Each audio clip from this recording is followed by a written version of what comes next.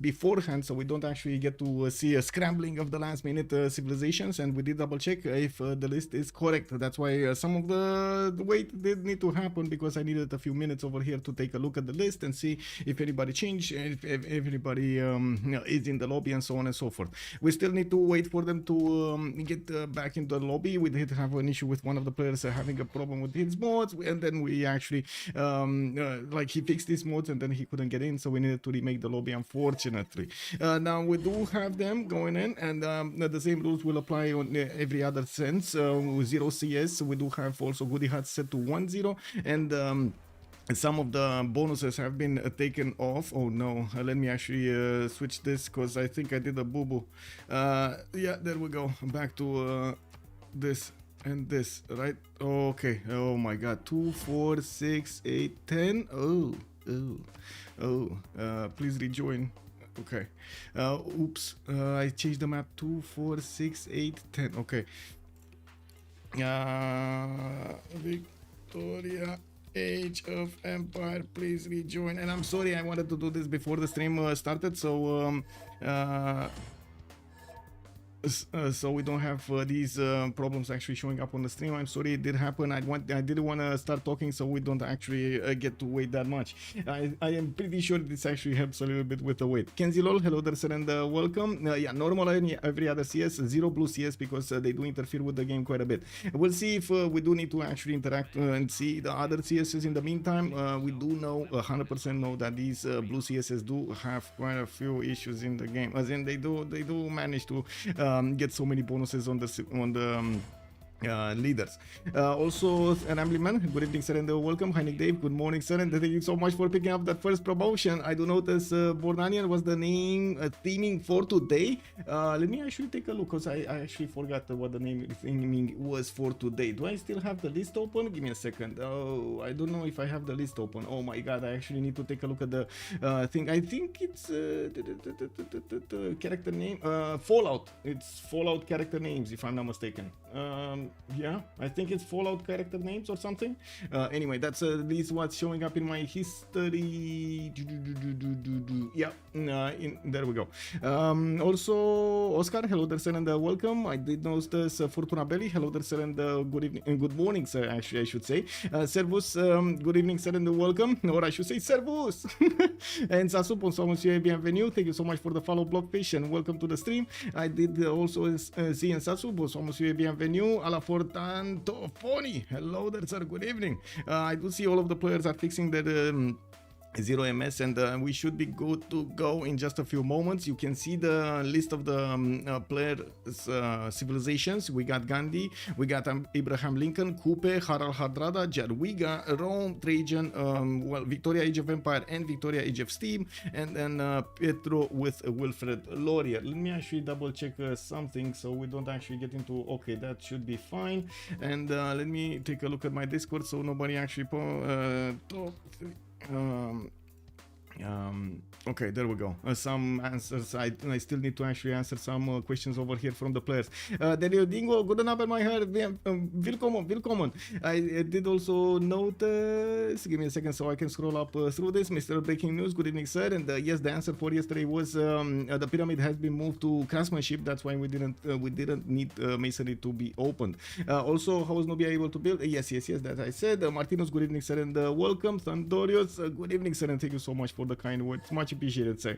We'll see how this develops, and I do hope we're gonna get to cross the T's and dot the I's where we need to, so we can get an awesome competition going for the Civ6 multiplayer. It's still I do believe it is still a work in progress, and as you can see, we are listening to the feedback of the players and adapting accordingly. We're gonna need to see how this will look like in maybe 3 months, 4 months. We don't know yet. We definitely have an idea for how it should look like. We're just going ahead and rolling with the punches to see how it should develop. Mckenzie, also good evening, sir, and welcome. Let me actually, it's top 3 qualifying, by the way, Mckenzie, top 3 qualifying. He saw to because maybe open him slot. Okay. Wow, I can't open slot anymore. How is this possible? I can't open slot anymore. Wish I could open slot, but no button. Okay.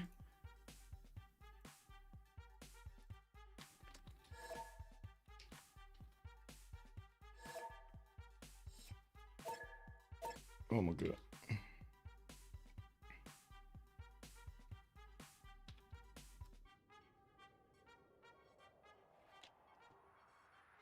Okay, just still trying to fix the problems of one of the players that cannot get in. Okay.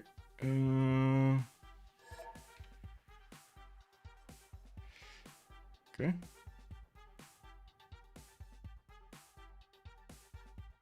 Okay, it should be fine. Should be fine now. Okay.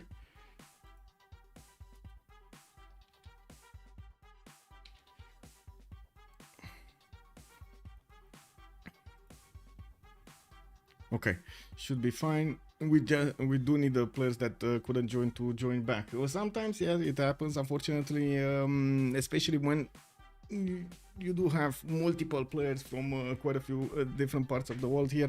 It does happen that the lobby has a few issues. Anyway, it is, we're gonna solve them, and hopefully before we're actually gonna get into the game, so the game that does actually get affected by all of these issues. Hopefully, pray to God. Oh yes, let's actually see. La Fifi, bonsoir monsieur, bienvenue. It didn't start yet. No, it didn't start yet. And Michael, I still didn't find my hat. I need to find my hat. Maori is a very strong pick here. Yes, I gotta say also the players did make a little bit of fun of how many coastal civilizations are in the game. We do have Coupe with Harald, Varangian, Victoria Age of Empire, Victoria Age of Steam showing up in the game, and there we go. We do have the last player joining us, and hopefully we're gonna get this readied up and good to go for the game. We won't have remaps during the game, as you've seen, unless there is something like extremely bad happening over here. We are using the mods that we've been using for quite some time, and the extended policy modes, multiplayer helper, better report screen. The top panel is Station Pro, that actually gives you the information about how much food, how much amenities, how much production you have in your empire at a certain point. Notifications clear, a better spectator mode with better balanced maps, and of course BBG 601. Oh my god, he actually connected again.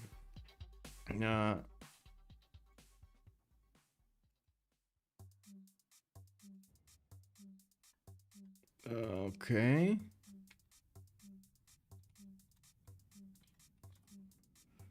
Oh.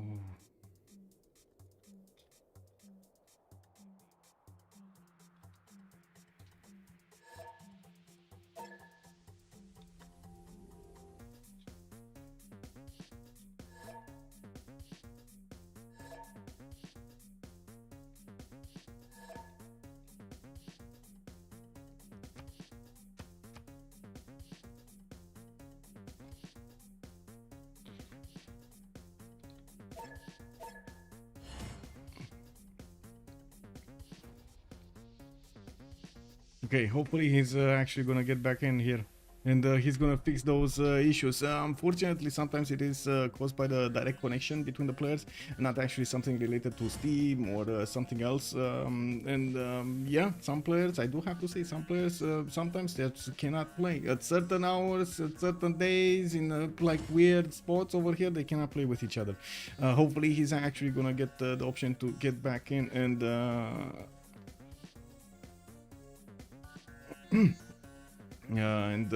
Rejoin here.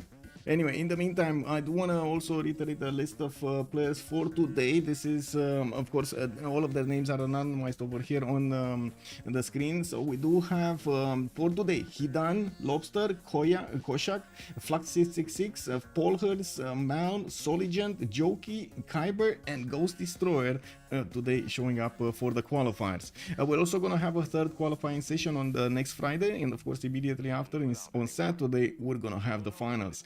There are still quite a few players remaining on the list that did enlist quite later on, registered quite later on, or actually prefer to play the Friday game. So definitely we're going to need to see after the confirmations are going to go through who is going to play in that third qualifier. I can't wait for the next weekend. That is going to be some awesomeness action.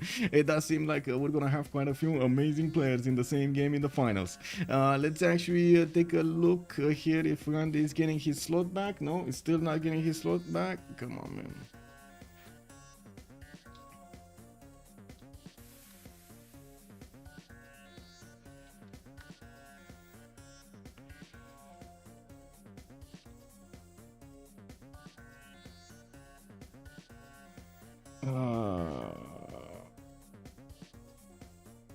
I'm asking if he restarted Steam, because that usually is a bit of a problem sometimes, especially when you unsubscribe from mods. It does cause issues. Okay, there we go. We got him. We got him back in the lobby.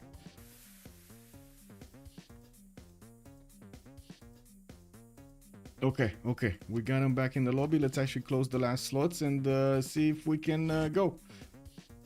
Okay, let's actually see. Is he gonna ready up? Does he have good connections to everybody, or no? This is the big question.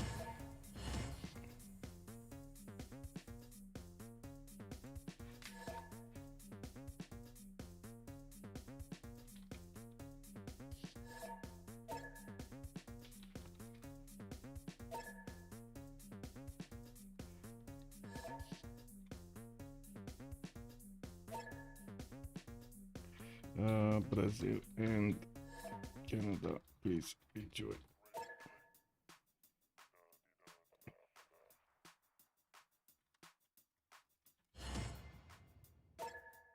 Okay, yes, I'm sorry that it takes quite a bit of time to actually get this going, but like I said yesterday, it's better to actually fix these issues beforehand to have a better game afterwards. So we will need to give them a few more minutes, and let's see if Brazil and Canada will rejoin here.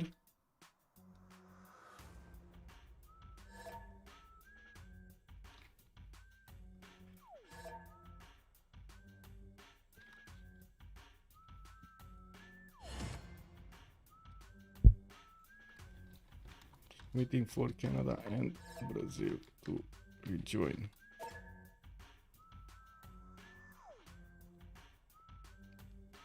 Okay, there we go. We got Brazil and Canada rejoining.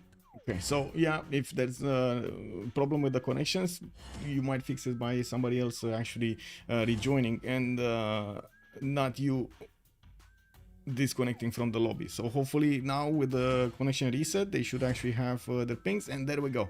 There we go. He readied up.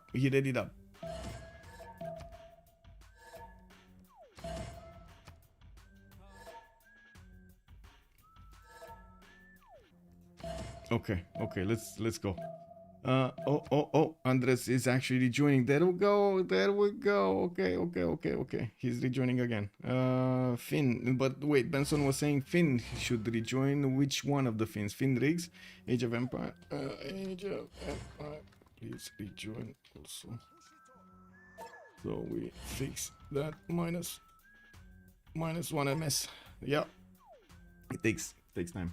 Let me actually put my chat all in order on the left screen over here. Hello there, Papas, and good evening, sir. Also, I guess that you've created a brand for yourself that viewers can't let go of. I mean, hopefully we're actually gonna get a brand developing, but it is an ongoing how to say challenge to get everything going. I would wish that I would develop the templates for the animation and so on and so forth. And when the template is ready, and I do have to say that I have started asking some of the French community casters to join us to cast these games. And I wish that we could develop quite a bit of backbone in graphics that we can actually share. So whenever somebody joins us to stream or cast or sees, or the viewers are actually getting to interact with the Rooster Cup, just as we've seen in the CWC, they do have a standardized model of graphics, more information at the beginning, a little bit more hype.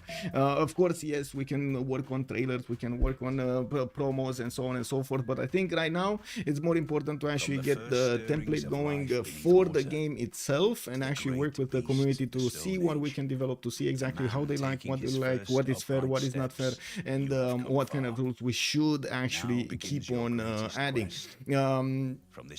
As you can see, we're loading it to the first map. We do have Pangea Classic Ridges. We're hearing Sean Bean in the background there. Also, Mckenzie lol, Maori is very strong. Yes, indeed, Maori is very strong, and I gotta say, I can't wait to actually see what these players are gonna do here.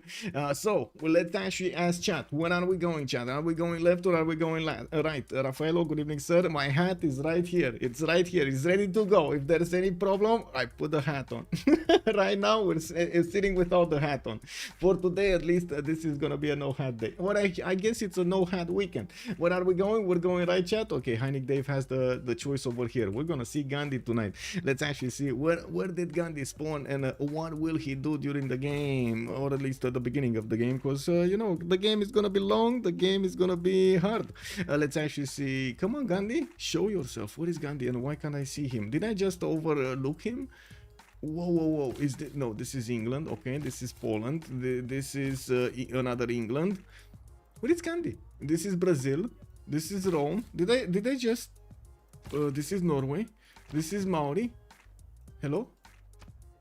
Oh, lol. Okay, there we go. There we go. I was just moving around and boom, right in the middle of the screen. Okay, so we do have Benson Brennan here also getting his possibility to sit on a 2-2 base, or he can move on the horse tile. We're actually gonna need to see. He doesn't see the horse tile. He only knows that if he moves, he's gonna get a 3-1. I do also notice he's gonna have a geothermal. That means he's gonna have a continent split left side, and as you can see, right side, white and red continent. Also to the south, he's gonna have access to the green continent. That's also where wonder is going to be Sahara El Beida, which you've seen yesterday with Petra. That looks amazing. Now we do have him also with the possibility, after he did see the cotton tile, to actually move one tile to the north, even though I don't think he's going to care to actually how to say settle on that cotton tile. He might have, because if he does move one tile to the north, he's also going to open up the possibility of settling directly on a 2-1 over here in the south on the geothermal. Not saying that's the best way to go, because he does have a lot of fresh water, and as you can see, he did actually choose to go for the 3-1 base here in the south. Has quite a bit of land to actually develop his cities on. West side and right side is actually quite how to say, right side. I don't think he's gonna go further than this. Let me actually make this clear, because I just saw Poland over here, so I don't think he's actually gonna cross the middle of the screen to the right side. With cities, he's probably gonna cross them, or might cross them with traders, with units, with something else, but not cities. We do need to take a look on his strategics. He already has the horses underneath his settle. He does have an iron tile to the left of Delhi, and I do notice he's gonna have a bit of stone chops here. I wouldn't say this is gonna be an easy how to say stone circles 1, 2, 3, 4, 5. Yeah, no pantheon. Let's not actually go into the pantheon discussion, because we're gonna spend a bit too much time here. There are more geothermals in the south. Easy to see that he's gonna have some amazing campuses, and I would believe he is gonna be happy with this. Now we do need to take a look also during the game how Gandhi is gonna be playing out. I love that we actually do get to see some Gandhi gameplay. Abraham Lincoln in the north, he's gonna have Washington between the mountains. He's also gonna have some truffle tiles here, 2, 2, 3s, and I do notice he's gonna have some tiles to the southeast that he's gonna benefit from, especially 2 2s there, and to get his cities going. But I gotta say, if he does settle here, it will be a problem with how many, wait, I do want to double check. Okay, no Sáenz, yes. How many tiles he's actually gonna get to use in the later part of the game. Usually players do stay away. If you're not Inga, you want to kind of stay away from being too crammed over there with your cities, because you know city gets to 4 pop and then it starts to run out of tiles to work. Now we do have him also to the southeast of Canada. He's gonna have his horses in the capital, iron tile to the south on a +3 campus spot, and I do have to say this truffle tile over here in between the mountains is holding hostage a +5 campus tile. One thing is, he does have a +6 that he's probably never going to discover. We might actually need to put a prediction over here. Is America ever going to discover the +6 campus? Should we put a prediction? Also, hello there, subs, and good evening. Skill folks, hello there, sir, and welcome. Goober Dragon, welcome, sir, welcome. I still can't believe Ben got 4th on the last 10. I know, R3C, that was incredible moves coming out from the toes. Incredible for Mr. Toes. What's with the icons? Unfortunately, when I switch the vision, sometimes it resets the icon, probably buffer or something like that, so I don't get to see them that much. The pig says no campus for you. Yeah. Okay, so let me actually put up this wait, we did have a desync over here from Benson. Oh my god, let me actually take a quick pic.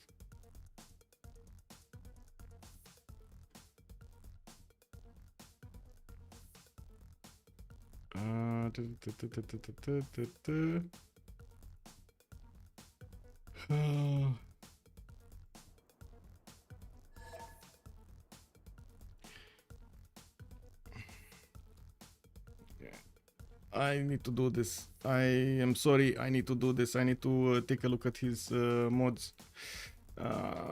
Sorry. guys, I'll take a look at this mods.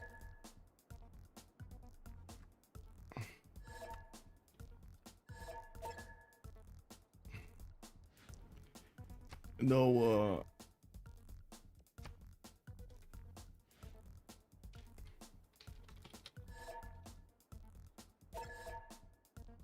okay, I need to check his folder. I'm gonna reload it turn 1.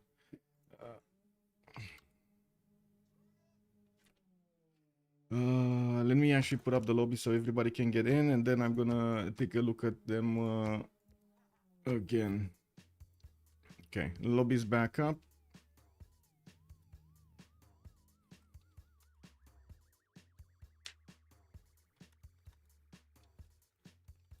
Give me a second. I need to actually go and take a quick pic. Give him the address.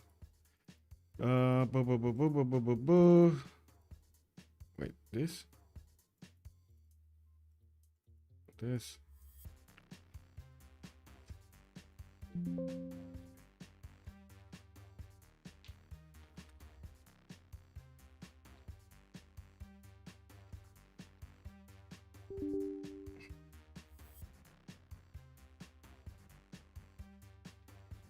Give me a second. I'm gonna mute myself so I can fix this. I'm sorry for this, guys. I'm sorry. I'm gonna mute myself so you don't hear anything.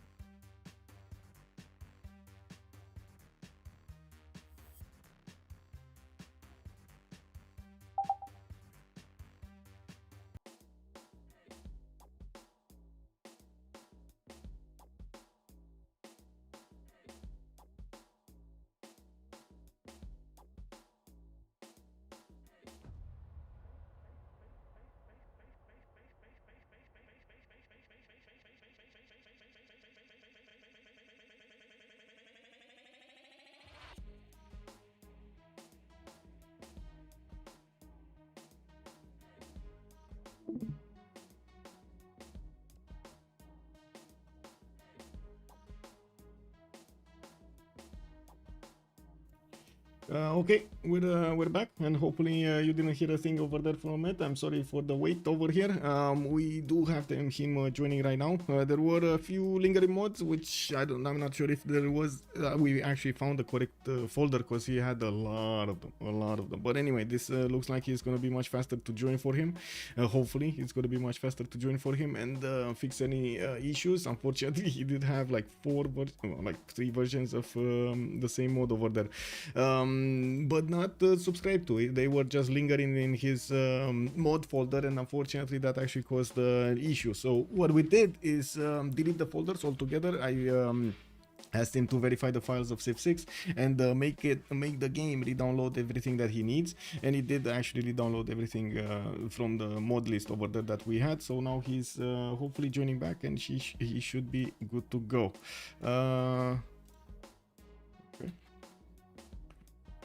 Okay, let's see, is he joining? Yeah, he's joining. Okay, much faster connection over here. Okay, all good now with 0 ms. Okay, yes, unfortunately, I'm sorry for the wait, but again, it's better to actually fix these issues beforehand than actually going into the game and having them seeing different spawns, or having missing bonuses, or these things, or other stuff. So yeah, welcome back, welcome Commander King. Good evening, sir, and welcome. It was at the beginning. I only recognized Kyber and a few other. Wait, what? His Halloween costume for sure. This is my Halloween costume. Cake W, man. I do want to say no spoilers. So you have the player list. I've told you the player list, but please no spoilers. Okay, there we go. Okay, there we go. We're going back in. Let's actually see if turn 1 this time is going to be a bit different. Athena is starting to actually find herself something to play with. I do see her meowing behind me over there, asking for attention and trying to find stuff that she can play with. To man taking his first upright steps, you have come far. No, she's a bit shy. Okay, so let's see if the game is gonna be more stable this time around. Yeah. Okay. Is I'm playing? No, I'm not. I'm not playing. I'm watching. I'm watching. All I know is there is people playing in the game. Good Dragon. Yes, indeed. The game hasn't started. We just started, Lancer. Good evening, sir, and welcome. So we did take a look at Gandhi. We did take a look at Abraham Lincoln. Also, Athena did come by to actually take a look at her also. Hello there, Athena. How are you doing? Meow meow. We do have to take a look at Abraham, right? So he was here between the mountains. We were at the moment that I was trying to say that, hey, we should actually put up a prediction up. So let's actually right over here and slash prediction and go for will Lincoln see his plus his 6 campus before settling third city? That's the catch. Yay or nay? That's the very good, very easy question over here. Let's actually go for 10 minutes. Wow, I can actually, it's too long. Oh my god. Okay, wow. Imagine the question is too long. Cake W, man. Okay, I can't put the question mark. It was one letter too long. How common is it to have mods that stick around? It's quite common, unfortunately. And one of the issues that we are plagued by these desync issues and so on and so forth, especially if the players are changing mods from one lobby to the other, or they're playing on the normal multiplayer lobbies. When they do get in, they auto-download mods. Those mods stay there until they actually are deleted sometimes. And yes, restarting Steam might actually work, but most of the time it doesn't. And also we do have, I think, quite a few players that don't actually turn off their computer, so they don't actually restart Steam, you know, that often. Okay. I'm not gonna want to go into all of the different scenarios that this might happen. It does happen, and we are aware of it, and we are trying to fix it every time, and this does take quite a bit of time sometimes. You have seen it actually in the CWC also, as going, or I should say the referees going into their mods and trying to fix it, so the game does actually go through. So everybody did connect. We don't have any Firex issues over here from what I do see. No Firex is crash. Okay, we're good. Okay, good luck, have fun. Okay, turn 2. Let's see. We do have Abraham Lincoln benefiting from horses and iron here in one in the first ring, one in the second ring. Let's see Maori. Maori is the bomb here. Let's actually see what he's doing. Tehonyanga Nuya Coupe, we do have him on the left side. He does have his 311 fish over there next to him. Freshwater city in the north. Not that many forest tiles or rainforest tiles around it. This would be a much better second city. No desync. Oh my god, no desync. Ooh, that worked. He sees the plus 6 campus only after has built the plus 3. So put an A in the, yeah, put an A. Let's actually take a look over here on Coupe.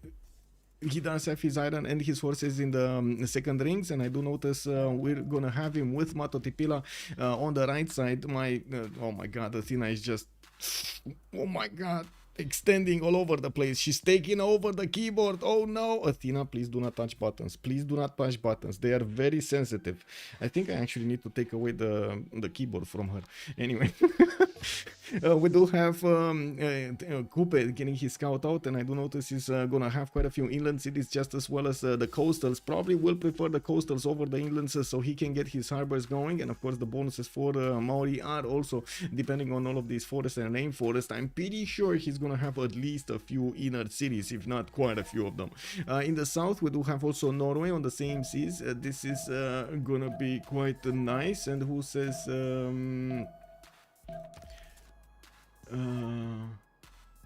what? Benson lost cap food. What?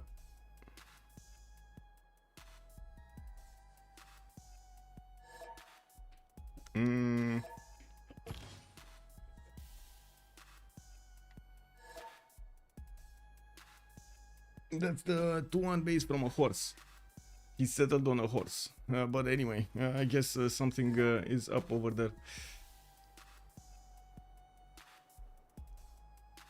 Why did he lose? He didn't lose food in cap. What? Oh, he lost it because of the 3-1.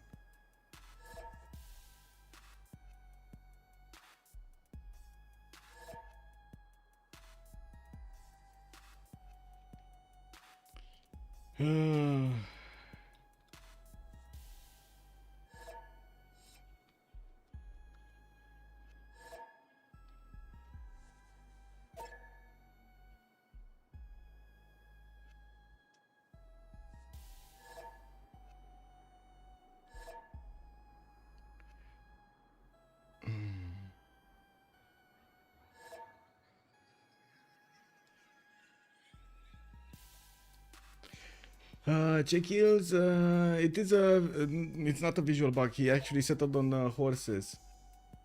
He just needs to discover animal husbandry. Not sure if there is an issue with BCY. And oh my god.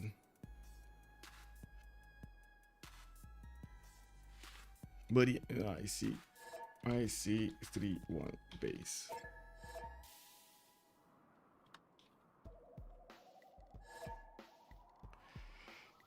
I think it might be a visual bug. Let's see, 6. This is a 3-1 base and he has 6.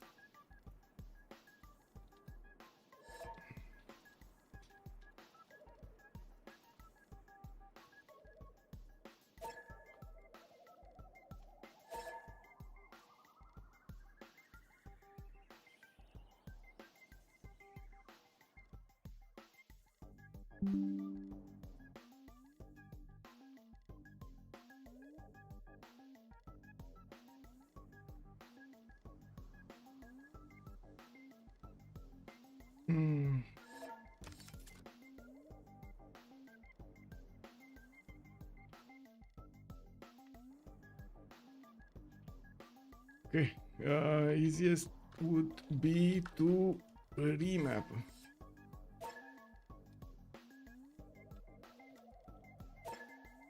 Let's see, put plus now. So nobody wants to remap.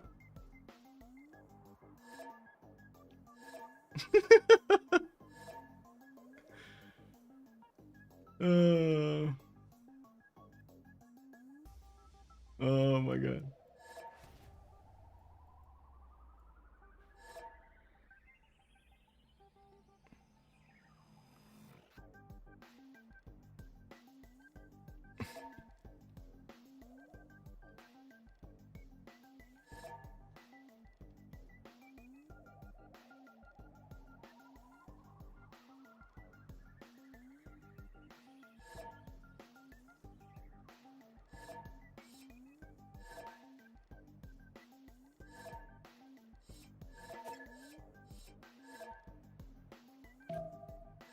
So he's probably working the 2-2 and the 3-1, right? So he has the 6 plus the food of the palace. Let's see if it desyncs. Does it desync or does it not? If it does and he gets something else, we'll see. Oh, it doesn't desync. Okay, it didn't desync.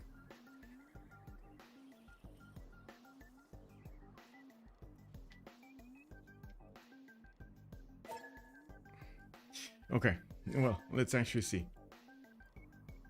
Hello there, Marian Puzo. They are talking about BCY, the mod, one of the options of the mod that we're using, the Better City Yields, that increases or decreases accordingly the base of the underneath the setter. Yes. Okay. There we go. Okay, so back to Maori. We're back to Maori. We do have him with the setter coming up in 5, and I do notice to the northeast over here there's going to be Mato Tipira for him to benefit from. I think I talked about everything here. We were moving to Harald. Nidanos, 5 times for a settler. He does have Pantanal, and I do notice in the north he's going to have his city over there next to Pantanal if he wants to, but I'm pretty sure he's going to want to sit again on the coast. We do have him with the 3 marsh tile here to the left side, and I do notice he's going to have also the incense tile to settle to the southeast. Not bad. Alden is going to actually need to do something about the barbs though, and we're going to need to see how he's going to fix this issue. He will have the opportunity to trade with a coupe, but this will also mean they will need to split this coast up, and we definitely need to see how each of them are going to try to actually do that. Since we do have 4 also nations on the coast, you can imagine the players are going to have quite a bit of a competition on the seas, so we might actually get to see some naval action going. Oh my god. In the middle of the map though, we do have quite a few civs that will benefit from a lot during the game. Also crazy is how everything has become fixed, especially in these we do what we can with what we have, skill folks, you know. The game actually started. Yes, good evening Kashada, good evening sir, and welcome. Also, latex supplies. He works in. Yes. You see, it seems like. Oh yeah. Okay. Let me move forward towards. Actually, sorry. Horses in Nidaros are gonna be third ring out. They're quite expensive. He can actually settle north to get a bit of closer to another one, but again, that would mean he's not gonna be on the coast. And I'm pretty sure he does have a bit of a problem with placing his initial campus. There is no easy campus to place. A holy site to place over here for him to get the bonuses from. I would imagine he might actually want to buy a tile over here further away to make use of it. We do have also Jarwiga, Poland to take a look at, played today by Harrison Robbins. We do have Poland getting 2 of these iron tiles right in the capital with a 3-1 base, and I do notice he's getting his settler out in 3. Still no change over here for Delhi. Still it looks like a 3-1 base over there. Okay. Did he? Wait a second. I'm gonna ask him next time something. If he actually grew into a 3 pop. This would be weird. Very weird if he didn't grow into a 3rd pop. I want to double check this. So we don't get too further away from 10th from the 10th turn. Let me actually see if he sees something different or not.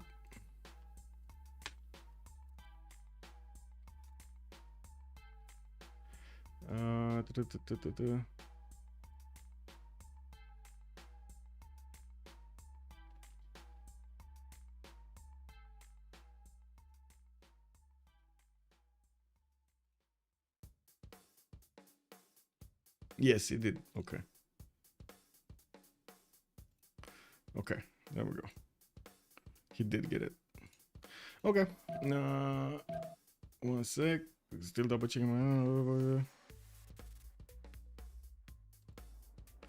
Anyway, now why are the players' names hidden? Yes, Mo, good evening, sir, and welcome. Most of the time it is, well, the reason for that is because we don't want them to bring any kind of history, neither friendship or, how to say, some bad history between them, some bad blood between them. They should make the decisions in the game according to what the game gives them, like according to what kind of neighborhood they're going to have, according to what kind of land they're going to have, their bonuses, and so on. And also the diplomatic aspect of the whole game, what did happen during the game. Okay, so I can confirm this, and by the looks of it, I did receive some other messages, but we're gonna get there and see what is going on. We do need to take a look also now on Poland, right? Poland, northeast of Chandra of Gandhi. We do have Krakow getting his settler out next turn, and I do see his horses are gonna be second ring on the right side. He should be about that. It should be about that time that he's gonna need to put down his holy site somewhere. He might be waiting for a bit of gold from somewhere else to actually get this going. We do have him with a settler that just popped out, and I do see he's gonna have Yosemite to the northeast, which he does see a tile of. I do notice his scout is actually close enough to see a tile of. Man, yeah, I don't think he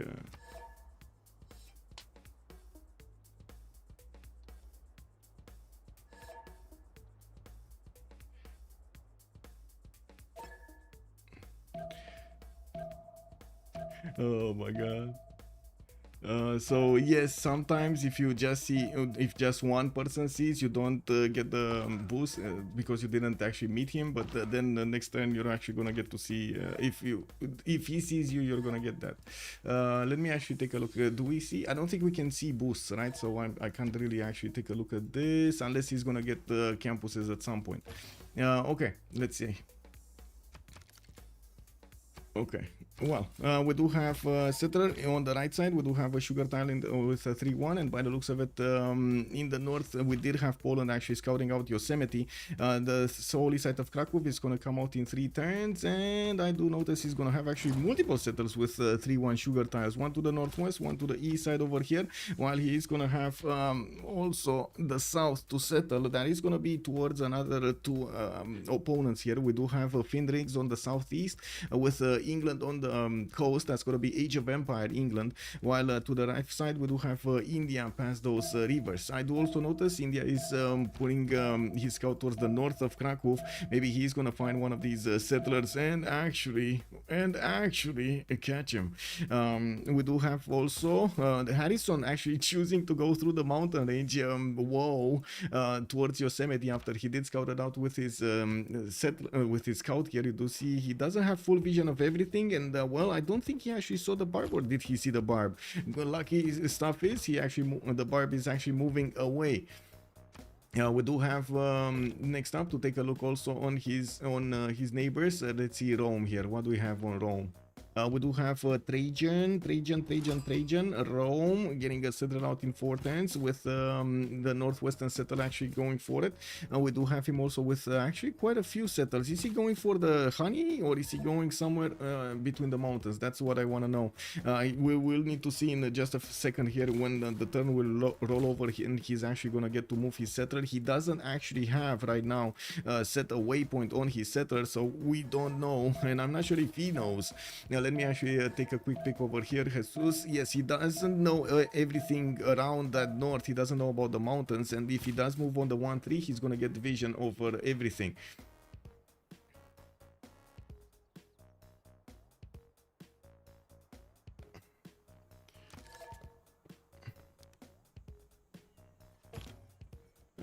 Let me see.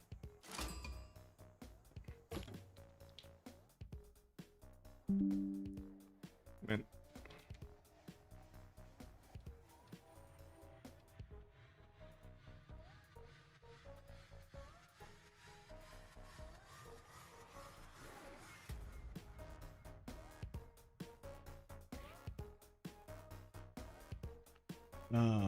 Anyway. We do need to take a look next on Rome, right? On Rome. We do have him with the iron. He didn't actually move for the 1-3. He went for the left side, and looks like the honey settle might be his choice. Or next to it, we do have Barbarian scout that they just actually got into the next to the borders of Rome. And yeah, definitely he's gonna have quite a few cities around him with enough fresh water to develop his empire. Southwest, his west side actually, he's gonna have Norway. And I do notice he can set up coastal trade routes, may even take the city of Varangian and actually get to set up those 3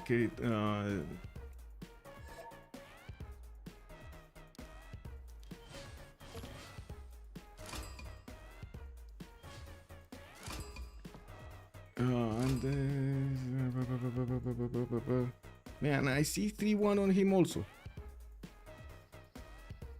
I don't know what anyway, just play. Okay, let's actually see horses. Did we see horses? We didn't see horses. Horses second ring from Rome. We do have a settler coming up in 2 turns, and yes, from what I do see, he is gonna have his city on the honey tile next. Okay, there we go. Victoria, Age of Empire, right side. We do have Plymouth actually settled. Finriggs, that's Finriggs. He settled on Krakatoa and getting that extra science immediately. A 2-2-3 base with a 2-3-1 fertile to the north of Manchester. I do see a 4-1 fish tile, and yes, we do see him scouting with a builder towards the northeast, and will be Namadol on his own coast. And by the looks of it, at the moment, he did manage to get an envoy, and he did manage to get that first meat from. We do also have a Tiki Hut over here in between those 2 city-states. Jerusalem is going to be a very easy city-state for him to take out. Age of Empire will get some free boats, and I'm pretty sure after he's going to get his harbors, he's going to want to start bonking city-states. Because, you know, like free boats can make you, can get you another city. We do have, what?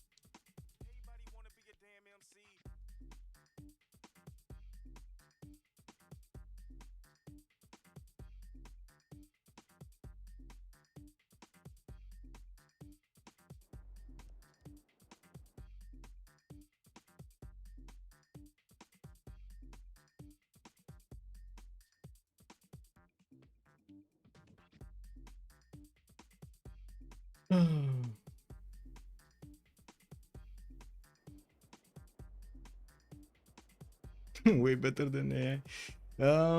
Yeah, sometimes it is what it is. The players want to start a fuss over here. Let's actually see what let's see.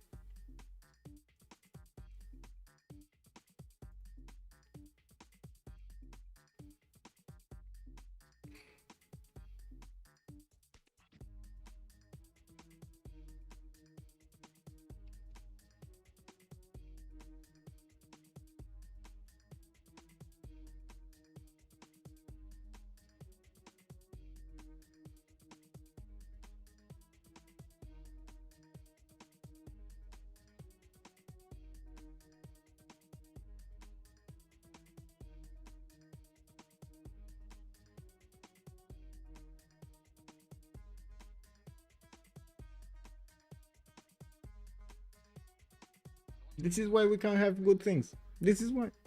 The complaint is apparently that some people aren't seeing the PCY. It's probably Brazil is seeing a 2-1 base in their cap, despite the fact that they should have. Yes, I know. Maybe they weren't subscribed to BSM. They one of them is 100% subscribed to BSM, and by the looks of it, the cities are with 3-2 bases and with 3-1 over here.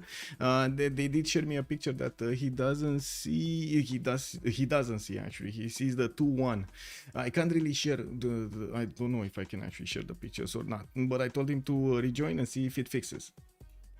Is he rejoining? Yeah.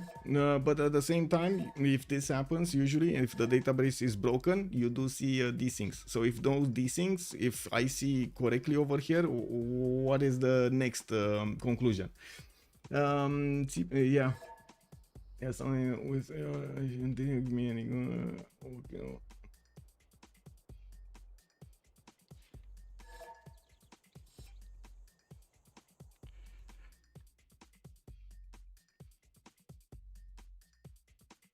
Oh, he stopped responding. Let's see. Classic CPL again. In CFR, the hidden caps have no problem like that. It's so sad that the players are, well, I wouldn't really say toxic. They're, I would say they want their bonuses. They know, a lot of them actually know the game and how it works and how it should work and so on and so forth. And sometimes they are looking at the little details, and they are. They know how the build order should look like, and if something is wrong, they do know that it will be a problem. Now, again, I don't see on my screen, you don't see on your screen. I shared the pictures with them. We did actually take a look at their footy, what we've seen over here, and there's no D6. So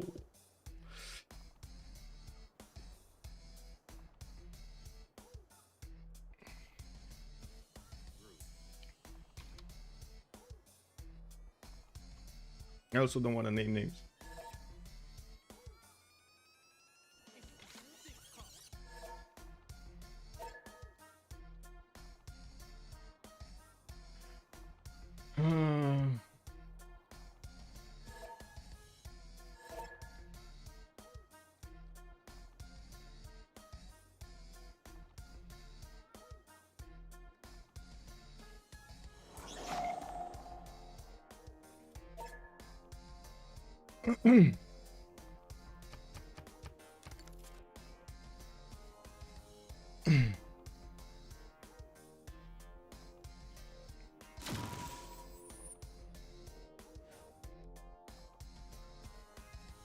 Okay, let's see. I mean, this game, like, because he doesn't have a BCY on a qualifier on yeah, I mean, it is a good bonus. It is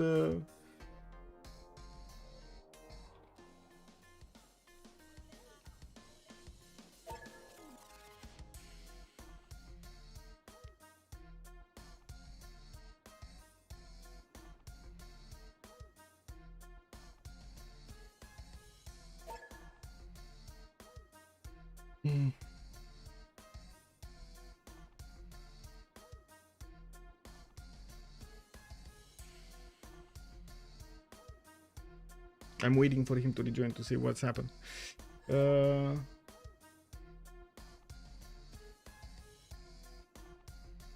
Let's see, who was it?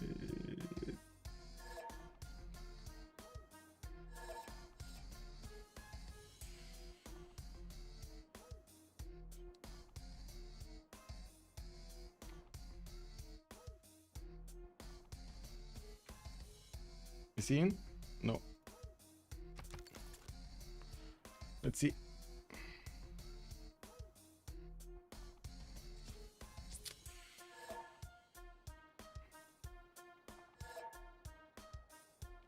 I respect you so much for saying conversation with these guys. I mean, well, glad to do it, sir, but I've been through so many lobbies, so many like thousands of hours of lobbies with exactly the same kind of arguments. The thing is to stay cooperative, right? We need to see how we can fix the problems. It's gonna be a... Let's see, somewhere that was for it is saying it took 45 minutes. Kick W. Did he join or did you join? Yeah, he did join. Okay, what do you see? What do you see?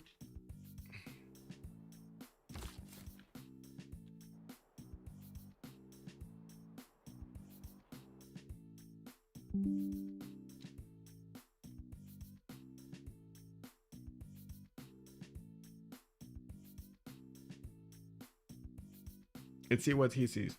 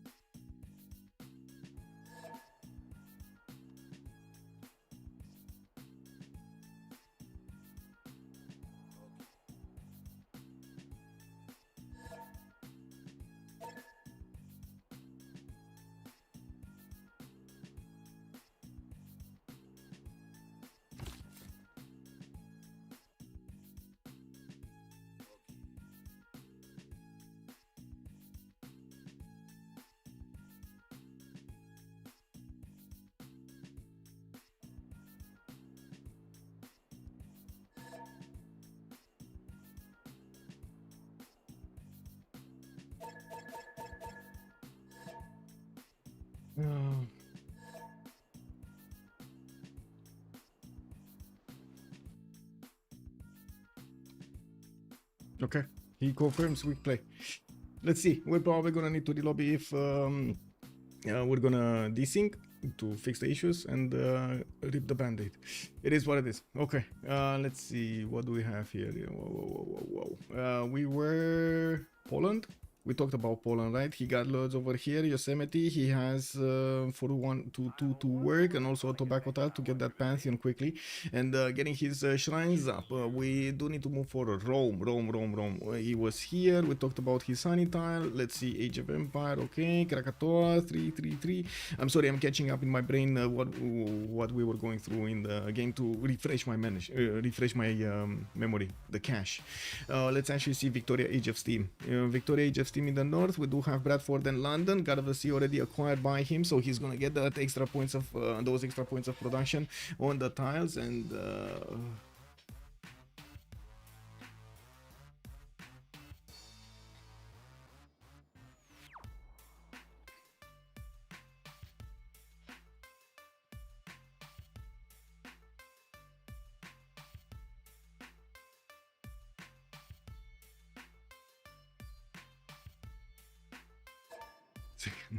he saw something else. He can't cross a river with a scout. Oh, this one. Yeah.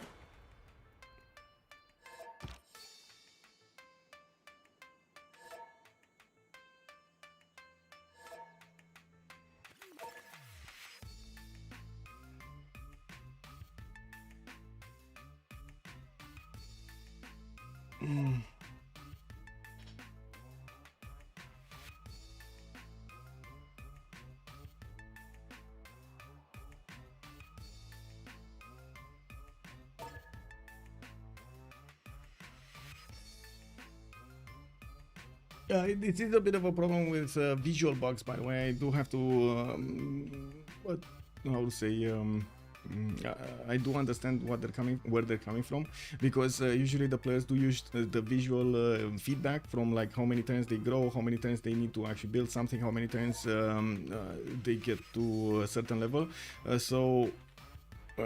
Unfortunately, if you don't have the visual representation of what is going on in the game correctly, you don't actually get to micromanage your tiles properly, and that actually causes quite a few issues with the players not optimizing exactly what needs to be happening in the game with every one of their cities. But yeah, anyway, I do see America does have a scout next to India, and I do want to double check if he did manage to make a friendship with him or not, because this is gonna be quite a problem. Benson Brennan is gonna have an issue. Wow, no dissing. Kick W. Wow, look at that. He doesn't have. He does not have. He is about to move on a tile that is in. Wow. Unbelievable. Wait, he doesn't actually see. He doesn't see. Yeah, he doesn't see. Okay, where is this settler gonna go? Is this settler gonna go south, or is this settler gonna cross? Okay, never mind. America actually made this easy. He actually revealed his scout before the settler moved, and this is a lesson, boys. This is why you don't actually want to move your settler before the turn ends, because you might have this happening to you. Also, shot caller, hello there, sir. Who has the best spawn right now? I'm not sure. We do need to take a look at another 3 Civs to actually take a look at their spawns. We do have, there we go, Brennan choosing to go southeast here. Age of Steam, where is Age of Steam? Here in the north. Bradford, okay, he does have his, well, 2-2 base over there. I do notice he's gonna get his third city soon in 2 turns. He does have J tile to the right side, but that's not gonna be that great to use, and I do see a desync, so we're probably gonna need to relobby. Okay. Relobby on good third.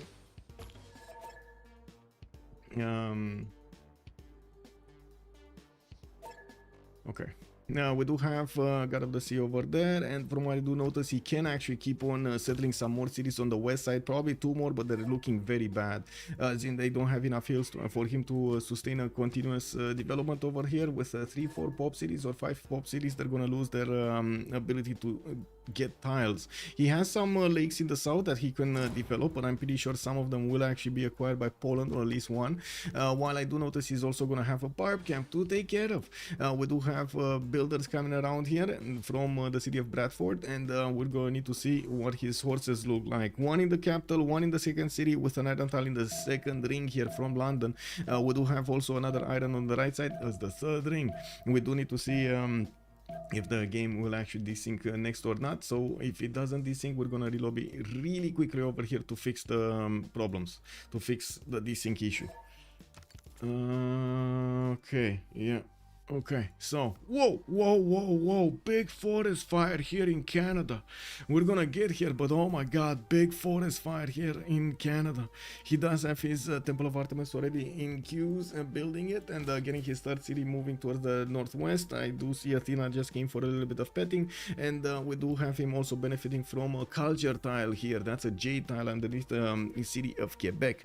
We also, by the looks of it, will have a lot of extra food and production on these tiles that he will get from the city of Quebec, from the forest fire over there in both cities, in Ottawa and in Quebec City.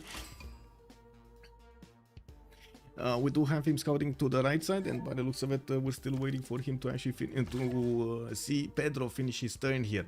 Did he cross the river or didn't he? Yeah, he did cross the river. Okay. We do see America also has an exposed settler going through the mountains here.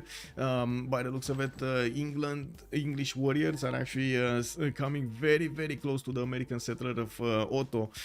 We do have also the Brazilian scout trying to see what's going on through the mountains, and I do notice that Otto at the moment is moving 1 tile at a time.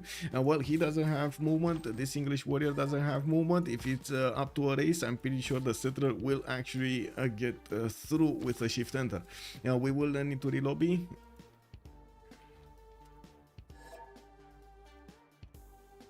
Okay. Oh my god. Is this thinking?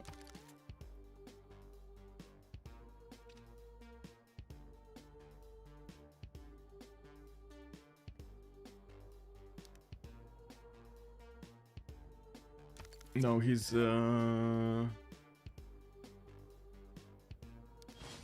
my god. Oh my god.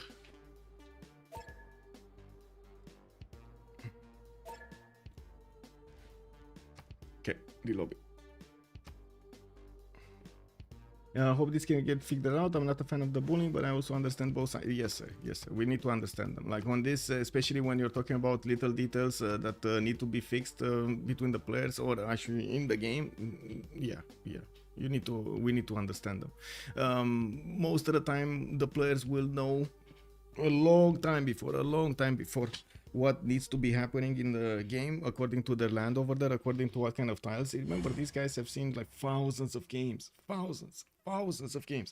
They also have played a lot with the different settings. That's how BCY actually evolved. That's how a lot of the other actually mods in the game did evolve around the experience of the players and their encounters in the game with the different problems that the game threw at us, basically.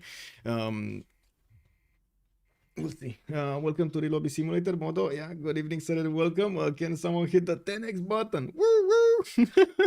Choo choo! Incredible, man. This cat actually wants to look at her. She wants to sit on my chair over here. She wants to sit on my chair. Anyway, after this thing, I showed correct pro. Then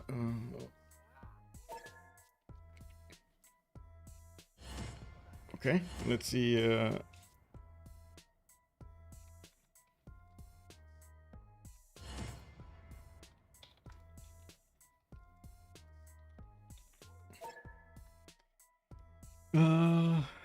The next time 10 times. Did he no, he's coming back. He didn't reach quick. No. These are the respective players, and they do like to play. As in, they want to play this game. It's not that they didn't. If they didn't want to play this, they wouldn't hear it from the get-go. I'm pretty sure. We do need to make sure that everything is fine, and we do need to see how we can fix the different issues. Now you can imagine from also our perspective, right? You've seen what I've seen, and from our perspective, from the game perspective, the D6 didn't start, and so on and so forth. We did have a different different information, and yeah, it is what it is. Let's actually see what will happen. Remap though, the thing is with a remap, they already saw the spawns, they already have a form of expectation about the game, and unfortunately, unless you actually how to say, you can look at this from a black prism, basically like a dark prism, and say that some of the players actually wanted the remap, and they started saying it and so on and so forth because they didn't like the spawns, which sometimes it does happen in some normal games. That's why the remap is probably the last choice that we need to actually do, because it falls into that category of gray area. We don't know exactly what's happening over there. So let's see what will happen over here with the relobby, and let's see if the players are actually gonna get exactly the visual impact that they need to have in the game, so they make the correct choices in the game, so they do get what they want. Let's see. I'm just as excited as you are, by the way, to have all of these problems actually, you know, going over these problems, over the drama, and getting through. I do want to point out, did you see the Sáenz of Age of Empire there? Finn just making casually 11 Sáenz per turn because of his opening on Krakatoa. Correction, she wants to hit on her chair and that you are currently occupying. I mean, yeah. I mean, you know, I think when you said that, she felt a little bit, how to say, hey, this is my chair, okay? This is my chair. Come on, this is my chair, come on. It's fine, yes.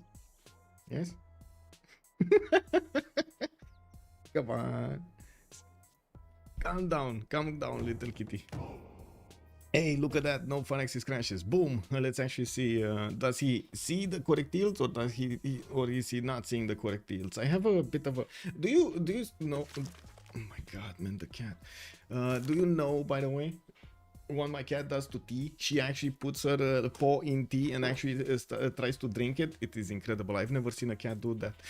We still see the 3 pop in Delhi. We still see the 3-2 over here. I don't see any, but I think he might have not joined. Knapp over here. Or he did actually, because the game started, so never mind. Now we do have him also moving to the southeast. Looks like the uranium 1-2. Where is he going here? He is eyeballing the wheat tile that he's gonna. Oh my god, that's a far away settle. By the looks of it, 1, 2, 3, 4. He should have actually moved on the 2-1. I'm actually curious why he didn't move on the 2-1. Is he going somewhere in the south here? Very, very far away on a trek? Maybe. Anyway.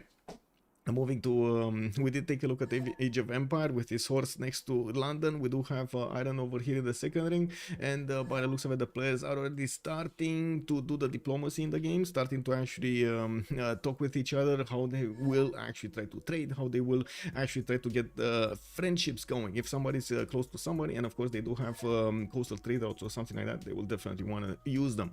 We might actually see, because it's one friendship in the game, we might see the two powers from the east to the west in the naval, Maori with Norway, and then the two Englands on the right side might actually clash during the game in the last part of the game. We're going to need to see how things will evolve here, but that is a certain possibility because, yeah, I mean, you know, coastal. We do have Pedro II here to take a look at. So, Rio de Janeiro 3-1 base, getting his campuses out. He did settle Torres del Paine to the north, and I do see 3 2s next to. For that city to grow. He does have this as a +4 campus, with this one as a +3 campus. We do have a builder coming out in 3 turns, so he can keep on improving his tiles, while in the south he does have a barb camp. Ooh, very nice, no desyncs. Okay, a barb camp that has been taken out. It's just, oh my god, somebody took out that camp and released the hounds. The red hounds are going everywhere. We do have Salvador de Bahia also getting his 3rd campus going. That's going to be a +4 in between the rainforest tiles on the right side. There is also Rome coming in through the fog of war in the southwest to put another city on the front line, probably on the honey tile. I would imagine the honey tile there is going to be another one of his cities. He can easily trade that honey away for another amenity and get the bonus from somebody else for extra amenities. We do also notice in the main cities of Brazil, he does have iron in the first ring with horses in the second ring here to the left side. We got also builders coming out into from Rio de Janeiro, while the coffee tiles are gonna give him that extra culture. He already has a lot of science, so 9 science and 5 culture at the moment with 24 points of production. Wilfred Laurier, we do have Canada in the north with the amazing forest fire. We do have Goddess of the Hunt already chosen as a pantheon. He's getting the extra food and gold on those camps, and as you can see, he did manage to improve 2 of them. We do have him also starting to get the mines, which are very important on the Jade, because he does get the extra 2 points of production over the mine point whenever he improves one of those because of Canada. He does have in 4 turns Temple of Artemis finishing, which is gonna give him 1, 2, 3, 4, oh my god, 5, 6. Oh my god, this rainforest fire actually went through 3 deer tiles. How did the deer survive? How did the deer survive in this situation? Like, really? Is this possible? Is this actually real life? He's actually gonna get deers with 3 deers with forest fire, guys. 3 deers with forest fire. It's incredible. Like, this is incredible. We will see Nolan over here just booming. Yeah, we do have also a builder coming out from Quebec City next time, and he already has a 1 charge here on the one that's outside. And I do notice from the South America did manage to actually get his settler safely over there to the north. England is there with a warrior, but couldn't actually catch it when he was with his pants down. Now also, so volcanoes destroy fish, but deers are as immune to fire as horses. Basically, Lancer, that's what I see. I don't know. That's what you see, right? I think that's how it is. Oh yeah, casually getting a 2-4 deer tile, guys. Casually getting a 2-4 deer tile.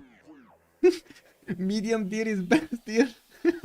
Teach fish this ability, please. Yeah, we need to. Oh my god, this is incredible for Canada, by the way. Incredible. 6 science, 6 culture. He has Halifax settled on the west side. He's gonna also have quite a few cities on the western side that he can keep on settling, and there's nobody here in the southwest that could actually interact with these cities immediately.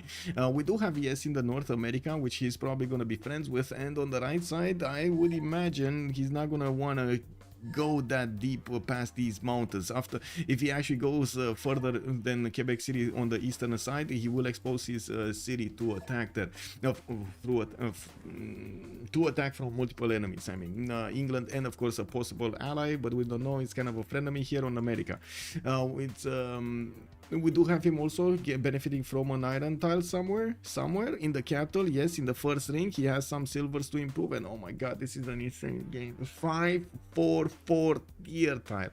Oh my god. Anyway, and he's gonna have more of these. I mean, that's just one tile. He has another 2 that he needs to improve. That I'm pretty sure he's very happy with this pawn. Mokshai establishing in the capital for the extra culture and the extra faith over there from the districts. We do have him getting another deer tile here, a 2-3 this time, not a 2-4, to get to improve. Not to mention his other tiles are getting improved. Can you imagine from English perspective, from Malaki Benjamin's perspective, what is going on over here towards the north? What is going on with this warrior over here? Incredible. We do have to take a look on everybody else if they did manage to actually get some pantheons. We got God of War and Plunder over here on England, and I do see Roland Vidokiars coming in. He has his first boat, might be going directly to Jerusalem, but I do want to double check his vision. Yes, he does know about Jerusalem. This is what I wanted to see, if he only met Namadol and got that envoy in, or did he meet also Jerusalem. Now with also God of War and Plunder, he's gonna add more points from each of his harbors to his admiral points, or when he's gonna get an encampment down, he's gonna get 1 more point of general per encampment. And of course we do have him with the merchants as well, if he's gonna put down commercials. I doubt he's actually gonna put many commercials down. It's probably gonna be more of a harbor game here, but this city over here is gonna be inland, so you know, anything might happen here. We might see a commercial at some point. I do want to point out a major difference between the harbors and the commercials, past all of the bonuses, the gold and so on, is the fact that they cannot be spied on. The harbors cannot be spied on. The commercials, yes. Harbors, I don't know, man. They cannot be spied on. You can't put a spy over there in the harbor. Can I get the save file? I want to play as Canada R360. I can imagine. But only after the forest fire, right? Because it's not guaranteed that you're actually going to get a forest fire. I can give the saves after the game. Not right now, please.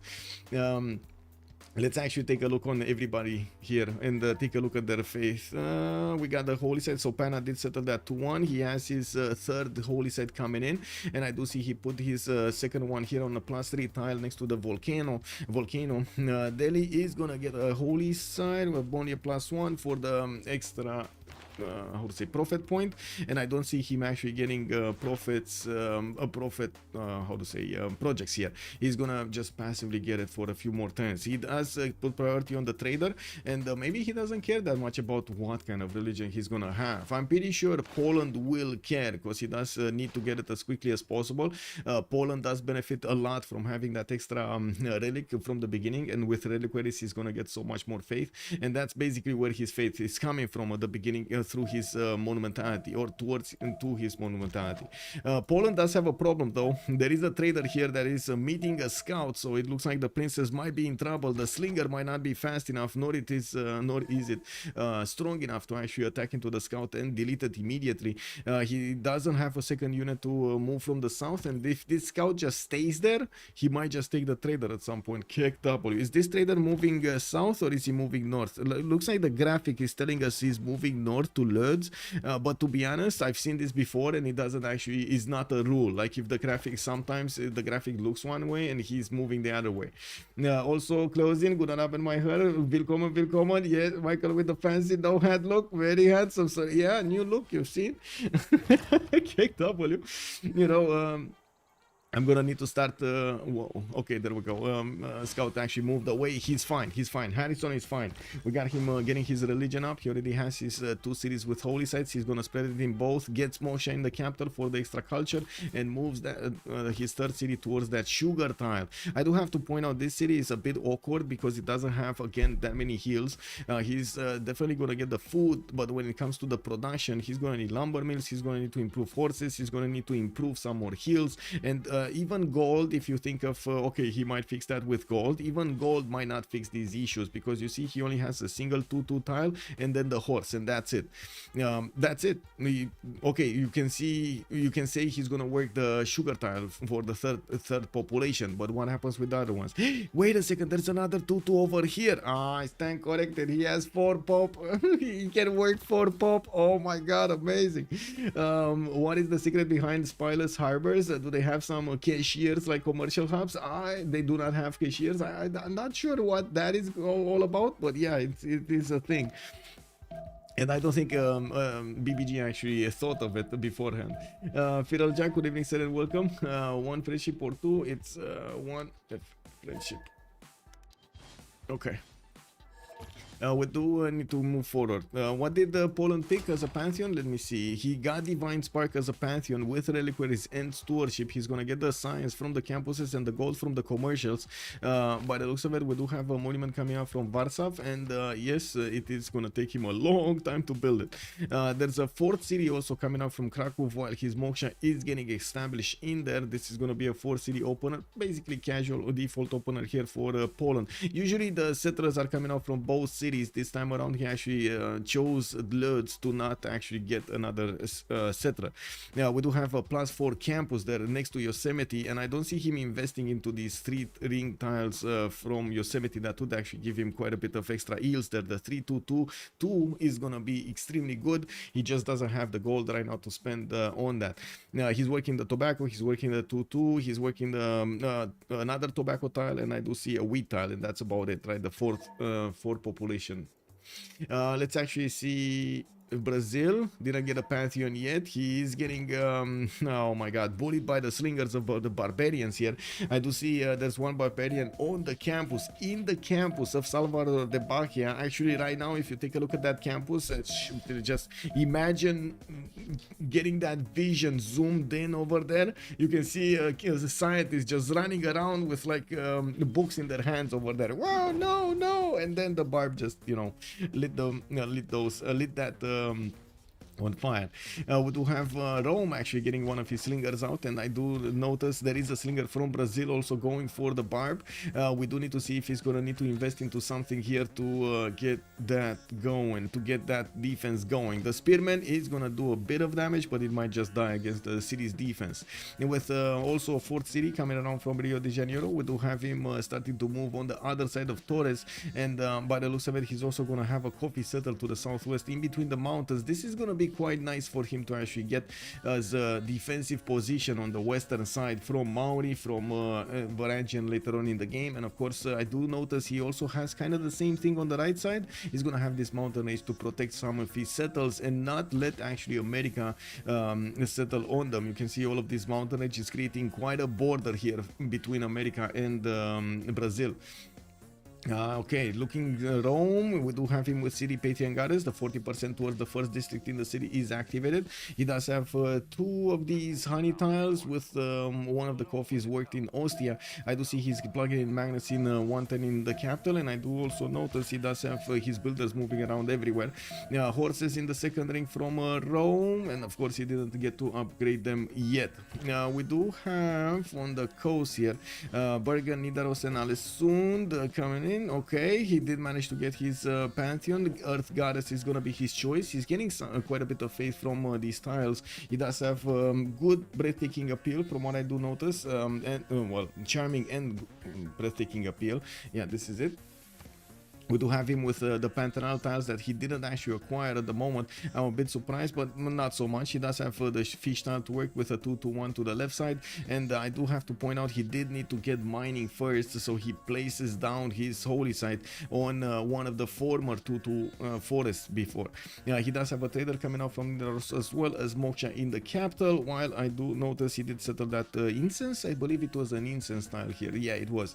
Definitely quite a few more cities that can be placed on on this coast with another city that he can take out entirely, Varangian. Now we do need to see how far into the south he's gonna go, because yeah, there's also Rome there, and we don't know exactly how he wants to actually settle his cities.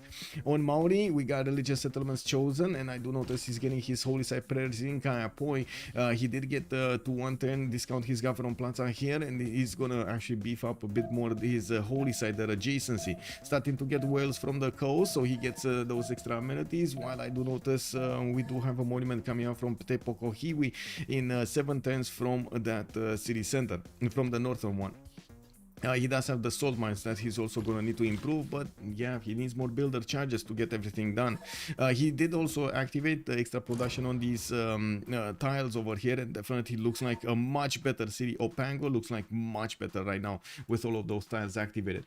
Also, no minas today, bro. Yeah, no minas today. We're gonna have Brazil in the middle of the screen there, in the middle of the map. Why there are so many Civs shot color? It's mostly because Gerson said that there is a secret, and it is to actually settle on the coast. That's not really a secret. Everybody knows it. But anyway, yeah, looks like they tried it out. Let's see what happens with 4 on the coast with not that many in the middle. Let's actually see what's gonna happen on the otherwise. We did take a look at this. Did we miss some pantheons here? No. Oh my god, beautiful land on Poland, on Canada. He's gonna get his government plaza in the second rings here from Ottawa, and I do notice more settlers coming around from his city center. He is actually gonna move across to the right side. He's gonna actually expose that city to the elements here, and we're gonna need to see if it's gonna stay well, if it's gonna stay defended. We do have his upcoming builders with quite a few more charges to get the deer tiles improved, and as you can see, he's getting so much gold from this. Right now Canada is on 34 gold a turn with 16 science and 21 culture. Really quickly, let's go through the city states because we got one. Oh wait a second, let's actually not dissing this era score. Let's take a look. Is everybody getting their golden ages? No, we got 2 of them that might not get their golden ages. We got Jesus here and Malaki. What's going on here? Can he get his golden age? That's the question. Can he got it. He got it. Is Malaki getting his golden age? That's going to be Age of Steam. Is Age of Steam getting his golden age? Age of Steam needs 1 more point. Everybody else in the game got it, by the way. Everybody else got it. It's just him. It's just London here that needs something. Oh no. Barb. He did have a barb camp. He never actually tackled this barb camp. I'm pretty sure it spawned a lot earlier. He could have sent his warrior there to tackle it. I think his warrior is on, yeah, there we go. He's on an escapade towards the city, towards the west side here. So wait, is he not actually getting this? He got it. He got it.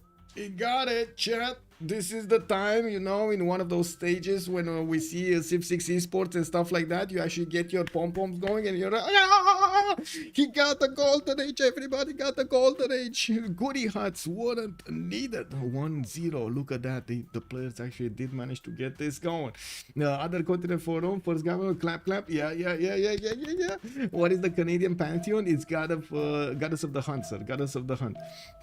Also, can you explain Herson's secret? I think he can explain his secret much more than me. It's powerful when you are the only naval Civ. Herson has a specific game where he could make that choice and show it out. Okay, had a specific game. Yes, basically he had a specific game. Now we'll see in the finals, right? He did actually get into the finals. We'll see what does happen with all of the other players also getting into the finals of the Rooster Cup. That's gonna be like 3 players from the first game, 3 players from this game, and 3 players, the top 3 players from also the Friday game. That's going to be a 3rd qualifier that we did introduce in this 3rd edition of the Rooster Cup because of the player demand. Actually, we at the beginning we didn't know exactly how many players will want to get into this, how many players will enjoy it, and so on and so forth. And there we go. We actually had 40 something, 46, 48 players that did register, and in the last few days we did find out that some of them, yes, granted, they actually wanted to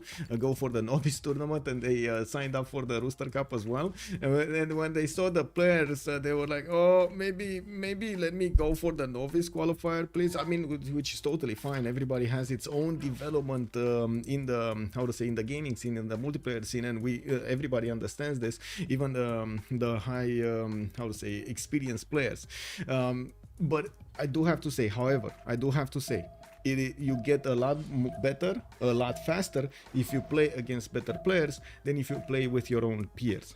So always you need to actually search for games to try to get better according to what you can also manage as expectations. You cannot expect to actually just jump into a very, very powerful game and immediately get a win. It's not gonna happen. Like, let's be real about this. Minto Panda, good evening, sir, and welcome. Also, we are 10:32, so we can actually take a look at their bonuses, what does happen during the game, what will happen during the first era. Pen Brush and Voice on Wilfred Laurier, 17 size with 41 culture. Looks like he still needs quite a few cities. He has 2 settlers out with Odin's Chamber coming up in 3 from Ottawa. He's preparing his empire to go tall here. We're going to need to see how he's going to also try to get his setup. I do see a major difference actually, or I think it is a major difference than we've seen before. He did go 1 theater square into 2 campuses and 3 campuses actually. So wait a second. No, three. I see 2 theater squares. 2 theater squares with 1, 2, 3 campuses, and yeah, 2 theater and no government plaza. He did get the government plaza as well. Now we do have him putting down his hanging gardens over here from Quebec City. He didn't actually get the opportunity to place all of those districts together, mostly because of the land and how it looks like. He did have all of these deers that he wanted to benefit from them and not actually take them out. We do have to take a look next on Brazil. Pedro II, 4 cities strong. Salvador de Bahia did finish, or actually most of the cities did finish the campus instead of the last one, Fortaleza. We did have him with the Government Plaza placed. No specializing building of choice. He is queuing up settlers here, 2 of them, 3 of them, and we're going to need to see what kind of land he's going to grab here next. We do have him with 22 science and 34 culture, 43 points of production, while he is using Pen Brush and Voice to increase his culture output from his districts. Looking at Victoria, Age of Steam, he did manage to get his Golden Age, 9 science, 12 culture with a Pen Brush and Voice. We do have him getting his Governor Plaza out from London, and I think one of the Barbs actually stole one of his builders, didn't he? That's a one charge builder that is very confused right now. The thing is, this one charge builder can actually keep on running. He might actually move on the 1-2 in between the turns and then move on the 1-3 and nobody's gonna catch him. Kick W, man.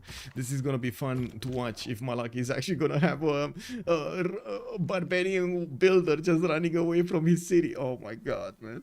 Anyway, no, we do have him with that God of the Sea giving him a lot of production here, and he did buy a warrior from London. He wanted to make sure that that city is going to be, and that settler is going to be safe, and I do believe he's going to need to take care of this barb camp. It looks like in the meantime Cahokia is doing the hard job for him, sending a few warriors towards his opponent here. We do have also 22 science and 40 culture on Victoria. Age of Empire did manage to take out Jerusalem and move quite a few of his warriors. One of them levied from Namadol. Wait a second, this is levied from Namadol, so yeah, it's fine, it's fine. He's just this is another continent. Yes, it is another continent, so he got a free warrior. That's why there was a unit. I was confused, why was there a warrior there? Different continent. Age of Empire. Click. Now we do have lighthouses also coming around immediately after he did manage to get his harbors down. Campuses also from Plymouth. That's gonna be a +2 over here. He did actually improve the mine on the iron, but he doesn't know about the iron yet. You see he's lacking a point of science there.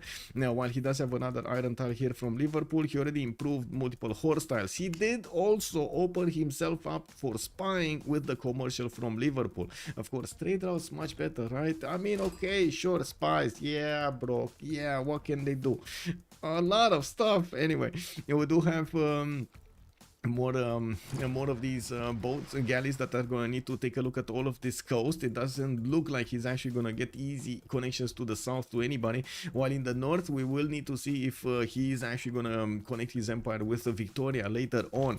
They did meet each other. Both Englands do know about their position, but I don't think they actually know about their oh, they do. I do actually see an English scout did actually scout all of the coast here and saw the other England's spawn. Let's actually see if Finn did see it. Finn did not see the north. He doesn't know exactly how far away England is now, but I can only think that he can assume he's not that close but he's on the same coast because he has his gal in the water. Looking at next, we do have Rome here, Trajan, 4 cities, Orient Chamber coming up in 5 with City Patron Garcias. We did have him getting his 12 science and 23 culture, Pembrush and Voice Golden Age, 45 points of production. He is managing to get some of his trade routes going here. I do see at least one is connecting his cities, while he's definitely going to need to get more. He needs to get his markets down, and of course you do see that it takes him quite a bit of time to place the commercials and also get stuff going here. He did choose to increase his rice tile there, to put a plantation, to put a farm on it, so he gets the 6 foot to couple it to allow his capital to grow much faster. Oh my god, I'm so sorry, something just entered my... Yes, you be calm, please. To stay calm. Okay, stay calm, Otto. Okay. Hello? Stay calm. Please. Okay, think. Okay, yes. I have a little baby over here that just puts her paws in the...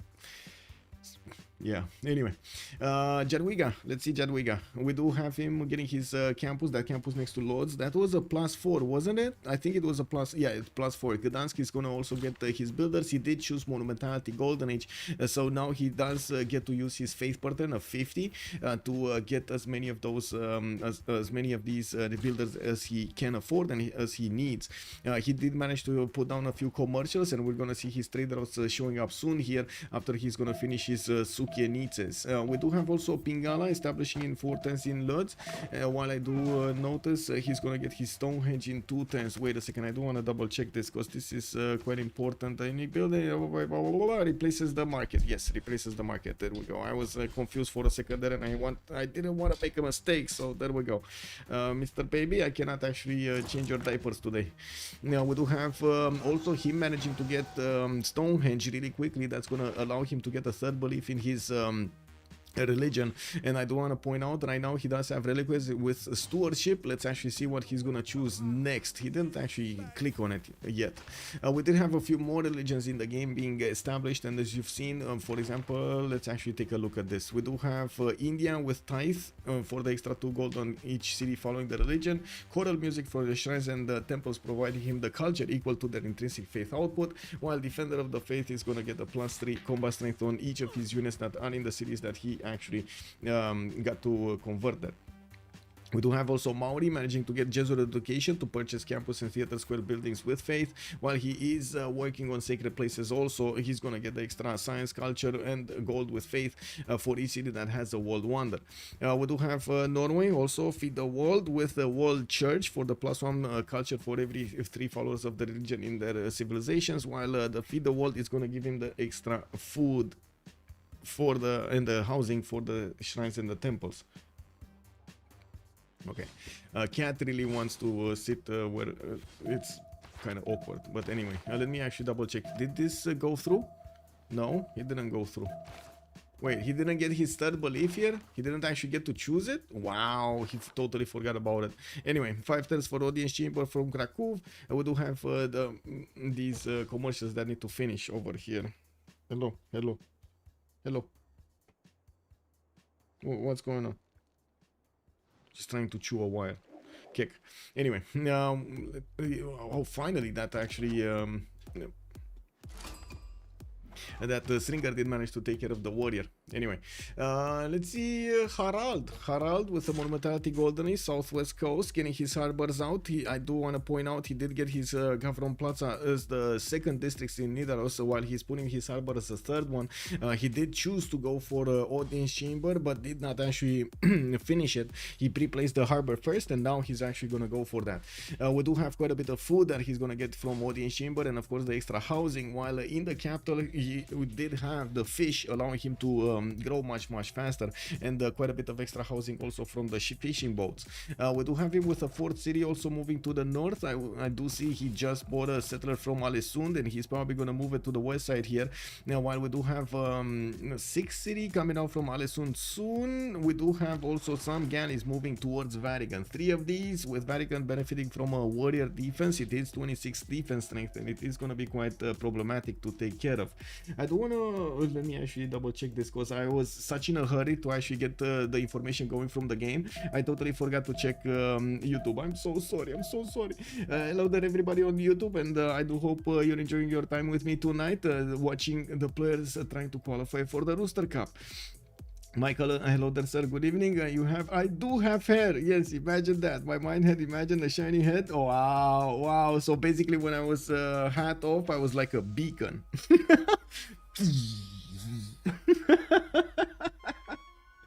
Rafael Maniacar, good evening, sir, and welcome. Herson is not playing today. No, he played and qualified actually on Friday. We do have to take a look next. Let's see what's going. Actually, take a look at his yields. 9 Sáenz with 18 culture. Does look like Harald is gonna need to catch up quite a bit in his yields tab, but now he does have 43 faith at 10, and he will start to chop his land over here soon to get those instant production points. Hey, hey, hey, hey, hey! Not this, not this, not this. No, my boy, my boy.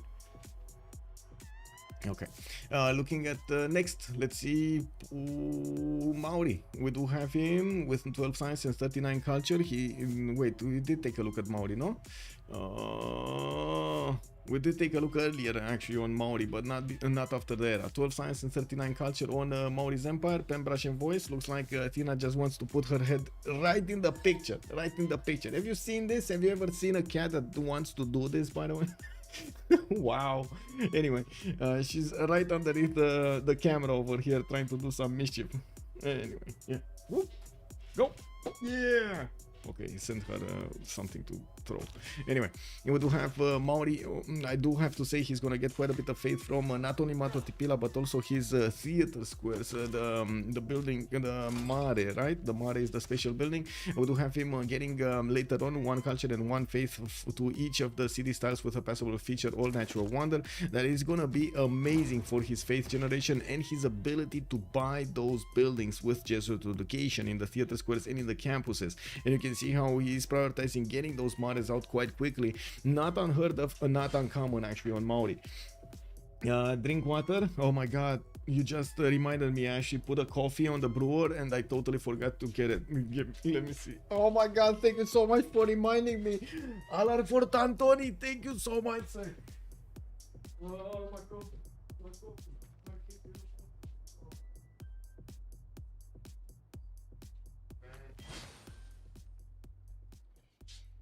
I need to click on 3 more buttons to actually get my coffee out. I'm sorry. It will take me at least another road to get, or 2 roads actually to get it. Anyway, let's actually see what do we have here on Maori. He did manage to get his 13 science, 42 culture, 5th city also, Taumutu, 3 of them are inland. He does have another one that he could settle to the north of Pokohiwi, and we're going to need to see when he's actually going to get to settle it, or if he is actually going to get to settle it. I'm pretty sure he's going to negotiate some settles with Norway here. Norway is sending a missionary towards him, and I'm pretty sure Maori is not going to be happy actually having the Norwegian missionary just spreading his religion into his lands. We do have Norway benefiting from Feed the World and World Church, right? So yeah, he does want it. We do have also Crusade activated on Poland. He got Crusade on Poland. Can you imagine Crusade with Wing Hussars? That's just gonna be incredible. Looking at Abraham Lincoln, 4 cities strong. We do have him finishing his pyramids, and I do see he's too turning a campus here from St. Louis. We do have also Etemenanki being placed over there from the city center, benefiting from extra production on those tiles. Not to wait a second, did he get Lady of the? He did get Lady of the Ritz. I was like, what? We do need to see some farms over there to actually get that science going. We do have him, of course, needing to actually connect his cities with the traders. Right now, he has the 3 that he settled connected to the capital, trying to get the 4th market going for another settler, no, for another trader. Stayed on 4 cities though. He did manage to get a merchant, and of course the pyramids is gonna be amazing. Free builder and extra builder charges, 1 builder charge on every one of his builders thereafter. It is gonna be awesome. Do wanna double check this? Give me a second. There we go.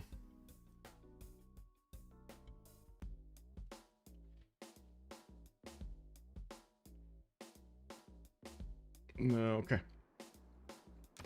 We do have more settlers coming around here from America. Looks like it's a bit awkward. We did have a new city settled by India right in the face of America. America actually will need to settle non-fresh if he wants to keep moving here. Looks like he wants to go back and not actually interact with whatever happens here. He might need to actually take over Cahokia and put another city to the northeast towards Yerevan. And I do notice he needs, like 100% needs to secure this place here. This is also probably gonna force him to go to the west side past the mountains to get the position on this river that I was saying earlier. Brazil might want to get as far as to the northeast as well. We're gonna need to take a look how Otto is gonna try to manage to gather enough territory for him to benefit from in the later stages of the game here.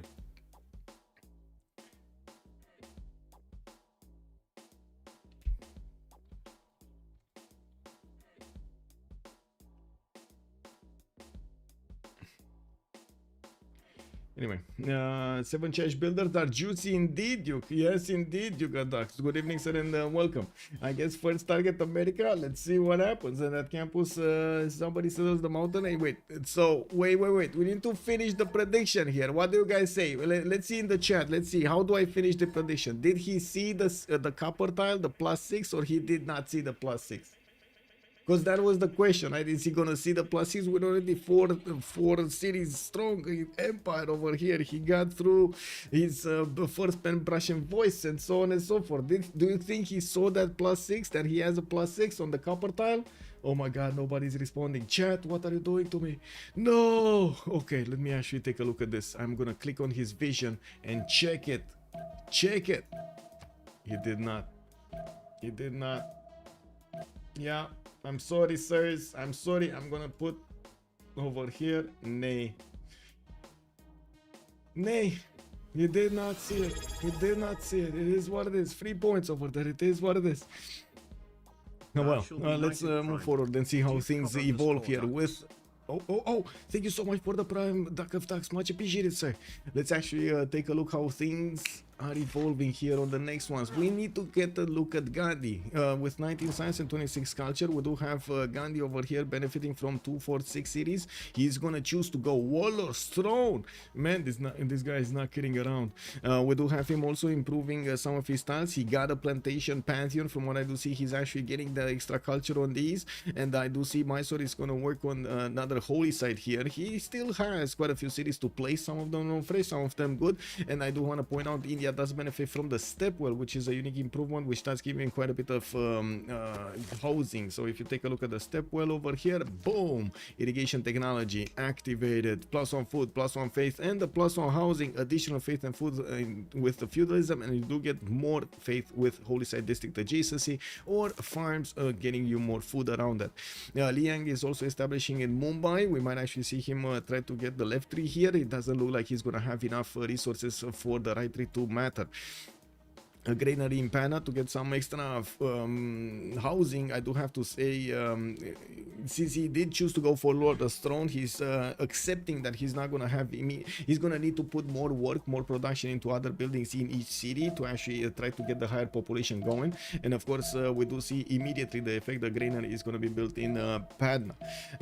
We did have also Madurai sent to the south here of Delhi, that is towards Rapa Nui, and he's gonna start to get the olive tile there improved, so he can get another amenity. From what I do see, that is he has cities on 3 continents, and he's very happy because of this. We do have him also choosing to go quite quickly for Great Library to get the bonuses from it, and of course we're going to need to see if he's going to start to chop it. I don't think it's a mistake that he actually did get Magnus in here and prepared his chops accordingly to get that Great Library at the correct moment in time. We do need to see what his friendships will be. I do want to say it's going to take us quite a bit of time to actually discover the diplomatic deals that have been happening. You have access to the chat, by the way, on the left side of the screen, right above me. You actually have access to the chat and see all of the information passing through. We do have 21 science with 30 culture for Gandhi, with 57 points of production here, 26 points of gold. And by the looks of it, he is friendly with Jadwiga. So by the looks of it, they are kinda gonna have on the right side quite a bit of power against the other nations. So for example, Poland, because he's friendly with Gandhi, he will probably have three choices of attack for his timing with wing hussars. That's gonna be the two Englands and then Lincoln. I don't think he wants to touch England. I don't think he wants to touch Lincoln, but one of the Englands might actually succumb to his power. Now we do need to see who made alliances with Age of Steam and who made alliances with Age of Empire. It looks like they made alliances with themselves. They actually like each other very much, and they want to settle coastal over here and get the traders booming to get the gold. But that also means, well, there's a very wild Poland in between them, you know. Yeah, who has the friendship with India? Poland has. Poland. I do want to double check also on Canada what kind of friendship we do have here. It's Lincoln. It should be Lincoln, to be honest. Yes, it is Lincoln. So he's gonna have a friendship with the closest one to him. That means he's not gonna be that afraid to move to the east side here and get another city going from Montreal. And I do notice he's getting more settlers, while Maori, it just moved in. It looks like there was a massive blizzard telling Poland over here, a sign from the sky. Meh, you have to watch out, man. Maori's coming in. And of course, we do see him getting more cities from the capital city and starting to move to the west side here, while he's gonna put down his commercials to get that gold going. We did have another city state being taken out. I would imagine that was in the south over here. Varangian city being taken by Alden Mckenzie, which by the way did actually recruit quite a few warriors from Samarkand, moving them towards his cities. Oh my god, this is gonna be fun. I'm pretty sure he actually made a friendship with Coupe here, and we might actually see all of these warriors try to go against Rome. Yeah, he did make a friendship with Coupe, so on the seas he's safe. He's not safe against the other two Englands, but they have their own problems to take care of. And we do see the massive spamming over here of harbors from his cities, another holy site in Drummond, and well, he still has so many more tiles to actually get to improve here. His yields though are not looking that great. His science is 17 and we do have only 27 culture for him. He's gonna need to work quite a bit to catch up, but I do have to say he did spend quite a bit of time to get his settlers out. You do see, and I have said it so many times on the stream, whenever somebody actually puts more production into settlers, most of the time, like 90% of the time, you're actually gonna have less yields on him, less science, less culture and so on, because he keeps on using his population to get the settlers out, and also uses the time to build the settlers instead of building campuses or theater squares or harbors or whatever you want over there. He's not getting or like the buildings in them, he's not getting his stats going. Now that's kind of a, you know, how to say, a sword with two sides basically, because you might get less yields during the game. You might be exposed at the beginning of the game to an attack because you don't have that science, that culture, but at the same time you do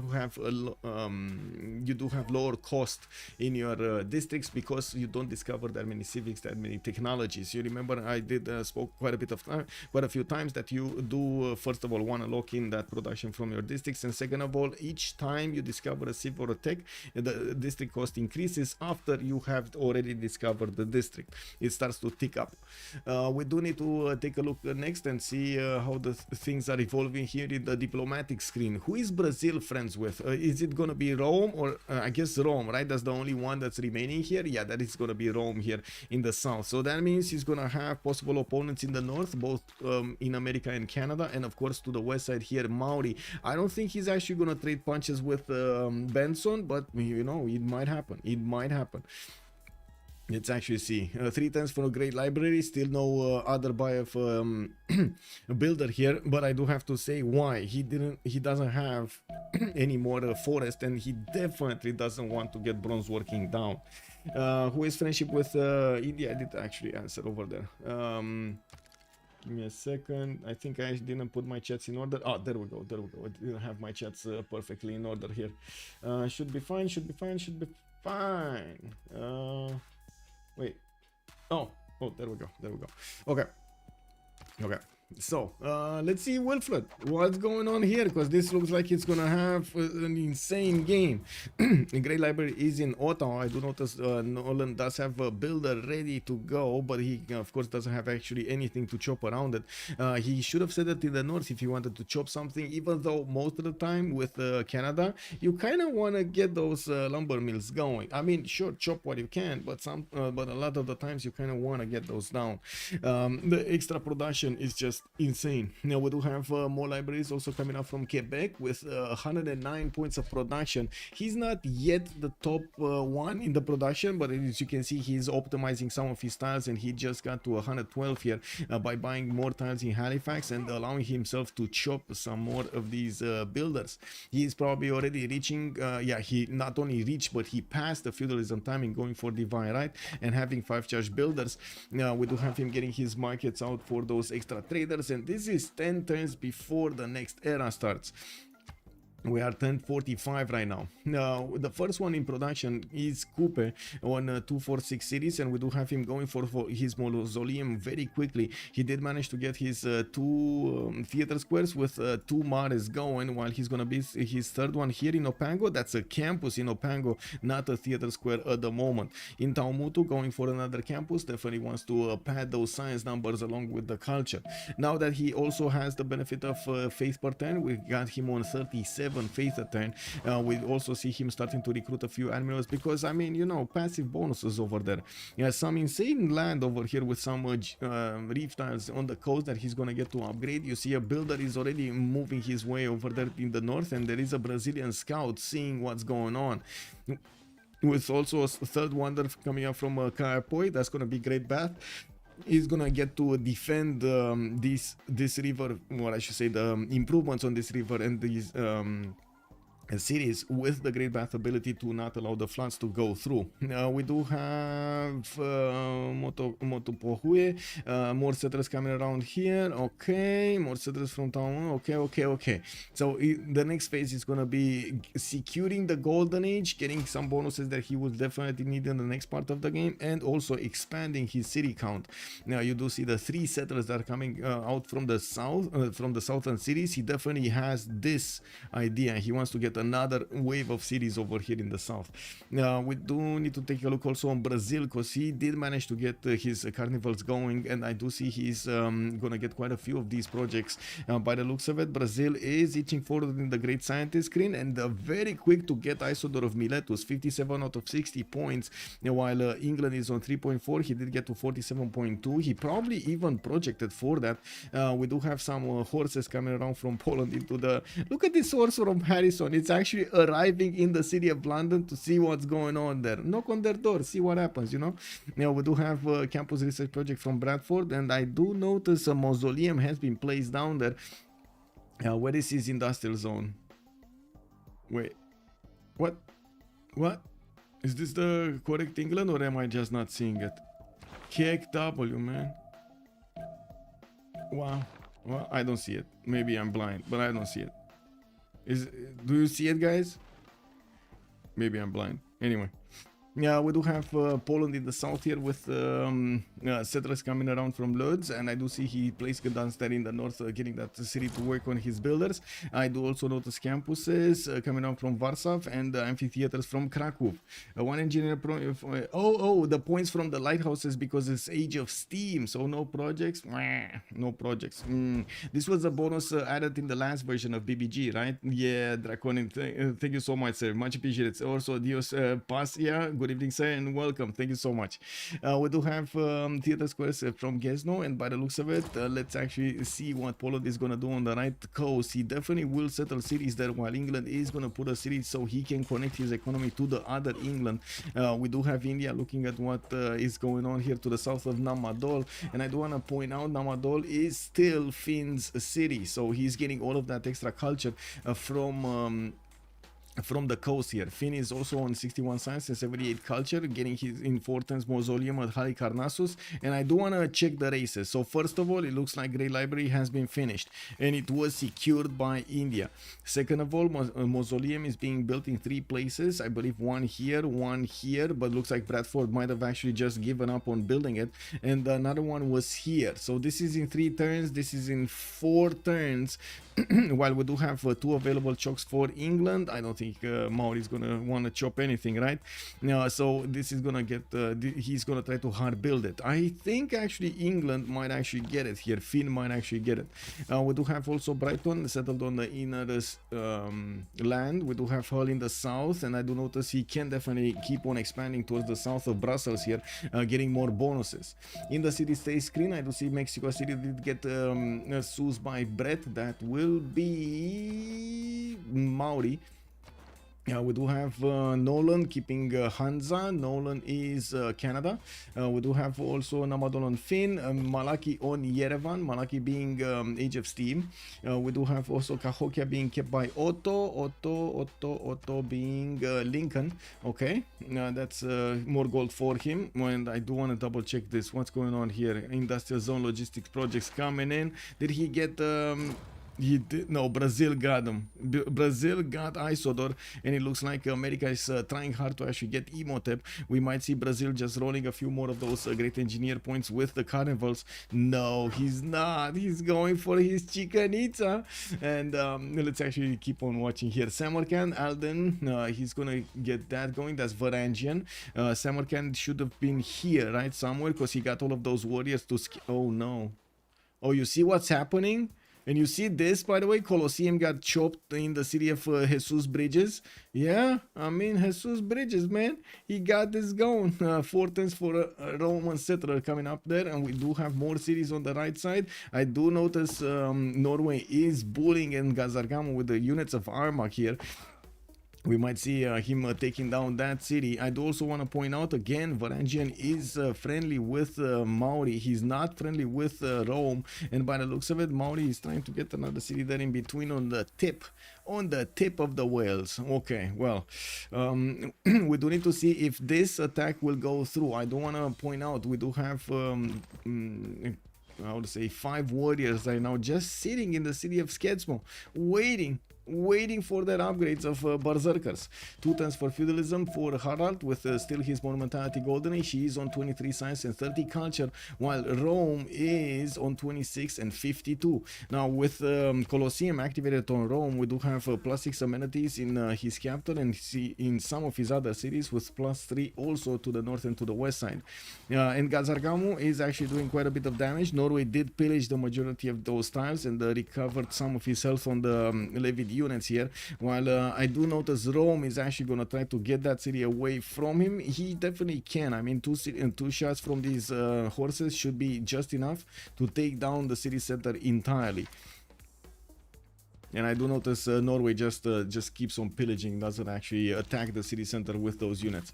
He can't, I don't think he can keep it, right? He cannot keep it because he already has Vatican City as a city-state. And I do notice this tile over here. Oh, that's a monastery. Okay, never mind. Okay, next up in the city-state screen. Rapa Nui not being kept by anybody. Andreas does have Antananarivo. Andreas being Brazil. And I do notice Armagh is being kept by Alden. That's again Varangian, with Nazca being kept by Brett. Brett being Maori. Brussels is being kept by Finn. Finn being on Age of Empire over here. We're going to need to see how he's going to get the bonuses. Well, when is he going to get the bonuses? The 15% production towards wonders. That's how he got his mausoleum going. Look at that, taking it away from Canada here. From Canada, wow. From Maori. We do have in 2 turns intelligence agency also finishing up in Tehonianga no Yakupe. And I do notice temples coming up in 3 turns from Kayapoi with harbors in Wakanawarewa. We do have Motopohue getting out in some campuses. And Opango is soon going to have 7 pops so he can place a theater square from from that city. With the intelligence agency, he's gonna get a free spy, and he's also gonna have the ability to get more successful missions there. I think actually a lot of the times this actually caused quite a bit of I don't want to say drama, because of this sentence over here, all spy operations have a higher chance of success. And so many times in a lot of the competitive games, we've actually heard the players say, oh my god, my spy actually died, my spy didn't get a successful mission, my spy did this and that and this.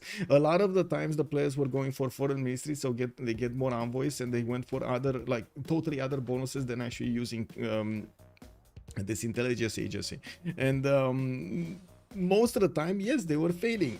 Now I'm actually quite curious what is the increased percentage, and maybe somebody knows from the stream what is the increased percentage of the chance of success from the intelligence agency. Does anybody know this? Does anybody, or can anybody actually ask the BBG team right now? Because I'm pretty sure you can actually get it, you know, just throw a question over there to check or something. I would do it, but I mean I would need to follow it up afterwards.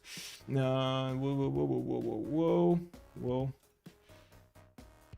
it's ongoing. Okay, there we go. Canada peaceful with city states. Yes, Canada is peaceful with city states. He could kind of bully the city states. So for example, you can, if a cat is being sued by Brazil, let's say like this, and then Canada wants to take out a cat, he can declare war on Brazil. He just needs to denounce Brazil, and I would say when he declares war, he's gonna be at war with a cat as well. We got industrial zones in Kingston, and I do notice he did manage to recruit Yabata. Well, let's actually see who did manage to get Hypatia. Hypatia, there we go. We got Canada benefiting from it. I do want to see also in the merchant screen who did manage to pick up those extra traders. Lincoln got Zankian. Also, let's see. Ifadlan is going to be picked up by Rome. Okay. So we got them split. I don't see somebody benefiting from two of them. We also start to see quite a few writers being recruited. Imhotep has been picked up by America, while Brazil did get Isodor. Isodor is going to help him actually build the Chichen Itza much faster. I cannot stress how important this is for Brazil, because he's gonna jump up in his production significantly and in his culture immediately. This is gonna be insane bonus over here in the turns that he's gonna finish his Chichen Itza in the next 5 turns or closer, because Isodor still has yield on it, charge on it. It's 107 points of production further. Stoa Aperture, thank you so much for the follow, sir, and welcome. Canada is this time the most OP Civ. It might be but you've seen yesterday, right, and the other days with Canada, sometimes you get a good spawn, sometimes you don't get that good of a spawn. 2 turns for Chichen Itza to finish in the Rio de Janeiro city. You can imagine all of that juicy production and culture showing up over here soon on his tiles. We do have Torres del Paine. My god, there are so many rainforest tiles here. So many of them.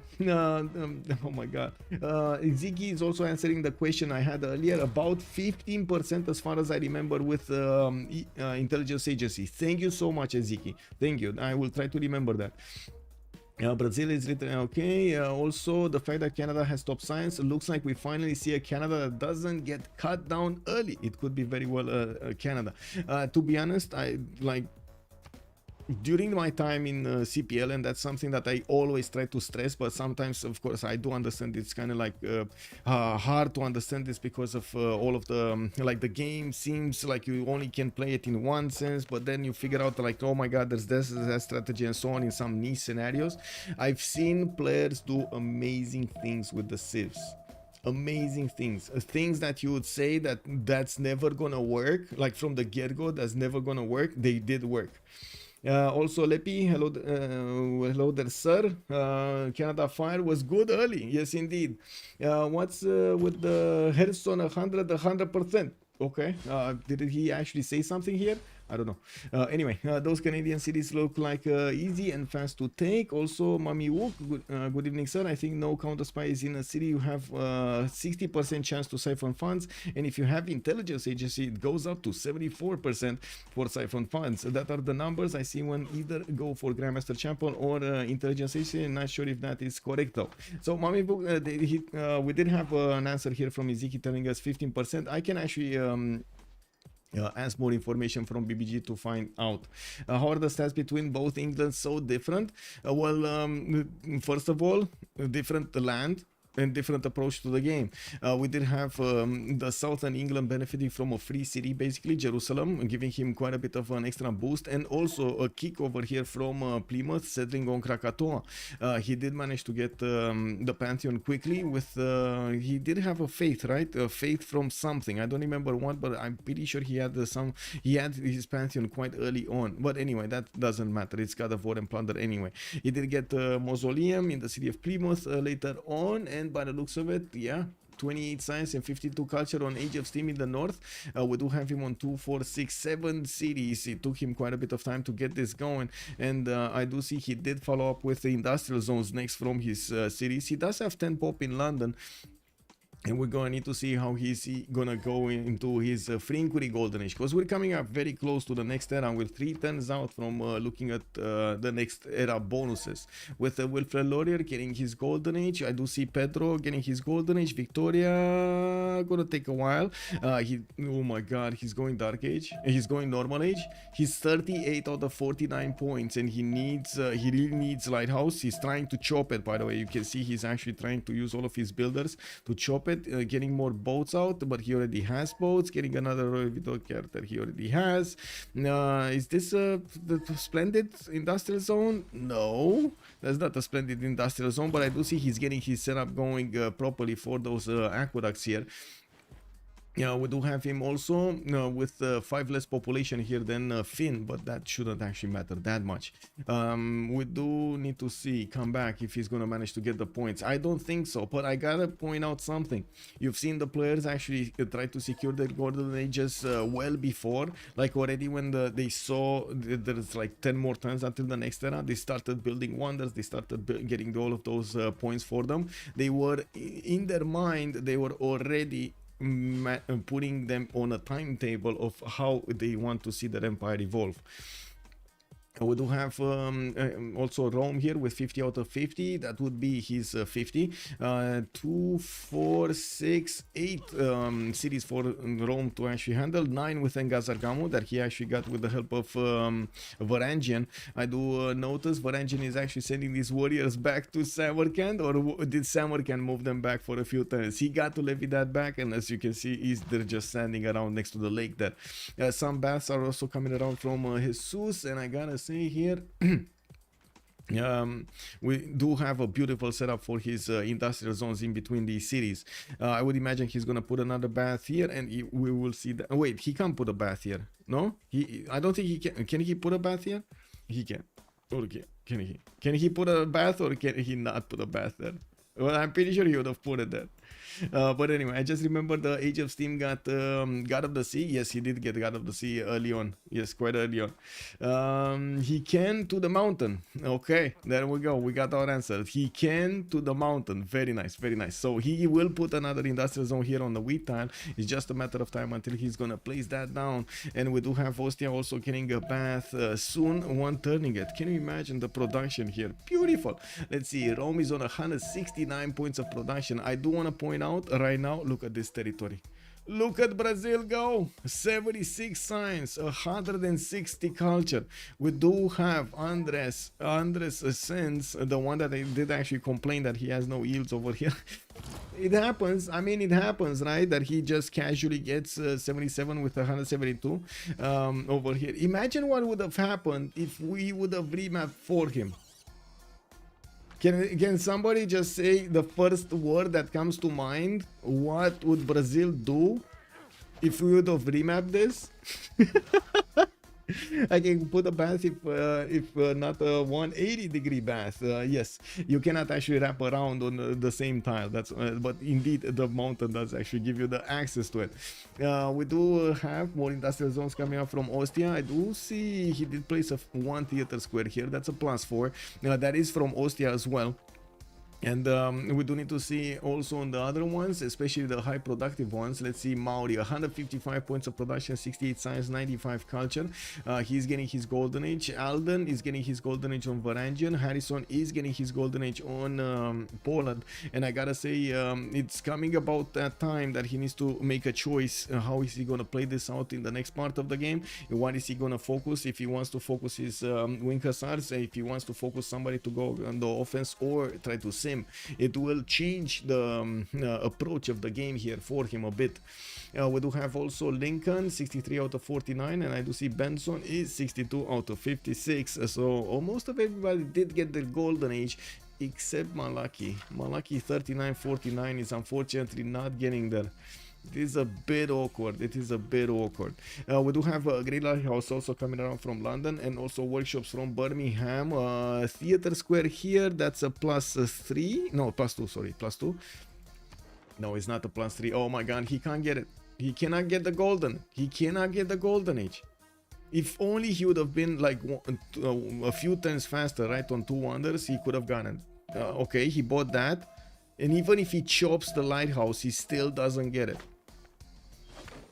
Anyway, it is what it is, normal age. He needs to understand normal age. This will make it a lot easier for Poland to actually, now let's say, think about the target, right? Between the two Englands, it's clear who's gonna have the less yields over here in the next era. Malaki is unfortunately down to 37 and 35, and he will need to somehow put up a defense against the mighty Poland with 80 science and 80 culture.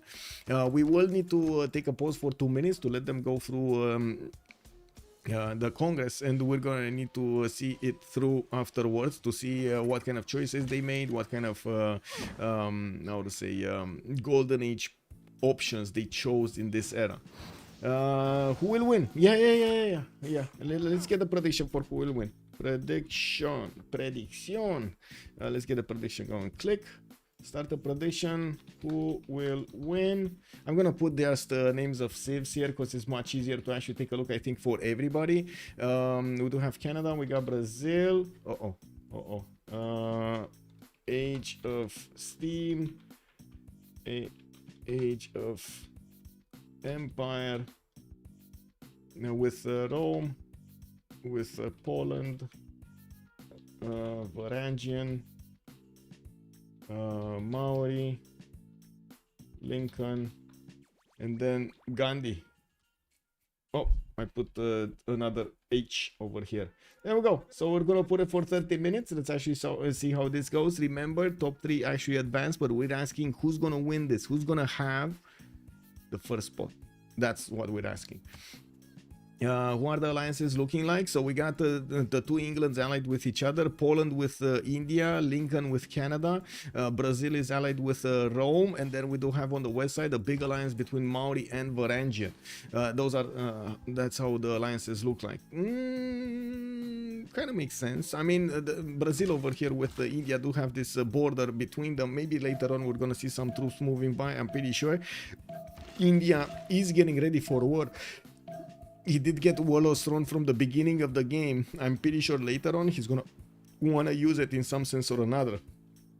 I do also think he has good bonuses here, 66 and oh my god, even +5 Congress. Oh my god, I'm going. Okay, pause. 2 minutes pause, guys. 2 minutes pause.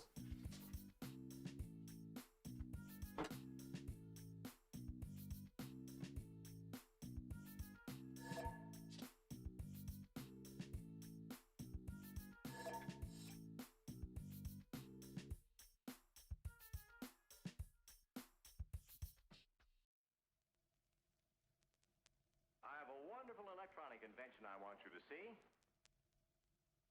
Show you.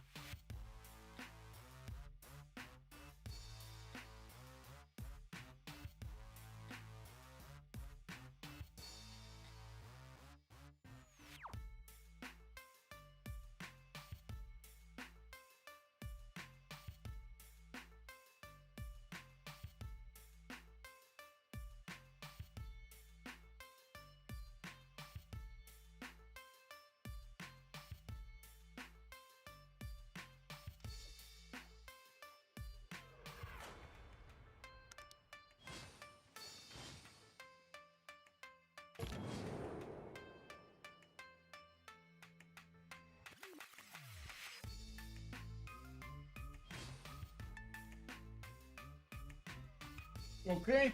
The whales seem nice, they say. The whales seem nice, they say. Okay, let's actually see how the whales go in this lobby. We got Wilfred Laurier here getting his 160 science, 156 culture, a turn 56. Boom! Even an explosion around me. I have no idea what it is, but it is what it is. 200 production over here also on Wilfred Laurier. It does seem like he's getting his campus research projects going. Newton is probably gonna be soon. Yeah, there we go. We got Canada on 46 points, 113 points out of 155. He should get it with the next two projects. We do have also Pedro, 160, 145 with a free Curie Golden Age. He is getting his Classical Republic going, and look at this beauty. Look at this beauty. We do have Brazil starting to put rainforest lumber mills here, so he's gonna get all of this land. Guess what? With more production, 215 points. Zoloti, Pancake, good evening, sir, and welcome. A bit of a different game today, don't you think, chat? Don't you think? Let's see some yays or nays in the chat. Don't you think it's a bit of a different game today? And we do have Malaki, also unfortunately 37 and 35 here. Also Phil Mathard, good evening, sir. Yes, we do know what friendships they have. Finn is going to be 167 with 83 on free inquiry Golden Age, 141 points of production. He's getting his industrial zones down and working on the workshops, while he's putting down more cities. He can put one here and of course get a canal to work it on the coast as well. We still have him sending settlers towards the southern coast, and they will benefit from the fertile settle to the south of Brussels, where I do see England, the other England, is putting his money in there. Canada usually low science, but culture too high early. This is being played by a master. Exactly. Yes. This is the difference. This is a big difference. We do have Jesus also with 121 science with 69. I'm not sure how to pronounce that, by the way, other than Jesus. Jesus, maybe. Free inquiry Golden Age on him. We do have him on 2, 4, 6, 8, 10 cities, and I do notice, of course, with Colosseum, he's getting that extra culture going. He's working on campus research projects as well, trying to snatch the happy scientists, which he couldn't actually. Look at that. Canada got slot ordered by Lincoln. Lincoln did manage to get Isaac Newton, while Canada did only get Ibn Khaldun for, well, I mean, did only get, I'm sorry, Ibn Khaldun is a very strong one, so don't get me wrong. This is not disrespecting Khaldun, okay? Not disrespecting Khaldun. We do have to take a look here also. Jarwiga, 145 science, 75 culture, 158 points of production with 94 faith. Does seem like he is starting to get his knights out. And in the Congress, we did have Millie getting +5. I do want to point out Lincoln is going to get quite a few free units here soon. We do need to see when he's going to start putting down a lot of these. Where is he sending them? No? Oh, he's sending them to kill Yerevan. Okay, that's what he's doing. He's getting himself a 10 city, 2, 4, 6, 8, 10 city. Yeah, oh my god, nailed it. We do have Varangian also 68 science with 55 free inquiry Golden Age for him. The fact is he didn't actually get that many of these like harbors, and he didn't manage to get them to +7 or double them. I don't see him actually working the double card. Does he have the double harbor card? Not yet. He doesn't have the double harbor card yet. Okay, well, I do also notice he's starting to get more campuses, making use of some of the tiles of Pantanal, getting Victor in the city of Alessund, and starting to get trade routes from his neighborhood here. He does have 150 faith a turn, and he just upgraded a lot of berserkers, 2, 4, 6 of them. I mean, there was no other reason to bring those back to his land if from Samarkand if he didn't want to use them, right? It's either for defense or offense, and the question is he actually gonna go on Rome here or not? Jesús. Okay, got it. I'm gonna say it like that. Well, he still can snowball. He's just protecting himself from invasion. It's a masterclass. Yes, Cooper culture bomb.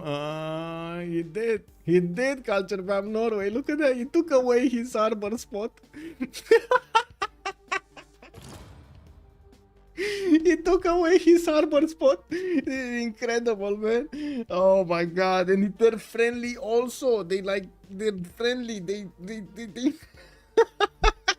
has to be late to tank fascism. Let's see. Let's see if he's gonna go there. In the Eelstab, we do have Coupe with 88 Sáenz with 110 culture. I do see him on 190 production. We do have some workshops coming around, and also industrials also from Taumutu. I do believe, yeah, there we go. He did manage to get his Diplo quarter in Tepokohimi, getting a consulate and working on more harpers from his other cities. Now, he kept on going on Penbrush and Voice, didn't want to switch to a free inquiry. He has like half of the cities on the inner side, and not all of them do have commercials nor harbors, so it's gonna take time to actually get all of that science. That means we will have Pedro and Wilfred getting and also Age of Empire here getting a significant boost. I do also notice Trajan just doubled his commercials. Maybe let me actually take a look at one of his commercials.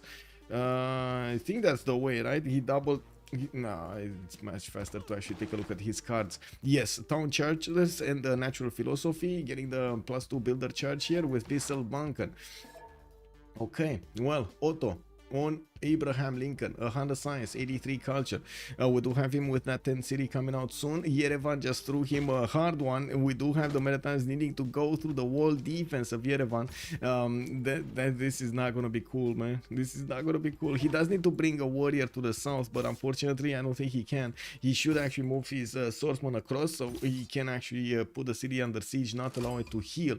Now, I do see he actually dealt damage to the city center there, and I'm pretty sure, was that a flood? I don't think it was, or was that something else? Well, no. Okay, never mind. I think it was a flood. It must have been a flood. No, or maybe he did the how to say, he did damage it earlier and then the city got walls or something. That makes more sense. There is a wall declaration being sent here. Andrea says that is declared war on Alden. Andrea is Brazil on Alden. That would be Varangian. So I think this is where the war starts. We got Varangian declaring war on Jesús. We do have Norwegian berserkers going towards Dure Cortorum, trying to get into the Roman borders with a general. He wants to put pressure on Rome here very quickly, and as you can see, he's getting his berserkers extremely quick to Dure Cortorum. Now, Rome did take a chance of not actually keeping his border safe on the towards the direction of his opponents, and as you can see, that will actually cost him quite dearly. We do have him needing to actually pump out units right now, and we're going to need to see if he's going to manage to actually defend this. Now, walls are going up in two. We do have, wait a second, there was a cat in the game. Can you see? No, cat is Nolan's. Who is Nolan? That's Canada. And the cat is over here, so that's not going to work. Varangian might want to take it, but that's not going to work. A flying toilet, good evening sir and welcome. Thank you so much for the raid, much appreciated. Let's actually give a big shout out over here to the man, the only flying toilet. There we go, there we go. Sorry for bringing out a little bit more tease, flying toilet, but it is what it is. I gotta say, every time I read your name, I still think of a flying toilet. It is what it is, you know. Or that toilet, do you know that toilet in the middle of nowhere on a how to say, on a coast somewhere, on Escape from Tarkov? Oh my god, man, you should actually check that out. He raided me the 2 minutes ago, but I ended the same time. Okay, yeah, there we go. Pravanashian, by the way, guys, be very nice with Pravanashian, and please take a look at his streams. He's looking like he's gonna wanna actually get a few more streaming games going. He does like the novice tournaments right now, and hopefully we're gonna see him in also the CPL Premier, in the other how to say, in the other tournaments, right? There are so many of them, 1v1s, 2v2s. Come on, man. He was about to die, this toilet. Wait, you were a flying toilet? You were? What happened there? Anyway, let me finish with Benson here, and then we're gonna take a look at the war, because it looks like it started. And whoa, Rome just said no. What? You want to actually send units from a levied city-state to me? Well, I tell you how this works, you know. I put more envoys in city-state, those units will just fly away. I'll play the 100%, yeah. Good evening, Loaded Locks. Hello there, sir. Yeah, on Benson, we do have 108 science and 137 culture. Still on 2468 cities.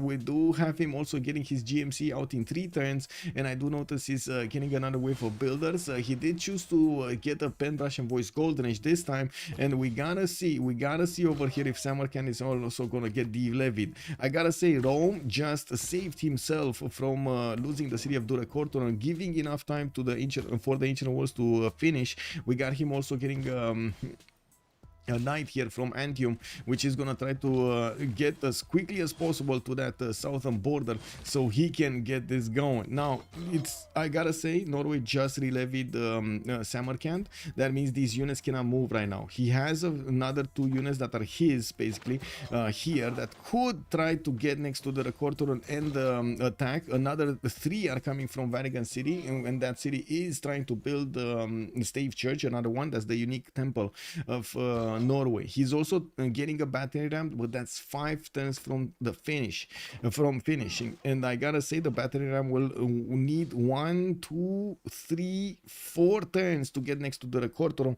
to actually attack into it. So you can imagine this is gonna be quite a challenge to actually take that city center with what he has right now. Oh my god. Okay. Well, with Laurier, 186 science, 196 culture. We do have workshops coming in, multiple commercials coming out, also archaeological museum in Quebec City with the universities. And I just remembered, man, I wanted to put a coffee on the brewer and I totally forgot again.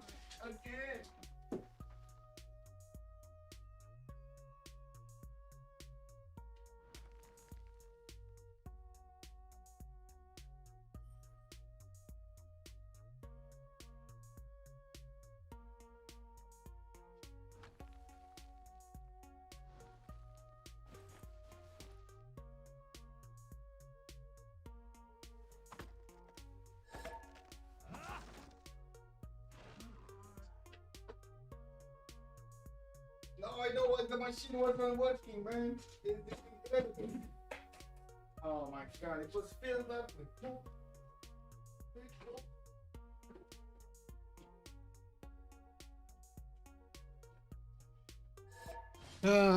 I wasn't paying attention, and the machine has like a storage space for like how to say, the residue that comes out of the coffee beans and so on and so forth. So that got filled up and it didn't want to charge. Now it should have charged. So I'm gonna just go around and click another button to get my coffee. You know. He has Temple of Artemis plus Ibn Khaldun. Yes, he has a lot of amenities here. This is incredible for him. +6 in 2 cities. It doesn't even need 3, 4, 5 cities. +6. This is incredible. Now we do have him also on 310 points of production. That at the moment still not the best production in the game. Abraham Lincoln does have that, and I do see Lincoln is about to break Yerevan's borders here. Dos GG, thank you so much for the follow, sir, much appreciated. Now we do have intelligence agency also in Washington coming out in 2 turns. More American men at arms are getting deployed to the south. He did also send James of St. George, being worried that Brazil might at some point think of attacking into him. While I do want to leave the screen over here to see what Norway is going to follow this attack with. He has a lot of farms to replenish the health of his berserkers, and his berserkers can take on the knights no problem, with quite a few archers coming in. We're gonna need to see if it's gonna be crossbows here saving the day for Rome. Machinery next turn, Divine Eye next turn for Rome. He's getting his knights out, and we do see he keeps on trying to build a few more archers. Now usually an army of crossbows can actually save the day against berserkers. We'll see this time. Artemis is just for 1 city. Not on wait, we double check that.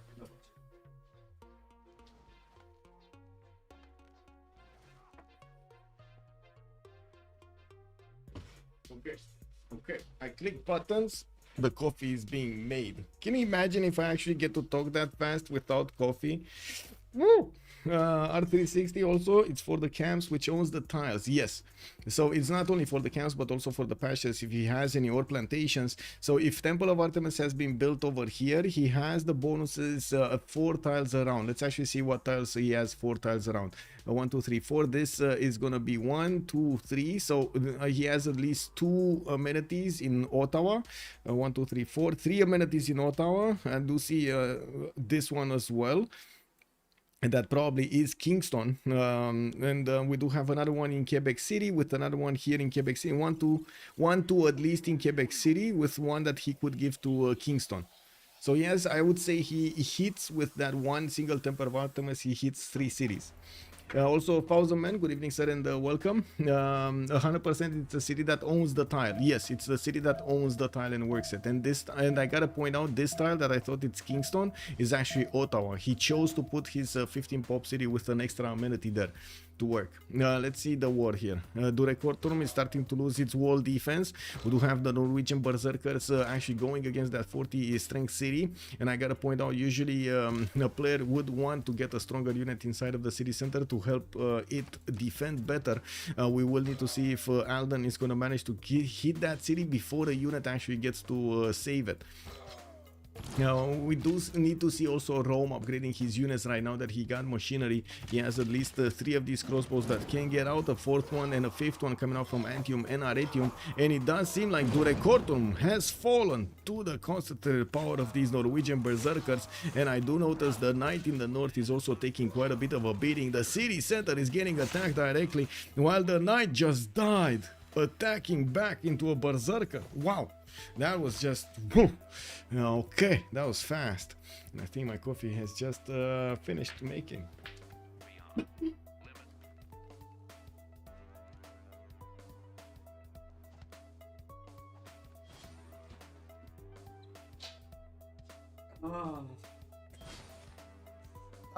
The smell of coffee in the evening. Who doesn't like that, eh? Who doesn't like the smell of coffee in the evening? Artemis says multi-radius effect. Each camp is patched plantation improvement with importance of this wonder provides one amenity bonus. Yes, there was another plantation here, the Citus tile, but it's too far away. That's 1, 2, 3, 4, 5 tiles away from that Temple of Artemis, so it's not gonna activate as a bonus as of amenity. We do have some trebuchets being chopped here from Bradford, and we do need to see what he's gonna do with them. I think he's just gonna want the boost, and that's it. So, first city from Norway has been conquered. We do have Rome trying to get the walls in Aretium, but we've seen what walls do in Durekortorum. They're not as effective to deter your opponent like this. And we do need to take a look here what's going on. We got some defensive measures from England. I do want to say in the point screen, Victoria, Age of Steam, Victoria is on 75 science and 37 culture. We do have multiple units getting out, and it seems like he's preparing to defend himself against Poland. Now, this was kind of like written in the stars here for Poland, when the second he actually saw Age of Steam did not secure his golden age. He saw weakness in his opponent. Yes, I can totally understand why England did want to go wider. He wanted to catch as much land as possible, and unfortunately, I gotta say, he didn't really stay on his coast. But anyway, that also unfortunately didn't allow him to get as many of these era score points as he could, so he could secure his golden age, and that will cost him. Like, there is a significant threat right here on the left side of his border, and on the south of his border. We do have American with men at arms that can turn into musketmen at any point, and I'm pretty sure he's gonna go that way. Next turn he's gonna get gunpowder and exploration in 2. He will get the opportunity to start smashing through the English defenses. Also, he has a +5 from the military advisory resolution that activates also on these units, on the Norwegian units, the berserkers. They are extremely strong right now, extremely strong. You see the how to say, let's see, 64 strength berserker here. The knight doesn't know what hit him. Well, we do have now crossbows starting to show up, and you can see they can counterattack quite nicely. They do the damage that's necessary to take out berserkers in 3 or 4 shots. It's just a matter of having the numbers to shoot with, right? And since we do have so many berserkers showing up, and I would say Rome kind of disrespected over here the Norwegian timing of the berserkers. He never actually put a unit to defend himself in the southwest at all, not even a Roman legion or something. And yes, he didn't have a friendship with him, right? So he basically, what you want to do, you have friends with somebody, okay, that's secure borders. You don't put army unless it's the friendship rollover or something. But on the other borders that you're gonna have opponents, you need to get units. You need to, like, there's no choice. You can grid it out, don't get me wrong. Yes, you can grid it out, but this happens when you grid it out and somebody actually smells the weakness in the air. America will be strong indeed, yes. Also, how is Poland looking? He's getting his work hussars. That's what he's doing here. I don't see a general yet, but I would imagine he's gonna want one. He's working for it in Encampment Training Project from Lublin, and we do have theater squares, and I do see the beautiful setup over there with the industrial zones. Campuses, yes, that's gonna be a +4 over here in between the mountains, while he's gonna get another wave of builders to keep improving his territory. He definitely 100% wants to take some cities from England here, from Age of Steam. Now, how many he will take, how many will America take, we'll see. Also Zim, no good campuses, high activity and universities. He also has Hypatia. No, it's good campuses, high activity and universities. He also has Hypatia. Okay, and scientific ally with America. Okay, who are you talking about, by the way? Who did, I totally forgot who did manage to get Hypatia. Wasn't it Canada that got Hypatia or something? Yeah, Canada got Hypatia. Okay. Anyway, made me a high commercial hub in Jason, and they went free inquiry. No, he has very good campuses. Also, thank you so much for the follow, Zim. Much appreciated. Okay, we did have America here trying to scout out what's going on in England. He sees the 54 defense strength, and of course he knows he will need to use his powerful units against. His muskets are already 63 on the offense, and they can chew through Portsmouth defenses. And we gotta see if he's gonna manage to get the battery ram. He does have one. He does. He's ready. 2 battery rams available, Cincinnati and in Yerevan.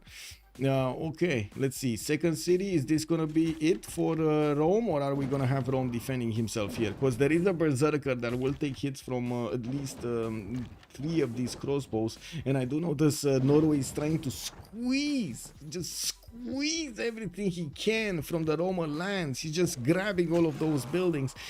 Eels, we do have an encampment finish from Arretium, getting also that wall defense, giving him an extra shot with while his crossbows are getting some upgrades. There we go, started the shots going, boom, one berserker goes down. 2 more crossbows coming up next turn. We do see these berserkers don't take that much damage from attacking into the defenses of his opponent's cities. We'll see if he manages to actually overtake this. Rome is in trouble. I gotta say, Rome is in trouble. He does have his 160 science, 80 culture, no problem, but he's in trouble. Norway, in the meantime, behind all of this, he's getting some caravels. He's also putting down more campuses. And I do see he's getting some Mojave trading domes over here. Okay, now Mahaviharas. We do have also still him working on stave churches. I am a bit sad that we don't actually see, I don't know what these are. Why is he building fishing boats here? Fisheries. Like, he has an amber to upgrade. Why would he not upgrade that? And how to say, with the 2 charges, right? You get the amber and you get this. Anyway, who has the CAD? Canada, or at least Canada had it last time. Malaki right now. Wait, somebody else got it.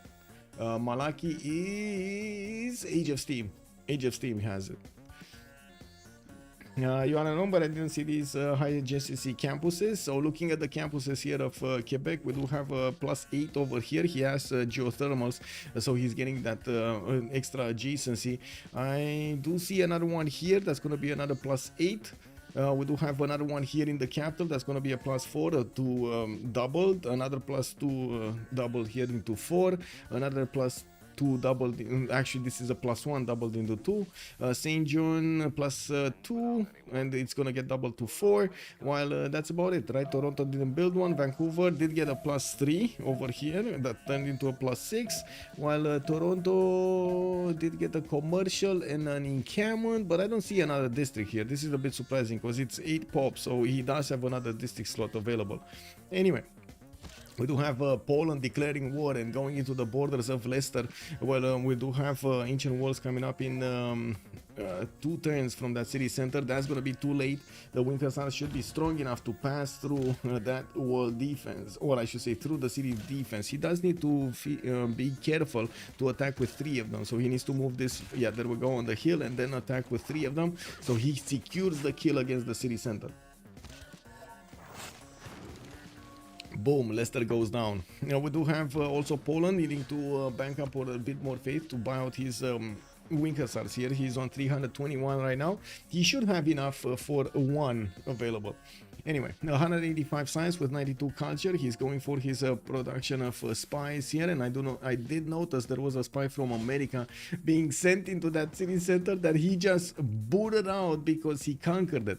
We do need to see if America is gonna get that into another city, because it's gonna show up in Washington next time. I think he has Zen meditation plus pilgrimage. Let's see on who. Geothermals didn't see. So we do have Poland with reliquary stewardship, crusade, and stupas. India did get choral music with tithe, defender of the faith, and watts for the extra science building. This building you can only build after you finish the temple in a holy site. Norway did go for feed the world church and scripture, while Maori did get Jesuit education with the sacred places.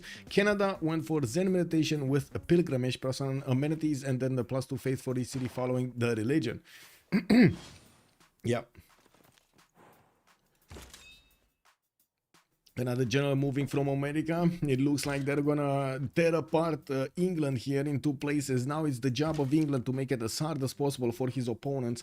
Now we do need to see also how Age of Empire in the south will react. Finn is gonna have a problem. He's industrializing his nation as quickly as he can. The problem is he's gonna need to be careful about Poland to the north. I think the second he actually Poland declared war on his ally, he also got into a war with Jadwiga, so he has a few units. I don't think he actually wants to go forward, because that would mean he's gonna start attacking into his opponent directly, and of course incur the wrath of Poland on the backhand side. We do need to see if Finn is gonna start to respect his opponent here and get a few more of these units in the north, so he has what he needs to defend against Poland. He did manage to get some navy out in Jerusalem, a few boats there, and I do see a fifth galleys coming around with the first frigate also showing up on the screen here. We did start to see the time ticking down until we're gonna have the next era, 10 more turns until the next Congress. Until the next era, actually, it's 11 turns until the Congress. Norway did manage to take Arretium down, and I do see he did bring a battery ram to the fight here, and now he's gonna need to start smashing through the crossbows. The crossbows are not good at defending directly against these berserkers. They do need to be far away. You need to have strong units in front to actually defend against these. And I also gotta say, Rome's choice of going for knights is the proper choice in this case, because of the Congress. The Congress with an extra +5 for melee units actually secured the advantage for Norway. And since Rome did choose to defend himself with knight and crossbows, this just didn't work, right? It didn't work. And we do have Rome getting another another wave of muskets here from Antium, from his city center, and from Ostia. I think he just upgraded the heavy chariot into a knight, because I don't think he actually bought that knight directly, right? That seems a bit too much for me. Anyway, we do have him chopping some of his tiles from the north. He definitely wants to stop the bleed here and not allow Norway to just have free reign. Can you imagine? He's taking Rome and he's taking his Colosseum. He needs to defend his Colosseum. The Brazilian is in free inquiry. Brazilian is in free inquiry. Yes, 261 science, 200 culture, 429 points of production. He just overtook the production of Abraham Lincoln on 409, and not to mention just blasted through next to Coupe's 178, 159, and 311 points of production. The Polish J is generally pronounced like an English Y. Y, okay. Polish J. What did I say? And it wasn't correct here. What was it? Was this something? No. Winkasar? No. Gdansk? No. Where's the Y of J? Where is the J that I missed? Is there a J here that I missed? Okay. I mean, that's some good. Oh, Jadwiga. Jadwiga. Oh my God. Nice 9. This is one of those Eureka moments, you know? And our W is closer to the English V. I did notice that. Yes, Warsaw, right? Warsaw. Yes, while the Colosseum stands, Rome shall stand. When the Colosseum falls, Rome shall fall. When Rome falls, the world shall fall. The quote from when building the Colosseum. Yeah.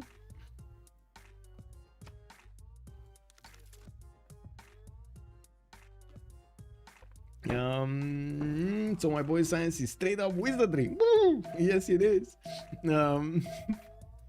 Okay, he's getting the voodoo going. We do have some spies here in Brantford, and yes, I do see amphitheaters coming in. Quebec City is going to finish Kilpa Kisivani in the lands of Wilfred Laurier in the screen, because we didn't actually take a look at the score, right? This is before the second era and before any kind of civilization is going to be overtaken here.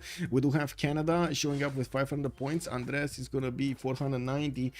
We do have, give me a second. We do have Otto on the third one with 483. Coupe is 479. Harrison Robbins is 465, and then Finn is coming up with 461. You see how close these players are right now? They're very close. We got two of them that are lagging behind, Jesús and Malaki, 360 and 342. We do need to see what will happen over here. Of course, who will get the series, because it does seem like, and how long this will take. If it takes longer, it will slow down both Poland and America from doing their sim, and it will allow the other ones that are not actually winning getting a lot more points. So for example, Coupe is definitely going to have quite an advantage here on the western coast.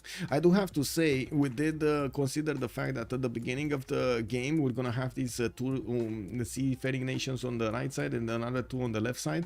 That means they could actually interact with each other in a naval conflict on the seas. We do need to see if Finn is going to start to build up a navy. I'm pretty sure if he will start to build up a navy, he wants to get his industrial powerhouse going first. He's on 296 of production, can actually or should be able to keep up with Jadwiga's 220 and 140 faith a turn.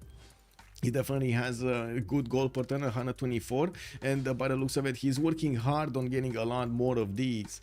I do want to also double check if Maori is getting good faith per turn. He's on 89 faith per turn, so you can imagine it's going to be quite easy for him to buy out buildings in his campuses and theater squares, and we do see him benefiting from a lot of production right now, a lot of production on all of these tiles. Shipyards coming in. He does have also theater square free from Wanganui coming up in 410s, while he did start to connect his empire to the capital city, or I should say to the cities of Norway. I do notice Norway is also starting to upgrade caravels. Wait, are we actually talking something like an attack on England here? Is Norway actually gonna fight a land war and a sea war at the same time? Guys, is this actually happening? Oh my god, I have missed it, but why is it called the Rooster Cup? It's because Soligent, which is the sponsor of the tournament, he has been sponsoring the funds for the prize pool from the beginning. He has a lot of chickens, and he has been talking about his chickens for months now. He has been sharing pictures in off topic in our general chat and so on about his chickens. So I thought, you know, it's his cup, right? The Rooster Cup. He's a rooster, no? Coupe is I don't want to no, I don't mean any disrespect. I just try to get something going that would also be funny. And also I kind of found quite funny that the rooster has like two O's and you can put two eggs inside of it, you know. Norway, the Giga Chad warmonger. Well, by the looks of it, Alden here is not stopping for anything, man. Do not pass go directly to your opponent's cities. We got Rome here getting smashed. Looks like Norway did manage to take down the walls of that capital city with musketmen coming around to fight. It does seem like the Norwegian units are starting to run out of steam, and this is gonna slow him down. You might actually see Jesús here going towards his opponent and try to take his cities away from him. We do have Jesús also getting a few more of these muskets, nice, from the other cities, building up horses, probably for the coursers, even though, yeah, they're fast, but not that strong. We do need to see if Rome is going to stand the test of time here. A lot of pillages still happen, a lot of them, and Norway did manage to take out his opponent's government plaza. Audience chamber is not giving that extra amenity or food. We didn't talk that much about India here in the middle of the territory. We do have India with 186 science, 193 culture, Penbrush and Voice Golden Age, 5 turns for Terracotta Army from Mysore, while I do see temples coming up in 2 from Kozhikode. Yeah, we do have Jabalpur also getting a campus out. I do see he went for city parks, and he has probably been puddle jumping his Liang everywhere to try to get the parks. I only see 1, 2, 3. Okay, he has 3 parks, 4 parks. Does he have 5 parks? Okay, 5 parks. Okay, so he needs a few more in the cities, and it's fine. We also I gotta also mention there are very few choppable tiles here in his empire. Like Brazil only chop his tiles that he really needed to, right? All of the other ones he actually really wanted to get Chicanitza on. The bonus of extra production and culture is just insane here. 500 points of production on Pedro, 300 science, almost 200 culture.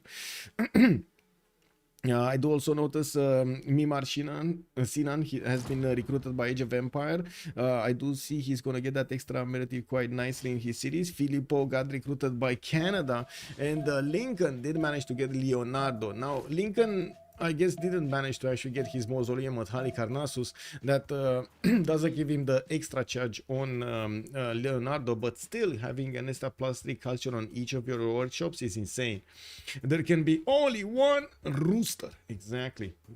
And right now, I gotta say, the Rooster right now, the main Rooster that we have right now is Trinda, right? He's the Rooster. He's the one. He's gonna need to defend his title on next week on Saturday 1800 against whoever gets into the finals, right? That's gonna be the 10th player over there showing up to defend his title. Every time you say Pedro, the Pedro songs pop ups in my head. Karade, good evening, sir, and welcome.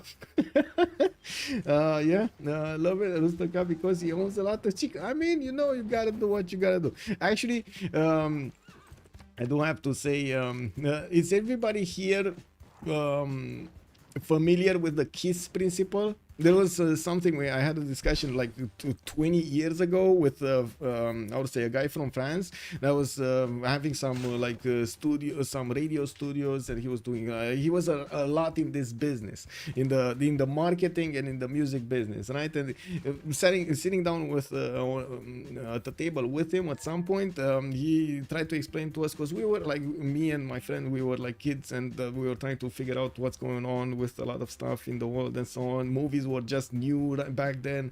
Music, we were just getting the tools to actually work it, other than the DJing and stuff like that. It was quite a bit of a period, right, of learning. And he said, you know, everything we do is on the KISS principle. Does anybody know here what the KISS principle is? KISS. Does anybody know what the KISS? Exactly like KISS. Does anybody know here what it is? Does Lincoln not have power plants up? Let me see. No, he doesn't. I don't think he has it. Keep it simple and stupid. There we go. All triangle nose. Exactly. There it is. Keep it simple and stupid, right? That's how it should be. And that's exactly the principle I applied for the Rooster Cup. We do have, my father emphasized this to me. I can imagine, Linda. I can imagine. It is a very important part. Yes. We do have also, good evening, ma'am. Hello there. And I hope you are enjoying the show. We got knights over here trying to get out of the cities of England as quickly as possible, but they're not fast enough. It looks like America pushing in from the left side. We do have also Poland pushing in from the south. God leads, and it's going for the head. He's actually going to cut this empire in half, take London and Birmingham right afterwards. Bristol is probably going to be one of the American cities here if America is going to go for the city of London. They're going to have a border. They're going to need to somehow get their diplomacy going, because I mean, they need to go to top 3, right? They need to go to top 3. My other favorite acronym is the C. I don't know what that is actually. Or maybe I know, but I don't immediately recognize it. It's an acronym. No, it's like the KISS principle just stood in my mind so easy, right? Okay, Maori moves. Okay, never mind. We do have Norway actually trying to get a few more units. He's down to 4 or 5 berserkers, and I do see the musketmen of Rome did manage to secure the border of the city, of his capital city. Now he will have the opportunity to push him back. And we're looking at the main territory here of Norway on the main coast. He doesn't actually have his caravels moving anywhere. He is gonna need to climb them up at some point. He has been sending these galleys out to see what's going on, and to be fair, I think he actually did scout the coast of his opponent. Doesn't actually, oh, he does have a look at that. There's a spy here in the middle of the English lands to see if he's building up a navy and if he needs to react to it or not. Actually, wait, This was oh, the cover your I see what it is. I see why you didn't actually want to say it over the roll triangle. That is also a good, yes, a very good one.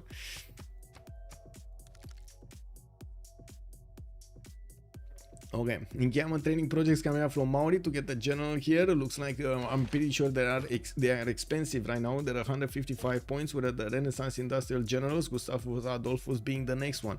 Adelaide places a great engineer. We do have in the scientist screen 500 points to get one, and I do see already with the 155 marker for the writers. Now nobody actually picked up a musician yet. There weren't that many projects being done, and oh my god, we got Mount Eastern 70. Boys, first mount is coming out here from Canada. We will see a lot of forest being placed over here. I mean, this doesn't look like a Canadian best land for a lot of national parks, does it? Or am I mistaken? What do you think, guys? Is this a good land for national parks, or is it not?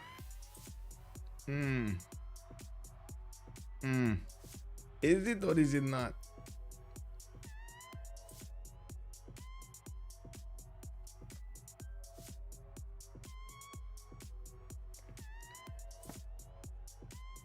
No? Okay, nobody's saying anything, so it is what it is. Yeah, we do have some archaeologists coming up from Quebec. I do want to double check also my YouTube over here. There we go. Okay, Banks, Montreal and Windsor working on them to give more gold here to Canada. He's already 282, 270 and 259 gold with 460 points of production. Portsmouth has been taken down. America will need to split his units up. Probably he already has enough of them to go against Bradford. He's gonna go against Bristol next. We do have Poland also getting shot from the coast. England does have one Sea Dog that can do a lot of damage actually to these Winkelstars, but if you would have had like 4 of them, it would have definitely been quite hard to stay on that coast next to London. These units would have taken a significant amount of time. England needs a new friend. Can the trade routes reach across the big ocean east-west?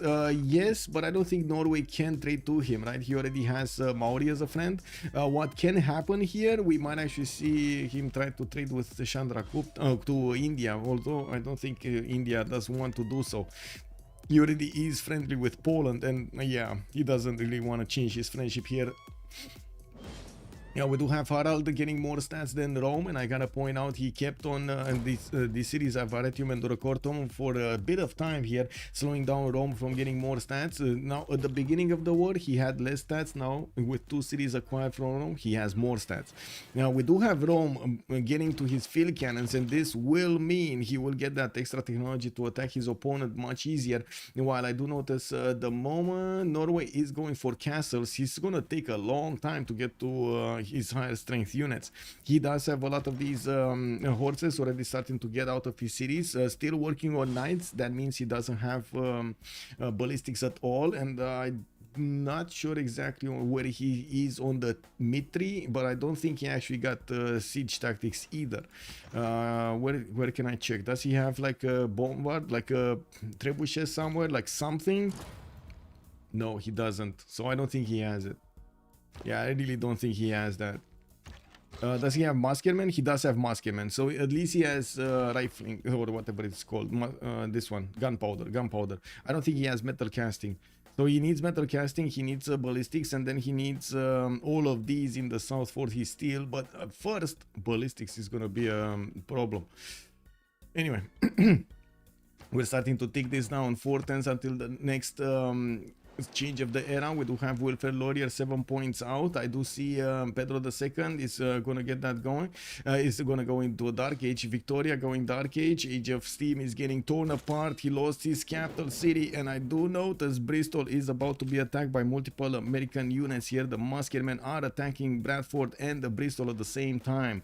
James of St. George, man, this guy wants to see first how he can project those walls in Bristol. You know, he wants to see Bristol as it was, not as it will be after Portsmouth units are gonna take it down.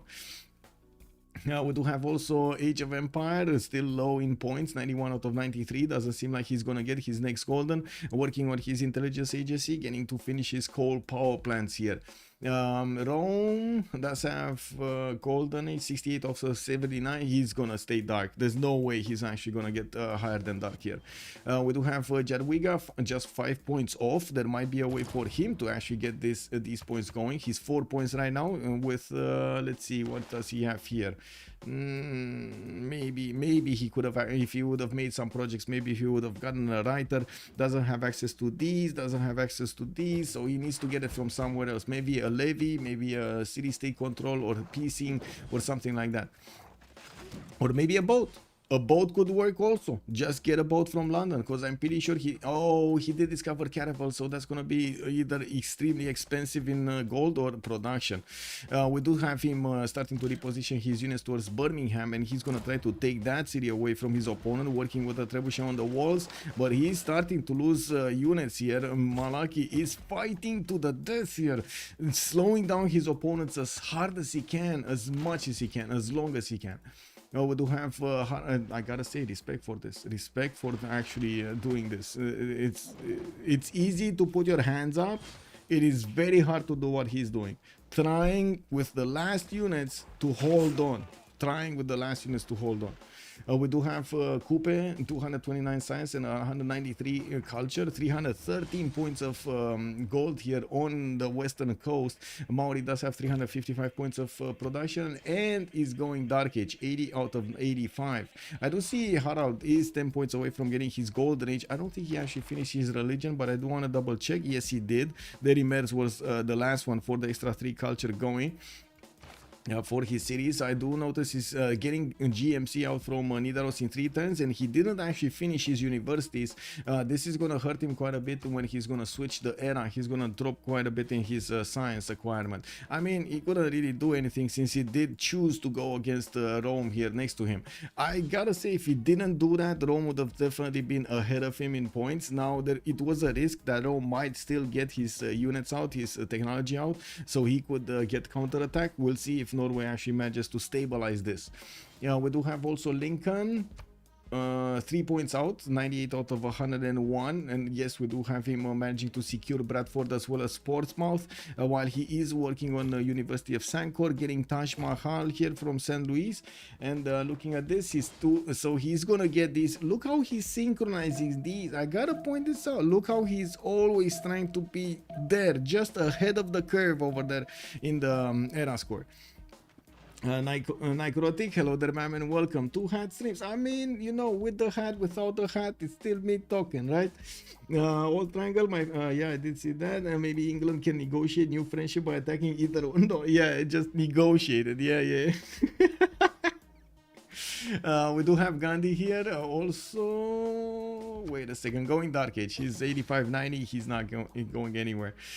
We do have him starting to get a few units in his series. I'm more thinking he's actually going to want to get these for amenities rather than anything else. We do have him in how to say, upgrading most of his territory here, even getting wow, even did manage to get a fort going. Starting to put down his industrial zones for the extra production, while I do see in the yield stabs he's 309 faith with 252 production. Definitely a different balance than we've seen on other civilizations, but he definitely has a lot of production if you couple that faith with his production. Unfortunately for him, if he doesn't get to actually use that faith pattern into units right now, in the next era it might be a bit problematic, right? Like he doesn't have the same production as the others, and he's not going to have a monumentality. Neither did he have a monumentality right now. He should have so much faith. He's getting spike coming up from Chennai. He only did manage to put a scout in between the choke points, in between the mountains here. Looking at this, Bradford got taken. America is moving to Bristol. Did manage to take out the garrison of Bristol. It's just gonna work, or I should say the surrounding units of Bristol, which I consider the garrison. Poland is also about to start hitting Birmingham here. He does have a trebuchet that needs another turn to move and shoot the city center, and he definitely wants to do the damage against the walls with the trebuchet, not really with these wing assaults, because they take so much damage on return, right? That's the problem. You don't want to take that much damage on return. Yeah, we do have Leicester working on the granaries, and well, we're going to need to see how things are going to shape up here. Looks like Finn is getting his statue of Zeus from Liverpool in 2 turns, and will get quite a bit of a boost in units, but they're not upgraded, right? Only archers and some spearmen and a battery ram. He is starting to finish also his shipyards finally after he did get his coal power plants going. Looks like Finn did jump up considerably in his production. He's on 519 points of production here. We do have Canada also jumping up to 351 Sáenz with the 300 culture, getting his banks out for more gold and industrializing his nation with coal power plants. Started to put a few of these sparks. We're going to need to see how much he's going to do in the next era, since he will have a golden age, or there's a strong possibility he will have a golden age. Just needs one more point and there's one more turn. Just needs one more point and there's one more turn. Did he finish his religion? No, he's gonna finish his religion right now. He got holy waters and he did buy another apostle. That will give him the golden age. He's starting to also put a few encampments down. He did get his first Mountie, and of course with that he actually got the national park. We do need to see, did he get his GMC out? Oh, by the way, Forbidden City has been built here in Canada's territory. He's benefiting from an extra wildcard policy slot. Very important. And started to get quite a few artists. Let's see what's happening in the tourism screen. He's 81 tourism, 1074. Okay, not that much. Usually the tourism on Canada does ramp up much later in the game past turn 80, so we're going to need to keep on watching in turn 80 to 90 to 100 what will happen here if he chooses to go for that culture victory or not. Because I gotta say, the second he actually reveals himself for going the culture victory, he becomes a target for both Brazil and Maori, who both of them do want to get that slot, right? Abraham, by the way, did actually get above Canada in points. He's 634 after he did manage to conquer the 2 cities from Age of Steam, and he did also manage to get quite a few bonuses from Wonders and his city centers. We got Wilfred Laurier on the second one, 621. Poland is third with 590. Pedro is fourth with 586, followed by Coupe on 566 and Finn on 563. We do have Benson also on 523 that needs to do something, needs to figure out how he can get out of this situation. He does have 3 continents worth of amenities, and honestly, when I saw 3 continents worth of amenities, I was expecting him to go a bit wider than this. Let's see his amenity count. What is it? +6. He's +6, and this is not with Colosseum. He just has so many amenities. So like the cities over here, I would have expected him to put some non-freshwater cities. It shouldn't be that big of a problem with Gandhi to have those non-freshwater cities, especially if you're in aqueductable territory. You can easily get how to say, the setup going with a city over here, get one of those aqueducts, put more of these industrial zones next to it, get industrial zones around them, and also benefit, by the way. Look at this. This is a +4 campus that he's not using, a +6 campus that he's not using. Also, Raffaello, I'm back and I'm seeing England fighting against 2 people. Yeah, I mean, he's standing. I mean, he did slow him down quite a bit here. He did slow them down. Surely Lincoln attacks Poland. It might happen. It definitely might happen. Otto might keep going. He does have strong units even against these, how to say, even against the wing hussars, right? These are 65 versus 65. He can keep on going. This one doesn't even have the general bonus. This is a general bonus one. Let's see. 69 against 65. Let's see a high strength one. 69 against 73. That's a 73 because he has also the general. We're jumping into the next era, and we do have Canada securing the golden age. Victoria didn't. 10 points out. I do see Poland did get his golden age. Alden didn't get his golden age on Norway, and we did have also Lincoln securing his golden age. So we got 3 golden ages this time. 1, 2, 3. Yeah. Point screen doesn't seem like anything's happening here, but I gotta say, America did amazingly well over here to get everything going. We saw him stay with 4 cities while others were on 6 or 7. We saw him get that, well, I guess he was fighting in the dirt with the city of Yerevan, but still managed to do it. And now taking those 2 cities immediately afterwards from Age of Steam did give him quite a bit of an advantage here in points. It was Poland that rushed to take the capital, and of course you can imagine America would have wanted that capital also. Did they declare war against each other? Because I see they're actually moving units. Or is this wait a second, I do want to double check this, because they might have declared war against each other. No, they didn't. Okay, there's open borders basically between them then.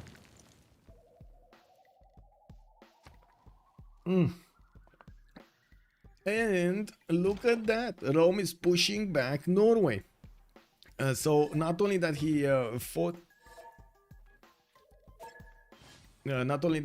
over here his opponent Norway, the Norwegian berserkers, but he did manage to stop them at the capital city of Rome. When he saw his Colosseum is on fire, he was like, nope, I'm not doing this, and he tried to gather all of the strength from each of his fibers in his being to go back and take a shot, take a stab at those Norwegian units. He pushed them back.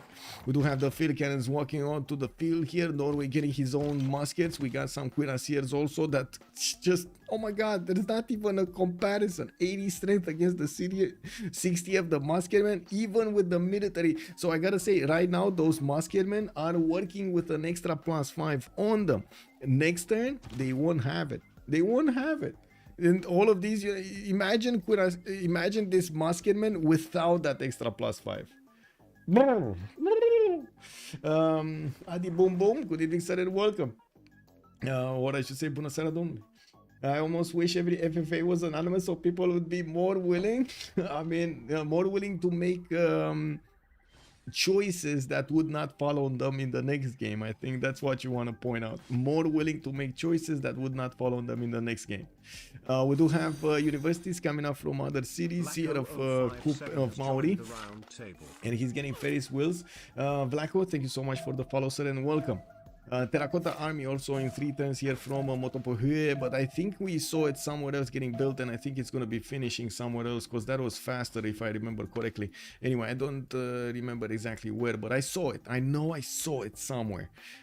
Anyway, we're going to have a pause for 2 minutes while this goes through, while this Congress will go through. And we're going to come back to see what's going on here. Just clicking on buttons to click stuff. Submit quickly. Oh, wait a second. Yes, they want a break. They want a 10-minute break, so we need to give them, right? It's I think it's 2 hours anyway since we started. After Congress. Moves, please. India Terracotta. There was somewhere around here. Yeah. Let me double check. No, I don't see it. No, I don't see it. Oh, it is here. Wait a second. I wasn't seeing it in the build queues, but it is here. He just moved around to get the campus. Kick. Oh no, is he gonna lose this because he wants to build a campus? Campus. Well, that might happen because Moto Bohue is gonna be very fast on getting that going. Yeah.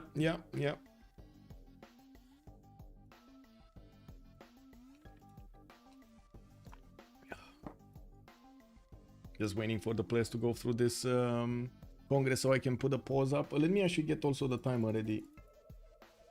So this time around you actually get to see it on the screen, the countdown, see it on the screen. Yeah, there we go. Okay, I'm gonna pause the game right here. Okay. X6 35 45. Okay, starting up the countdown. 10 minutes and opening the timer. There we go. I'm not gonna put it on the middle of the screen. It's gonna be top right. Please, if I forget to actually turn it off, remind me because I don't always see that screen. Yeah, let's actually leave the screen over here for the major war between Norway and Rome. So 10 minutes as the break. We're gonna come back and see the action here. I do wanna also leave this on the screen, actually leave the score screen.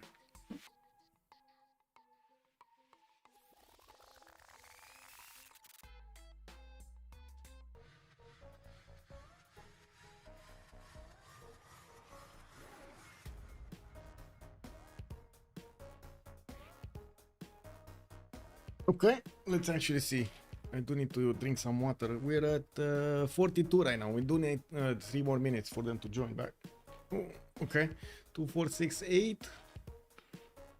8 out of 10. Okay. Lepi, also good evening, sir. Next big move will probably be attacking Canada. It might be. Oh, 8 out. It might be. It might be. Kind of hard challenge to actually attack Canada here. Very hard challenge to attack Canada from from the perspective of Lincoln. Not saying it's impossible, but it's going to be a challenge. We're going to need to see if Canada is going to actually try to put some units to defend himself. He did manage to get intelligence agency and audience chamber, so he doesn't have GMC to work with. Well, he does have only 63 faith, so that definitely makes sense. Let me drink some water.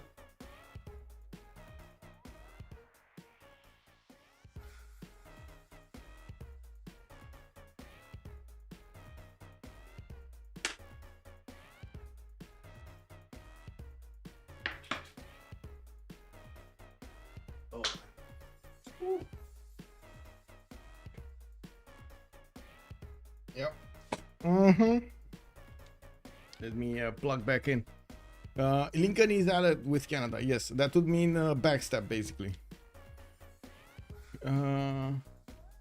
Wait, did I say thank you for the follow, Blacko? I think I did, bro. I think I did. Thank you. Thank you. Okay, just waiting for the last one to join. Last one to show up. Might have needed a bit of a bit more time there. Okay. I think we got everybody, no? Let me double check. 2, 4, 6, 8, 9. 2, 4, 6, 8. Wait, what? 2, 4, 6, 7, 8. Oops. There's oops.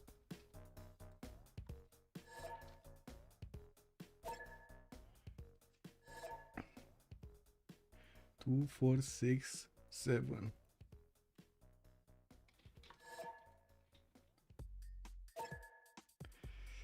Let me see.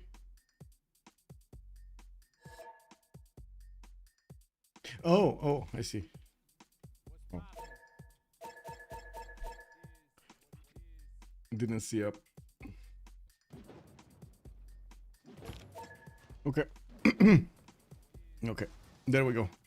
We got them readied up. Military engineering morale. We do have Filippo over here and also needing to build up a wonder or something. We do have also, I gotta point out, Canada is starting to put in cannons down. This means he's starting to get ready for a war. He knows he might be on the chopping block if somebody thinks to go for first or the top 3. So he needs to be ready to defend his land over here as soon as possible. We do have him getting some military engineers to keep helping him create the pathways. He's on 350 science and 250 culture. Going for sanitation, this is a bit of a risk for him to actually try to go for labs as quickly as possible instead of going at least a bit towards steel, so he can defend himself over there with higher strength units. He does have his mounties, which are going to be amazing, especially since he did manage to put a few national parks, but unfortunately he doesn't have the number of mounties. He just has 1. We do have the next era started, so we can actually check out their bonuses. Reform the coinage this time with 500 gold at 10 for Wilfred Laurier. He also has 606 points of production on his empire. Pedro did go into a dark age with 336 science and 309 culture. Looks like he is gonna get his Oxford University in 3 turns there in the city of Torres del Paine, while he is industrializing with coal power plants everywhere. Now we do have him getting some armories and putting down some more encampments. While I do notice archaeological museums are coming out from the south, he also did finish Alhambra, which is amazing for him, getting himself another one of those military policy slots here. Veterancy, craftsman, rationalism with natural philosophy for the extra science from his campuses, while he did also manage to put in a trade confederation to get the extra bit of culture and science on his international trade routes. Wieselbanken is basically a must at this point in time, and the Republican legacy is also basically a master at this point in time. He's trying to get as much happiness as possible in his series, and he is keeping his citizens with +6 over here in the majority of his cities. That is one of the perks of having this street carnival, the replacement entertainment complex on Brazil, which doesn't cost you a district slot, and it does give you +2 amenities. Darko Perry, good evening sir and welcome, thank you so much for the follow. Who got terracotta? I don't think it got built yet. No, it was there were 2 nations building it. It was Kupe and India. Wait, did India get it? No, it's gonna happen next turn. India is gonna try to get it next turn. Where was it? Wasn't it here somewhere? Oh, here in Motopohue. It's in 210, so it's gonna be taken away. It looks like India is gonna get it. Yeah, India got it. I'm actually curious, did he get his spy also? I do notice Chennai, it does have 2 turns for another spy to come out, and I do see he does have a spy that just got a promotion here in Patna. Usually the players do want to use Terracotta Army to help them to get to a level 2 spy as quickly as possible, because that gives you 2 levels of extra diplomatic visibility over your opponent, and activating that might actually secure the war against your opponent there. Now we do have also Krakow starting to get a few more of these spies, and I do notice he keeps on adding more of these specializing buildings in his encampments, the armories, and soon to be military academies. Finn, Dark Age, 180 science, 126 culture, got quite a few units in Liverpool and Brighton to defend himself, and I do notice he's working on his universities to add more science to his empire. It did go into a dark age though. 561 points of production, does put him nicely over there. He's in the middle of the pack over here. Finn is on 600 points, 597 points, while Andreas up next to him is 622. We do have him also settling this series here. I'm very curious. Is India going to try to take Rapa Nui, or is he going to try to take Perth? This is Perth? No, this is Bath, not Perth. Okay. Jesús is on 136 science and 80 culture. He has been fighting Norway, and now by the looks of it, he is managing to push back Norway successfully. His field cannons with level 1 can do so much damage against these coursers and of course the knights of his opponent, not to mention these berserkers. There is only one single berserker remaining alive, and it is right in the city center of Duracortorum, the former city of Rome. It does look like Jesus did manage to overwhelm the defenses of Norway here. We're gonna need to see when he's gonna get to the coastal cities if we're gonna have some Norwegian boats coming to help. Remove timer. Thank you so much, Shadow Bellator. Much appreciated, sir. A man that has remembered. Oh my god, thank you so much, man. Yes, remove timer. Yes, thank you. There we go. I'm sorry. That's another application. That's another screen that I actually need to access, and I don't see it all the time.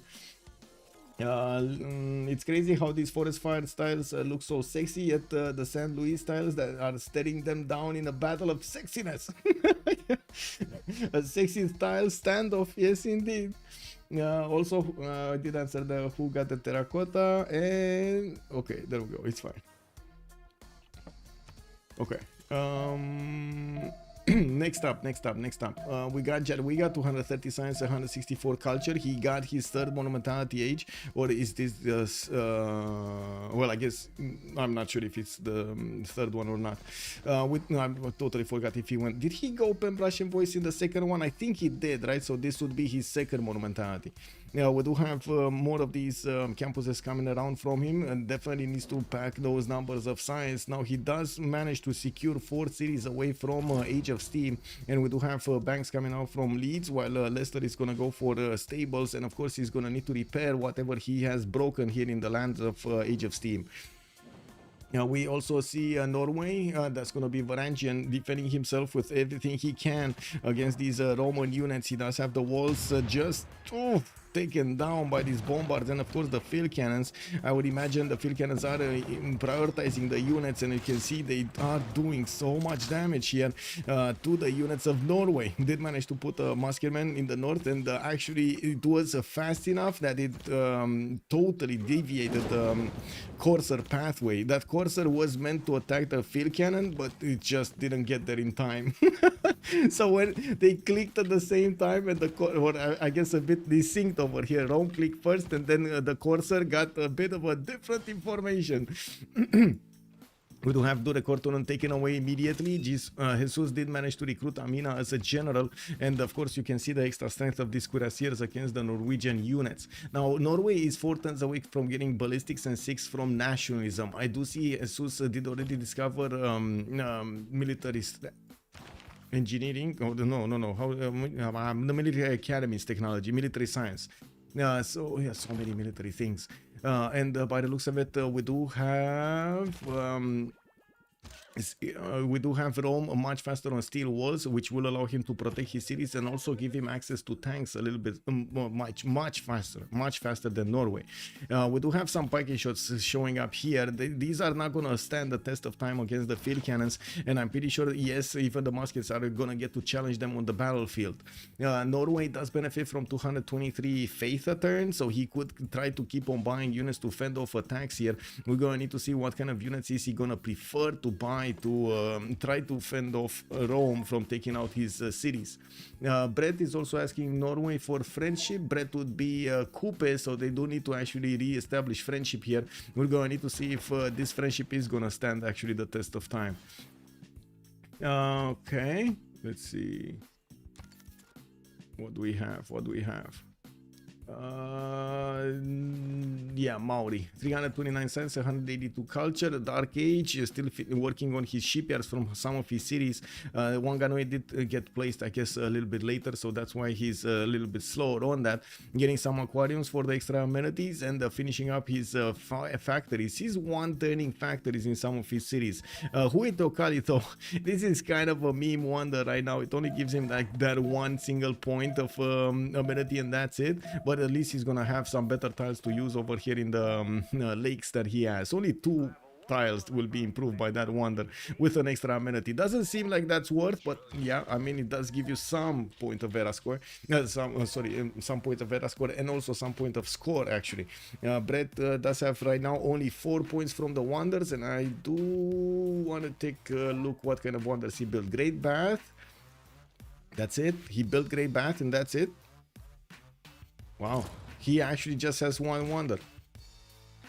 Yeah, he actually has just 1 wonder. He doesn't have any. He tried to build a lot more, but he didn't manage to get them. And I don't see him working on, for example, Colossus, or trying to get the the Great Lighthouse, which was already built here. Anyway. Let's see Lincoln. Reform the coinage golden age. He got those cities away from Age of Steam. 430 science, 177 culture, 500 gold a turn. Working at the city of Boston with 4 Rule Valley. I gotta say, he did figure out the +6 campus. And right now he's probably thinking, why didn't I put Philadelphia 1 tile to the left? Anyway, we do have Polish Cursor also starting to take a look at his city centers here. And I do see he has a line infantry corps that would put that cursor to shame. 1 shot and boom, that's down.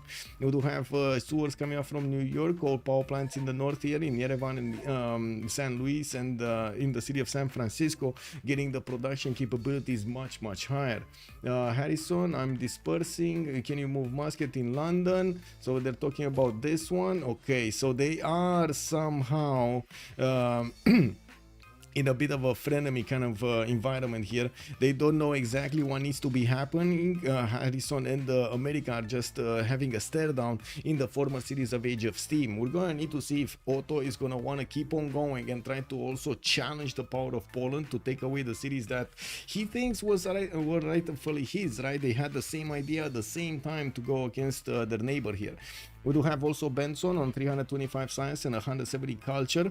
Right now he's working on his factories, and he does have only 366 points of production. And I say only because a lot of these players already have double those numbers. You can see 700 production on Wilfred, 660 on Pedro. We do have 660 on Coupe, and then Abraham Lincoln is already on 825 points of production. That is insane. And look at the goal per turn. Gandhi at the moment moment is actually having a bit of a problem. No gold per turn. He's in a dark age and he doesn't get that much gold per turn. 16 gold per turn is not really gonna work at this point in time.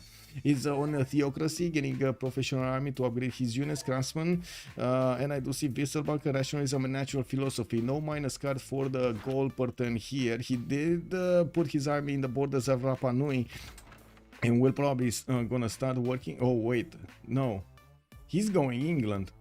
Wait, isn't this his city, or is this somebody else's city? Let me take a look. Who is Rapa Nui city? Harrison should be sorry, that's Poland. Is that his ally? That's his ally, right? Whoa. Now you have a 1.5k army that needs to go somewhere, so I'm just making some. I do want to double check if Gandhi is at war. Let's see. Is there any movement here? Rapa Nui.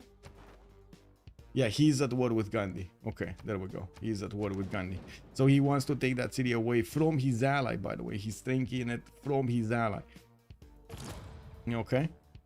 Benson is also, you have 15 that needs to go somewhere, so I'm just making some. Okay. Yeah, I mean, you can take a look. India is respecting his northern neighbor. America is gonna see these cuirassier corps right on the front line, and will know that that he doesn't have a shooting possibility, or I should say an attack possibility on India here. You can see how India is also preparing his spies to send to his opponents here, so he can get that extra diplomatic visibility just in case. This is like one of those most, you might have it, but you know, just in case, break glass, stuff happens. Vandorius also, I'm so done with hoping players will do what I want. Canada needs to settle the West like yesterday, but I do have the frame of mind to realize that these guys are far better than me. It happens, man, it happens. And I'm telling you, we're gonna see a lot of surprising moves over here during this tournament.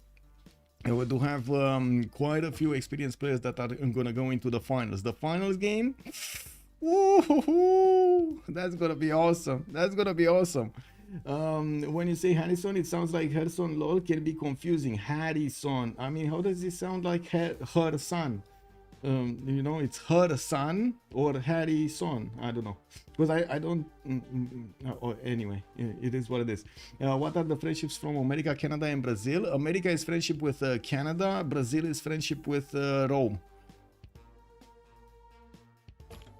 Anyway, let's come back to the screen here. We do have Abraham going for his labs in 2 turns. Brazil is gonna get his labs next turn. That means Canada should have had labs, no? We do have Canada actually going for rifling and mobilization. I gotta see if he has 1 lab, but I don't see any labs, so I don't think he actually did discover labs. We do see him getting stock exchanges, so he's well on that way to getting there. Might be that he's a bit afraid of what might happen against him, so he really wants to get as quickly as possible to some defensive capabilities here. We do have only a few units from Maori deployed to Mexico City to take over that city center, giving him Maori a 2, 4, 6, 8, 10, 12 city empire. 12 city empire on Maori. Looking at the army tab here to see, no, sorry, the era score tab to see the population. Now we got Wilfred Laurier on 10 cities. Andreas is on 8. We do have Age of Empire on 11, Rome is on 11, Jadwiga is 14, we got Norway on 8, or I think it's 8 actually, Brett is on 12, and then 13 on Abraham Lincoln, while Benson is on 8 as well. Did England find new friend? I don't think so. I think England doesn't have a friend right now. He's in a bit of a problem, in a bit of a pickle, and I gotta say the only move that he has right now is to actually go and attack Norway. That's the only move. There's no other move. You see how fast how to say Rome is getting the cities over here away from Norway, and we'll see Rome wanting to keep on going. If there's another force coming in trying to pick on Norway, I don't think Norway can actually defend against it. Now that's from our perspective. From his perspective, I don't know if he sees this, and I don't know if he's aware of what's going on the other side. So let's actually take a look at his vision here. Finn does have the vision here, and he does know that one of the cities of Norway has been picked off. He does know that Rome did actually manage to get back the cities that Norway took away from him. Now that they are fighting with same technologies, I'm pretty sure Rome is just going to want to click as quickly as possible on combustion and try to get there faster than his opponent. Now we do have Harald just discovering his ballistics, and we will see soon how quickly he can actually get to rifling. That will be quite a bit of a differentiator here between them. Remember, the Sáenz wasn't that far between them, right? 143 on Rome, 165 on Harald. This isn't much of a difference over here. They should have like only one or few turns difference between them. We gotta take a look at the text though. Pedro is on 46 text. We got 44 on Wilfred. We got also Abraham on 40, by the way. Coupe is on 40, Gandhi is on 40, Jadwiga on 39, Victoria Age of Empire is on 39, while Harald is on 34, Rome is on 31. So it looks like Harald actually has 3 more technologies than his opponent. It might be a bit of a difference of, how to say, the top 3, right? We did have Norway going for caravels, and I don't think actually Rome went for the top 3 for exploration. No, not exploration. How do you call this? Cartography, for cartography. Now we do have Rome also, yeah, doing a bit more damage to his opponent. He can actually attack quite easily with his field cannons, and you can see that he can climb on this hill over here and hit those units right on the other side of the lake. Now we do need to see if he is going to manage to build quickly the new units out. He doesn't have that many encampments. He did build 2 of them, and that's about it. That doesn't really allow him to get multiple cities working on a lot of units, and also available to get cores out immediately. He shouldn't. Yeah, there we go. He's going to get nationalism next turn. I don't think he can afford to core up because he just doesn't have the numbers of units available. It does seem like also Norway is going to try to take back the city of Vatican with his caravels. That could be actually a good strategy here. The caravels are 55 milli strength, and that city is 65. We will see steel walls activate as soon as Rome actually discovers that technology, and it's not far away from getting there. Yeah, we do need to see also if there will be a fleet upgraded. Looks like England did get an ironclad and is getting some frigates out. This is the only play. This is the only play for him. There is no other play. I do have to say that there are some side effects of actually attacking Norway here. The second he's going to declare war on Norway, he is probably going to declare war on Maori as well, because they're allied. And Maori is on the seas. He's going to feel threatened. When he's going to feel threatened, he's also going to want to get some boats to feel himself a bit more comfortable, right? To make himself feel more comfortable. We're gonna need to see if he's gonna be getting a navy to also attack back Age of Empire, or when he's gonna see the actual target of the game of Age of Empire is gonna be Norway and not him. He might just forget about it. It's definitely gonna be a question mark if Brennan is gonna try to get there or not. We do have Otto, 780 points. Looks like Nolan is 738. Abraham Lincoln did manage to get securely a lot more points than Nolan. Harrison is also on 727 with Brett on 726. Andres Sáenz on 700. We do have Figs on quite far away actually. 67 points away from Andres below him, while Benson is going to be also quite close to them. We got some new buildings coming around. India is going to try to get Wonder Apadana in his capital to turning it. While he kept on working on the city of Rapa Nui, it does seem like his bombard did take out the walls of that city center, while his units have tried to pillage some of these tiles. Did he actually? Yeah, he got to pillage a Moai, lumber mill, and the theater square. I don't think he cares about the sheep or the other Moais, to be honest. What do the Moais give you? Isn't it faith? Faith or heals, right? It's faith or heals. I think it's faith. Wait, what's the... Yeah, it's faith. Pillage award is faith. Ugh. Anyway. Do you think Norway could have tipped the scale of war with Rome if he could have kept building land units instead of naval upgrading? Commander King, good evening, sir, and welcome. That's a good question. Let me think about it for a second here. Yes, I think so. If he would have had a lot more ranged units with him, with his army, and some of those like 2 siege units, instead of getting like 4 or 5 caravels, I think so. I think he might have kept Rome.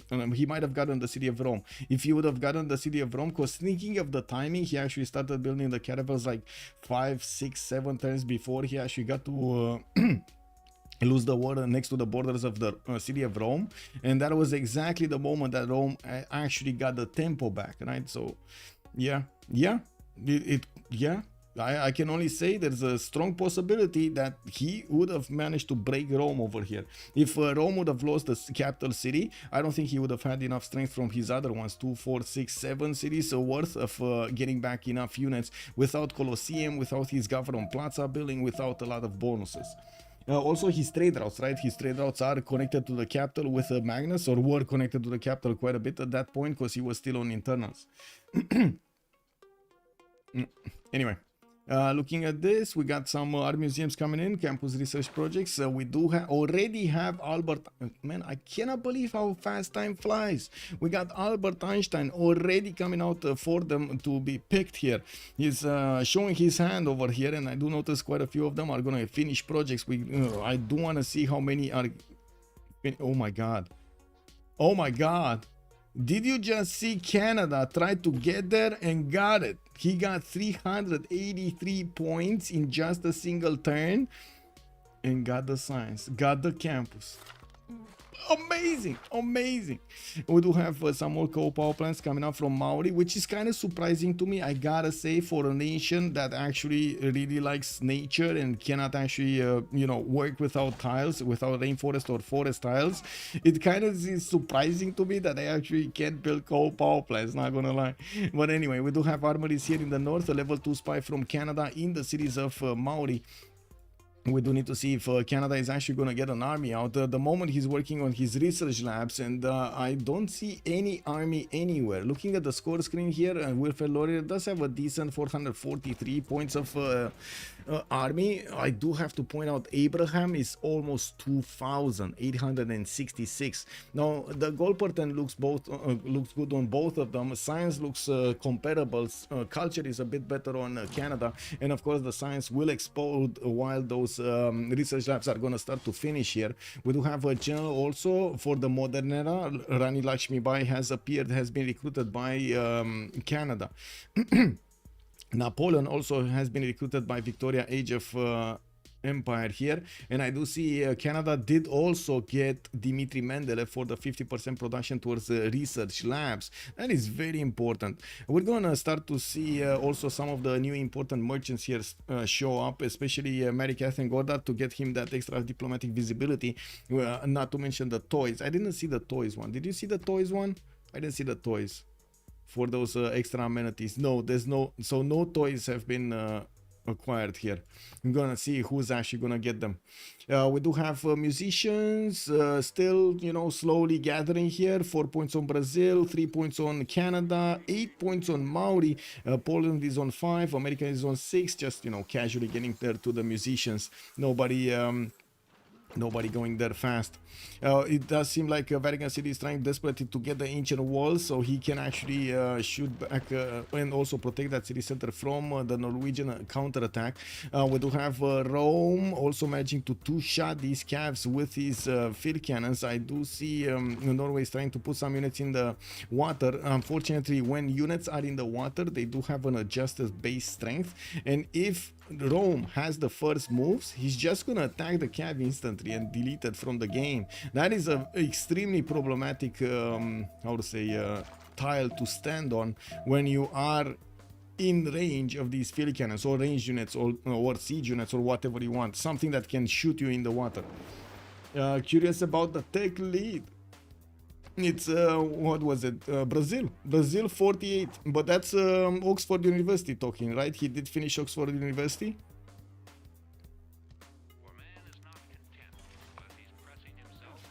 We got him also with an antiquity site, unfortunately, on a tile.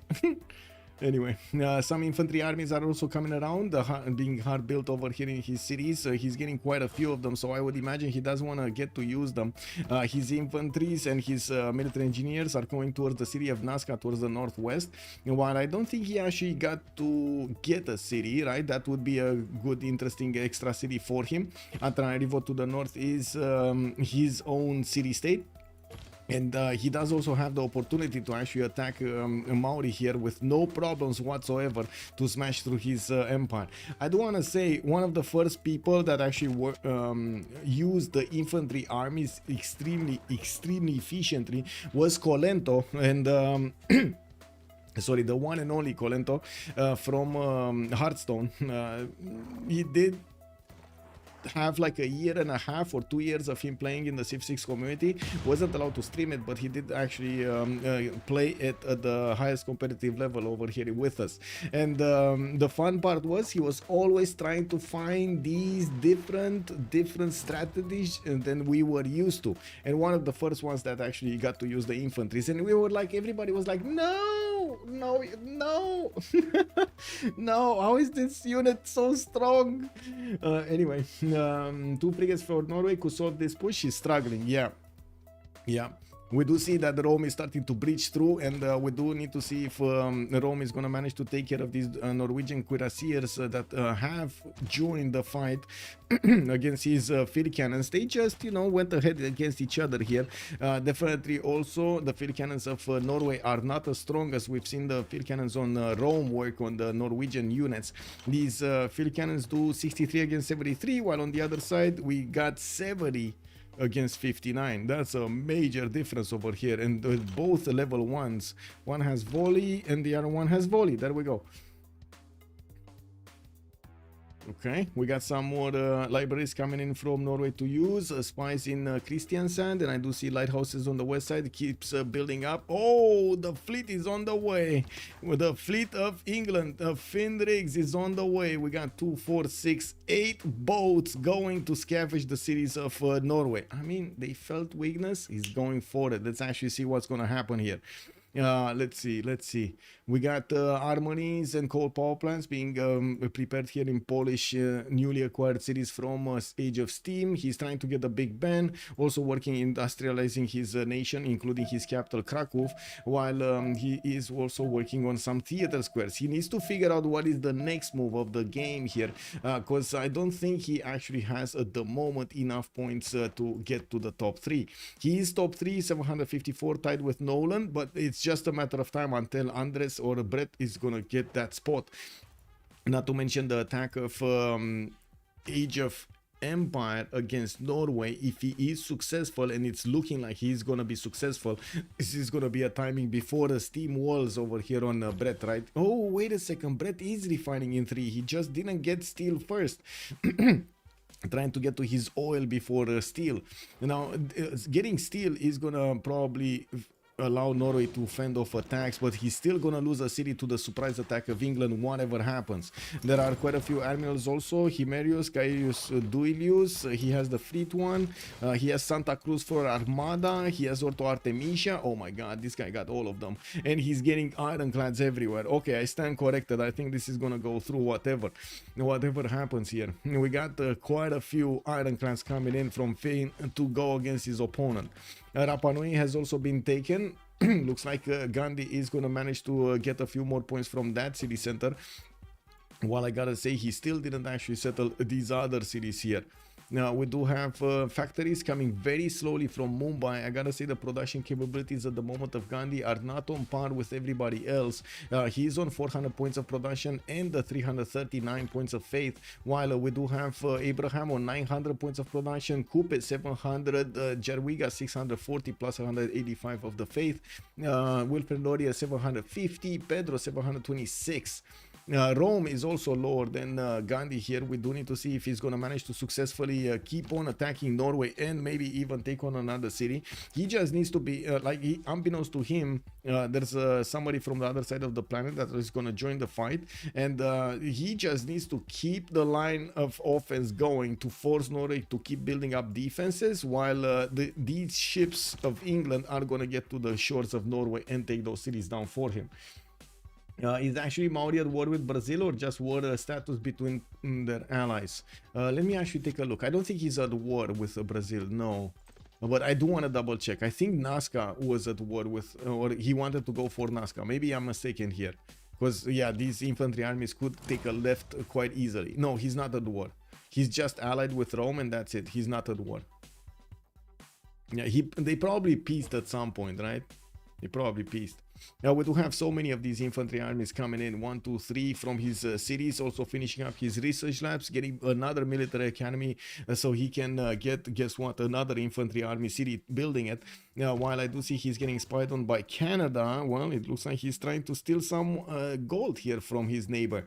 Now one of the also pieces of information that we need is how much gold they're making, because yeah, you might have a very strong army. If you don't have the gold per turn to upkeep it, that's not really an army, is it? We do have Andres on 172 gold a turn, while Canada, for example, is 767. Rome is 191. Victoria is 110, and he already did upgrade the majority of his cities, the majority of his units. It doesn't seem like he's gonna have a problem. Getting some red coats on the west side, which I gotta say they will get to fight on another continent if push comes to shove and Poland wants to come against him. I find it doubtful though that Poland is actually gonna try to go against England, even though I do see quite a few units are starting to move slowly to the south. We do have spies from England getting into the city of Krakow and Warsaw to try to spy on that neighbor, while he did put an encampment right in between the mountains over here of Preston to try to fend off any kind of attack, and also has a frigate inside of it for that defense. Is Kupe the worst safe to conquer because terrain not developed? I wouldn't really say that. No, I wouldn't really say that. You can immediately develop this land with because he likes to place a lot of forest, and you can immediately develop the land with your own lumber mills and so on. Not to mention you get so many chops, man.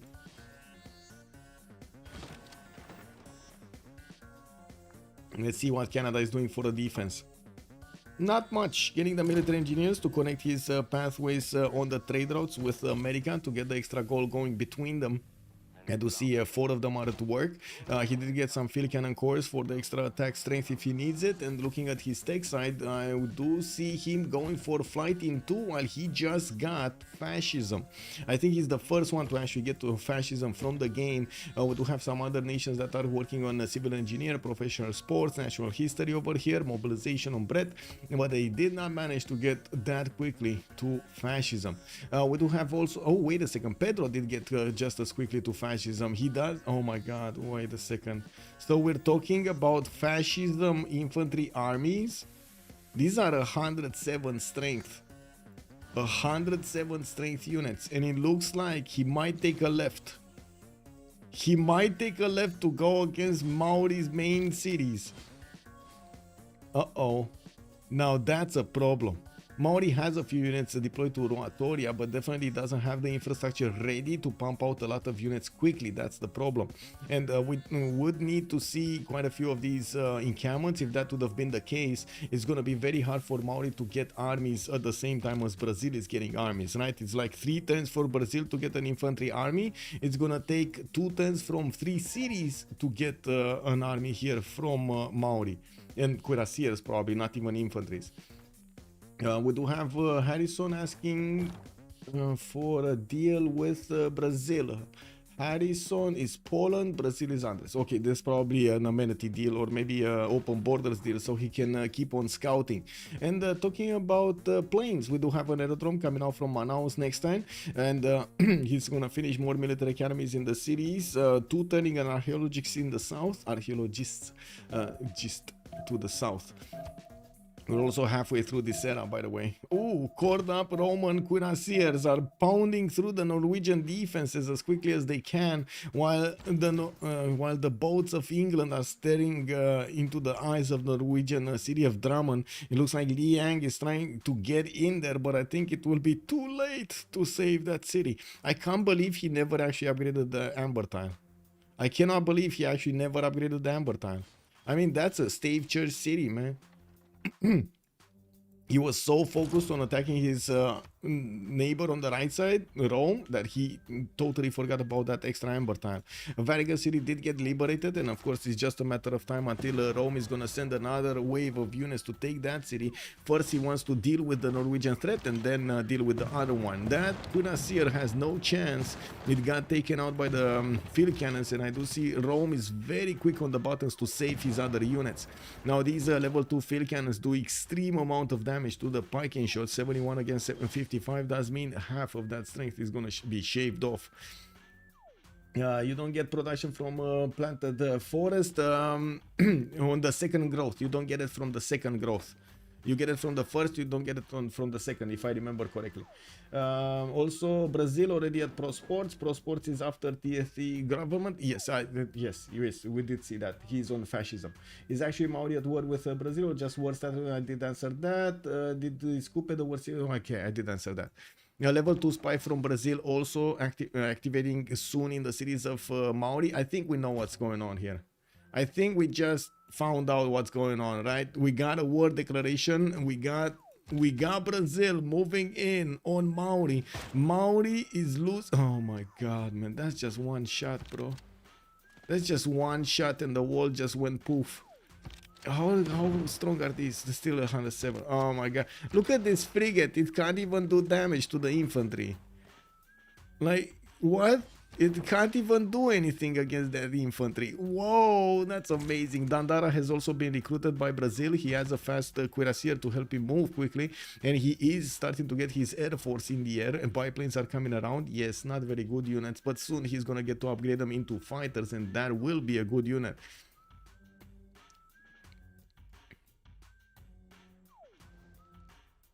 Right side, looks like Poland is deploying his army next to Calais. England, Finn did manage to get a level 2 spy in Warsaw, and I would imagine his other level 1 is gonna move towards the cities of Norway here to try to get some spies on him. He does have an ironclad fleet in range next turn of attacking the city of Drammen with the help of 2 frigates and 1 sea dog. He should have enough firepower to delete that city center. He does have more iron. Wow, look at this fleet, man. 2, 4, 6, 7 ironclads, 8 ironclads with this one, the Cordovan. 1, 2, 3, 4 frigates with 1, 2, 3, 4, 5 of these sea dogs. So he's gonna pillage all of this coast. He might even keep on going to tear down the Maori Empire. I do see Maori starting to get a few frigates from his cities, and might think of some defense on the coast, even though I'm pretty sure he's gonna be more concerned about the land warfare coming against him than any kind of coastal warfare. Now we do have him getting a few more frigates from Otto. These will help him actually try to fend off attacks from the capital. He's getting steel walls next turn and will repair the city back quite a bit here, with the infantry armies needing support from some of those. No, he's still doing damage. He's still taking down. Wait, did he get... Oh, he got a cat. Oh my god, man. This city was Canada for the longest time in the game. It looks like right before the attack, Brazil did manage to overtake the Sus of a cat. So now you can see these infantry armies can do damage against steel walls quite nicely. Oh my god, this is beautiful. Now we do need to see if he's gonna start moving here. Yeah, there we go. He's gonna start moving and repositioning his army so he can keep on shooting that city center and deploying more of them around him. He's one-shotting these night courts in the north, while Brett, I do see him going back towards refining. If he does want to get the knights into cuirassiers and into tanks, he will need to pre-build quite a few of them, otherwise it's going to be way too much production for him to handle, and it doesn't seem like he has an army ready to go, and unfortunately these guys in Ruatoria are just not strong enough. He's gonna try to get refining and combustion afterwards, while I'm pretty sure in this turn, this is the turn we're gonna start to see the war between England and Norway. And Schiesmo was taken by Rome here. Jesús did manage to successfully breach through the Norwegian defenses, and he keeps on going to break down the Norwegian coast here. 192 Sáenz with 82 culture. Rome is still in a dark age. He did plug in the +5 card, so he deals more damage with his units, while Norway is on 170 Sáenz, 93 culture. He's down to 143 points of production, half of the production of Rome. And I can't really say that Faith of 200 is gonna save him from this, but he does, I gotta say, he does get like 80 points of faith from that, of production from that faith. If he has GMC, does he have GMC? Yes, he does have GMC. Okay, he does have GMC. Second growth tools are the ones builders have planted with the newly gained plants and do not provide the production. Yes, yes. Yes, that is true. But that means all of the other tiles that weren't second growth, he can still chop, no? If you wanna just mince words over there, yes, sure, let's do it. Do you think he over here we did have Maori chopping his tiles and then replanting the woods, or just letting them go and using them and then planting a few woods in between them? Because I'm pretty sure this is how it looked from the beginning, no? But anyway, Norway's land is just flat. Thanks, BBM. I can't really say he did have a good land over there, but to be honest, he could have tried to go for some work ethic over here if he wasn't that sure he's gonna have good production. We do have Rome, and he did actually make the conscious choice of going against Rome instead of actually trying to settle a few more cities and try to make do with what he has. The war has started, Drama is under attack, and we will have steel walls. Too late. Harald is 5 turns away from steel walls. We do have also quite a few of these sea dogs to the west of Drammen, and I do see frigate fleets right here. We do have ironclad fleets also trying to get in. Let's actually see him go. I'm actually incredibly impressed he didn't click on the city center to take it with the ironclad fleet. That should be more than enough. We do have some trade outs also about to be pillaged. England does want to block the abilities of Norway to get those units out, but I gotta say he also needs to block the harbor.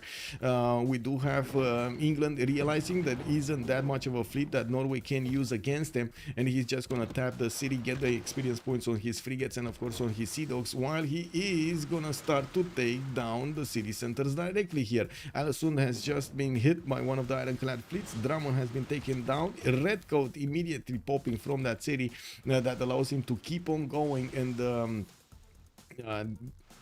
building up an army that, guess what, is going to help him against Maori as well. We do have Brazil over here also managing to do majority of the damage in Motopohue, and I do notice infantry armies are going to start moving towards the north into the industrial zones and pillaging the lands in the meantime. We do have the cuirassier of Brazil also going for his campuses here, so it kind of looks like Maori is going to be next up on the chopping block. Tank armies coming out from Brazil for a much faster unit to go against his opponent, quite stronger as well. We do already have him benefiting from Dandara, a model general here, and I do see he uses his military engineers to pop that's kind of bad. Maori did manage to get a Toa to delete the military engineer and will probably want to take down that airstrip also. Brazil does have a pipeline to take it down, but before it actually pillages it. And what about the Age of Steamland? Man, Age of Steamland is just chopped all together, no? It was chopped all together, and I gotta say he spent so much time to repair everything, right? They got so many builders. Although the extra stats coming out from the pillages, it's no joke that we actually are using sometimes in the game's pillage economy. The players want to milk every one of those points from all of the mines, from all of the improvements that their opponents built here.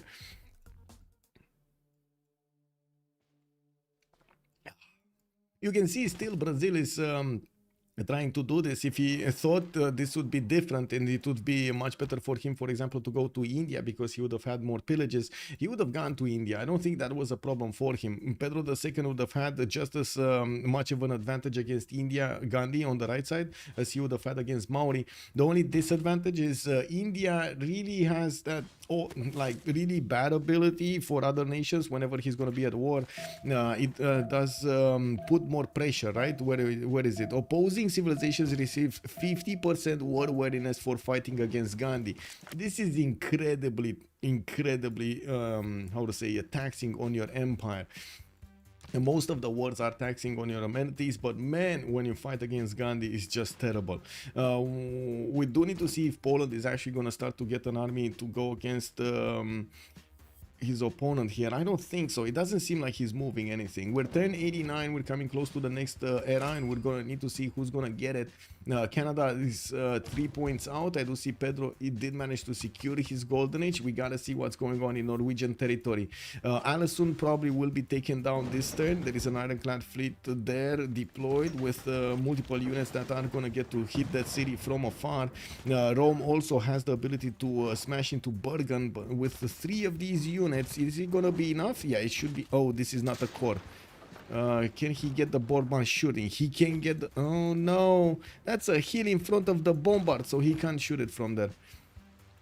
And that's not enough. That's just, it's close, but it's not enough because this cuirassier is not a core. Oh well, it is what it is. Anyway, the English frigates are just a few moments away from starting to attack the city of Alesund. They did deploy towards the city of Hamara, actually in the north. And we did see him actually pillage the harbors there to get the extra gold from his opponent. Now Alesund is still going to be taken down. Nidaros, the capital city, will fall. And we will have the split of the Empire of Norway in 2. Rome getting a half of it. 1, 2, 3, probably 4. He's probably gonna get Christian Sand as well, even though I'm not sure if Jesús over here is gonna want to get that also. This actually puts him in a bit of a, like this city is harder to defend than this city, for example. Anyway, we do have Brazil managing to also get the first city of Maori, and I do notice he's moving his infantry armies towards the north, not going towards the capital city. He is gonna get to use the pathways, the roads actually connecting Kayapoi here to the other main cities, and from what I do see, he still does an incredible amount of damage against his opponent. Looking at the tech side here, he's plastics in 2, Cold War in 3. We do need to see how fast he's going to manage to actually get to helicopters and advanced flight. Looks like he's ignoring advanced flight technology for some time now, wanting to get his helicopters much faster. He doesn't actually have any pre-builds. He's working on tanks here, and I'm actually curious if the next tech is it going to be actually cav armies here coming out in the next order. I should say the next build order is gonna be cav armies. Anyway, Brazil fighting to get the minas out. Yeah, imagine that. Imagine if Brazil is gonna get this coast over here, all of it, with all of the shipyards in the cities of Maori, and then starting to pump out Minas Gerais against England. Oh, that's gonna be a problem. Wait, Benson declared war on Otto. Benson is Gandhi, declared war on Lincoln. Wait, what? Infantry army is also coming around here. What's going on here? Who's at the war? Otto declared war on Harrison. Otto.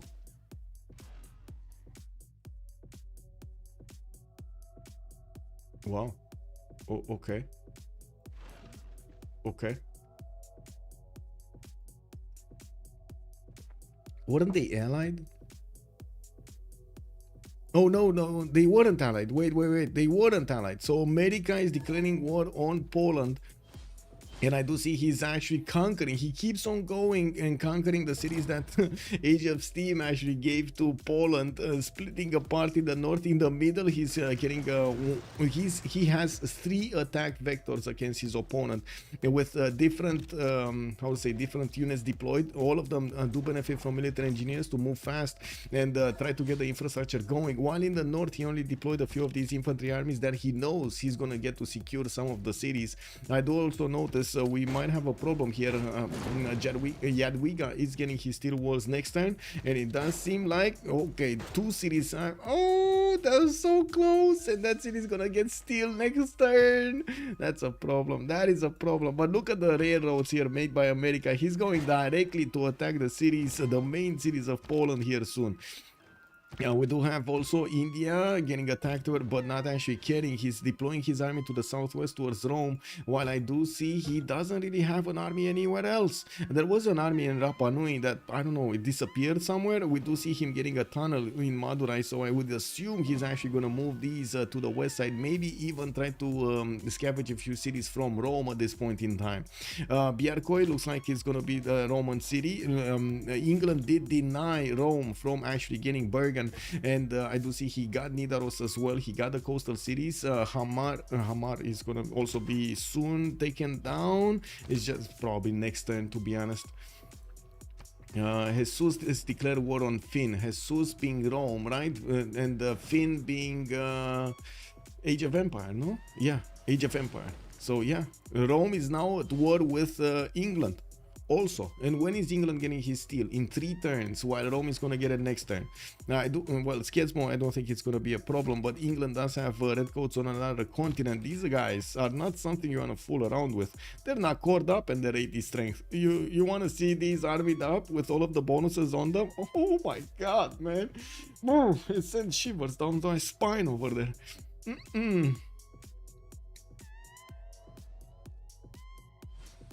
The northern country is too strong. Yeah, Canada over here, we got Lincoln. Oh, Canada is getting, look at him.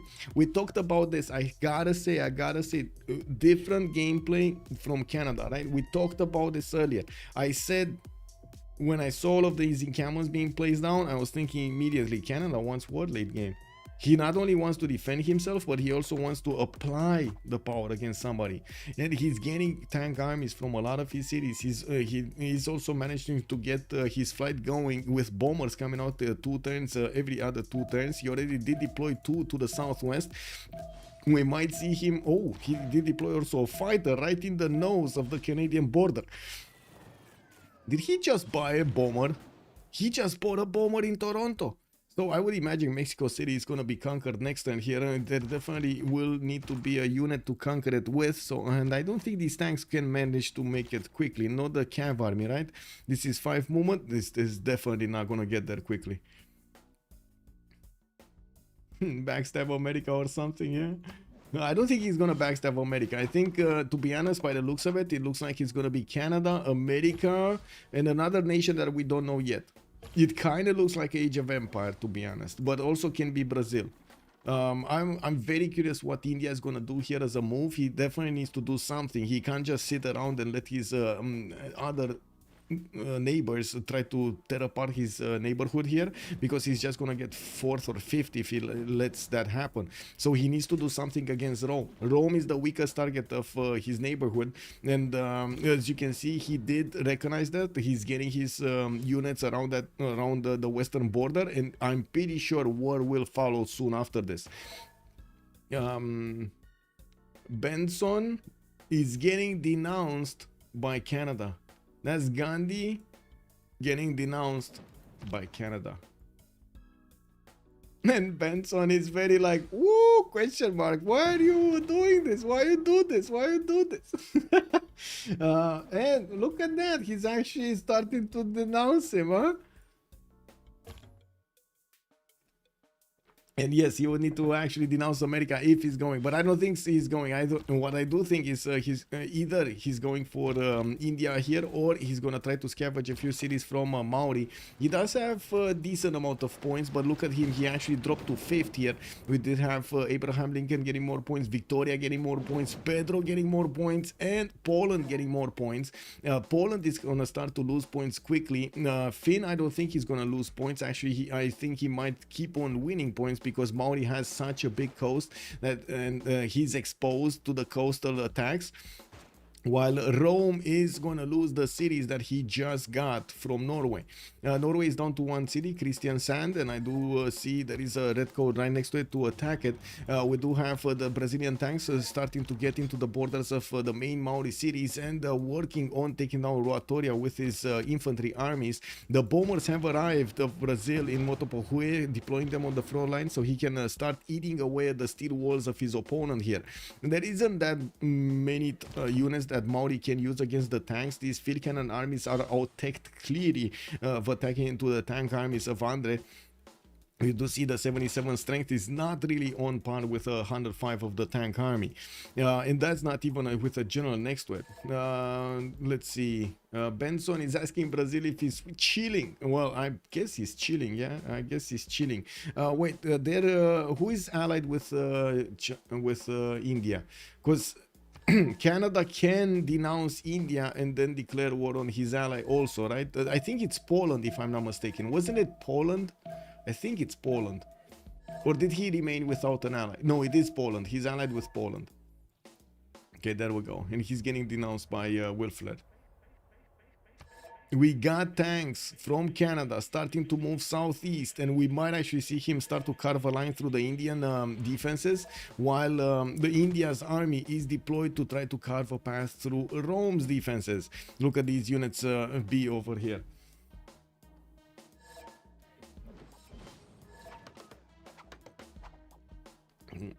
Yeah, well, Jesús recognized he's not gonna advance that much after this. He did get into a war, into a punching war with Norway. Norway didn't win it. Norway lost all of his territory because of it, and it does seem like it kind of dragged down Rome also. Now we do have the steel walls activated, which will make it a bit harder for these units to take down these city centers. Yeah, but we do need to see if India is gonna manage to get those artilleries. I do see a trebuchet core only that could actually get the artillery upgrade, and while I do not see him actually building any more, if he's gonna get denounced by Canada and if he's gonna get attacked from the north, this is gonna be a major problem. Canada probably wants to not only pillage the tiles of his opponent, but also maybe get some cities there, get some points on his track.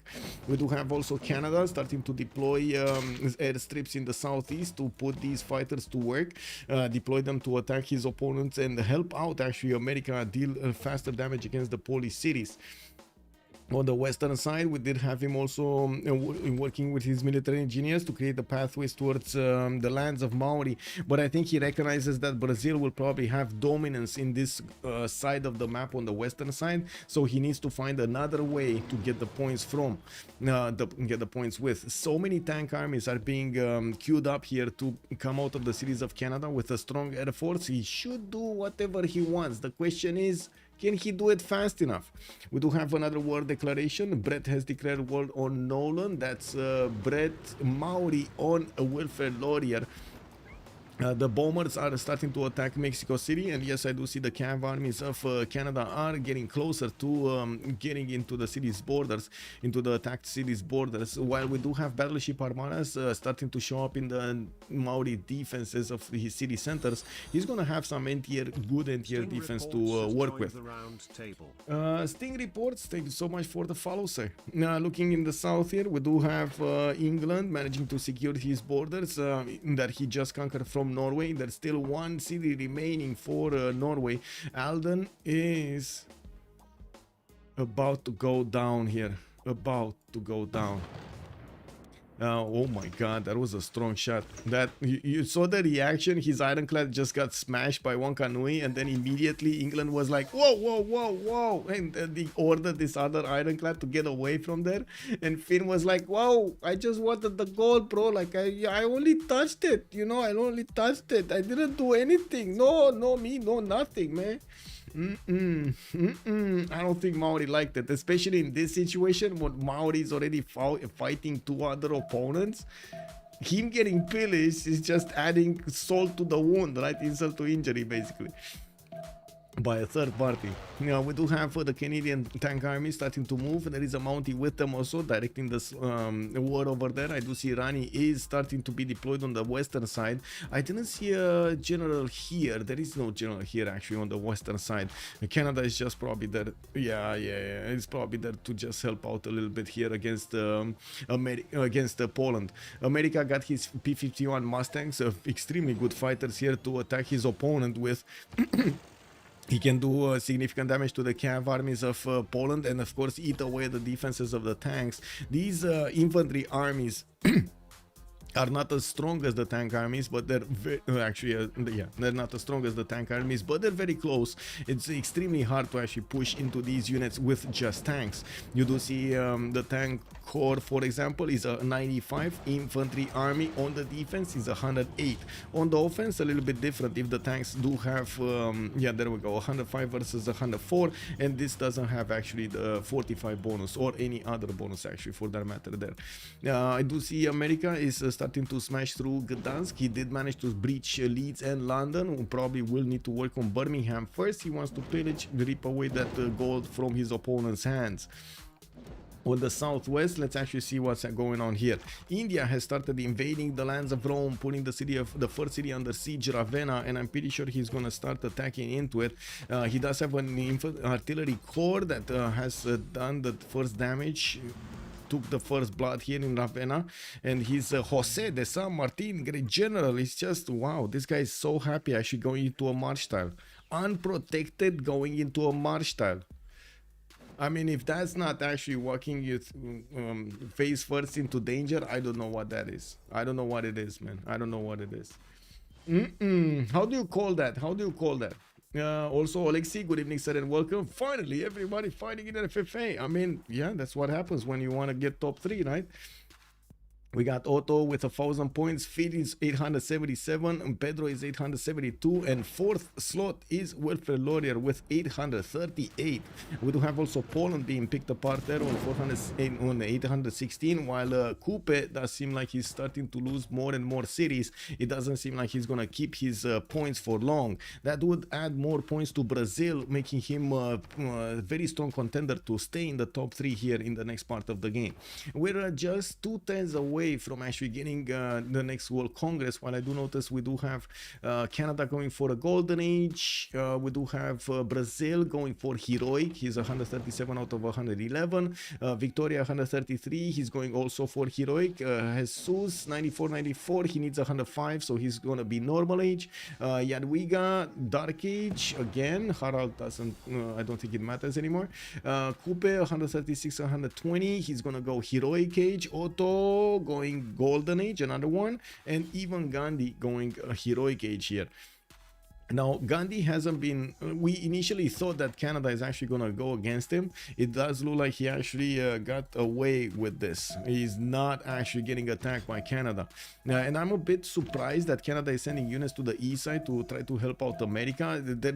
Mostly because I don't think America needed it, not because of anything else. It seems like it's more like, you know, throwing some units at the, to get some pillages rather than actually doing enough damage. The only choice of Canada to get more points is probably to attack either Coupe on the west side or India to get more points, and neither of those, and the only one that he might actually get to defend is the cities on the west of Maori. That's it. He could try to place a few more cities, I guess, to get more points, but it's just at this point in time, it's just much faster to get the points from attacking cities and conquering them. We do also see that Finn is trying to get more of these Roman cities, and I do notice the majority of the Roman army is retreating. He does need to take care of the eastern side, and as you can see, India is gonna probably breach the defenses of Ravenna right now. Now, we just jumped into the new era, and we're gonna see the bonus points being activated soon here on their empires. Ooh, bigger and bigger army from Canada, getting helicopter armies to move. By the way, did Brazil start to get the helicopter armies? Yes, he did. Okay, I do see the first one coming in. What's the production here? So he's 3-turning helicopter armies from Fortaleza, Campinas, Curitiba, Rio de Janeiro, Guarulhos. Recife is gonna get our museums. He already got another one here. That's a very good production ability here. Pedro II 850. We got Canada 872. Looks like Canada does have a bit more science, but then Brazil does have a bit more culture. Not that it matters that much after getting to fascism. It's very important to get to fascism. After that, if you're not going for the culture victory, I mean. We do have Brett, 500 points of production, but it looks like he first of all didn't have the massive units that he needed at the beginning to counter any kind of attack against him, and that was the weakness that Brazil and also Canada exploited, basically. We do have Otto also almost getting to 700 Sáenz with 213 culture, 1162 points of production. Did manage to get the Petra in Cincinnati. Oh, this is a beautiful city right now. And he's starting to tear apart the lands of Poland from the north, from the quiet cities of Age of Steam to the south here. Slowly pillaging his way through his empire territory and taking down his cities. On the western side, looks like Bjerkwe is gonna rebel next turn. Kristiansand is getting attacked by these red coat corps, and you can see the 95 strength from these red coat corps just being overwhelming against Kristiansand. And we do have them standing until the last moment. Again, respect for this, respect for this.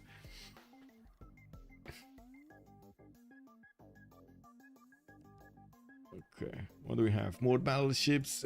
These battleships don't actually do much against units, like against helicopters or tanks here. And they would need to be a lot in numbers, like at least like 7, 8 on the coast if he wants to even have a chance, not defending, a chance to defend. Okay, we're gonna have a pause of 2 minutes and we'll see what happens with next. Rome recognizes that he's not going to survive for long. Definitely the tanks of India are way too strong coming against him. And yeah, there we go. Canada, who was top player for a long time here, he dropped to 4th. We do need to see if he's going to manage to get the points back. That is not going to be easy. Let me get the... Oh, no. Actually, it's fine. Okay. Now, be right back. 2 minutes.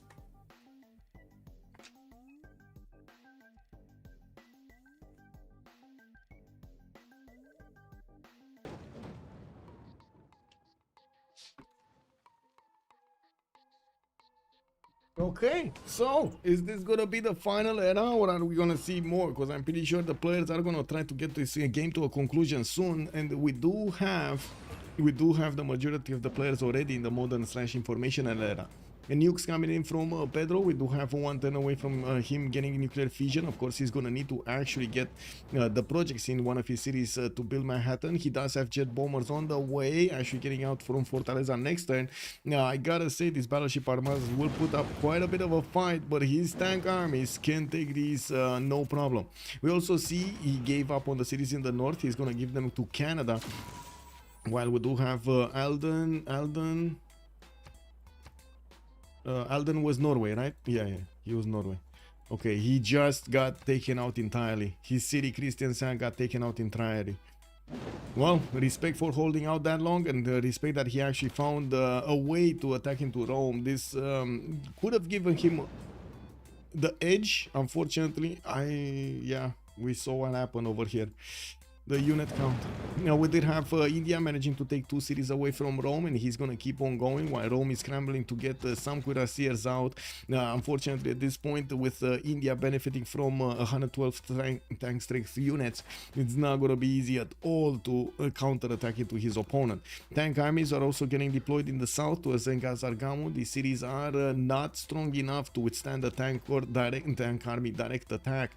He doesn't even need that many artillery corps to take these cities. He is building more though, and I'm pretty sure we're gonna see some there we go, helicopter armies.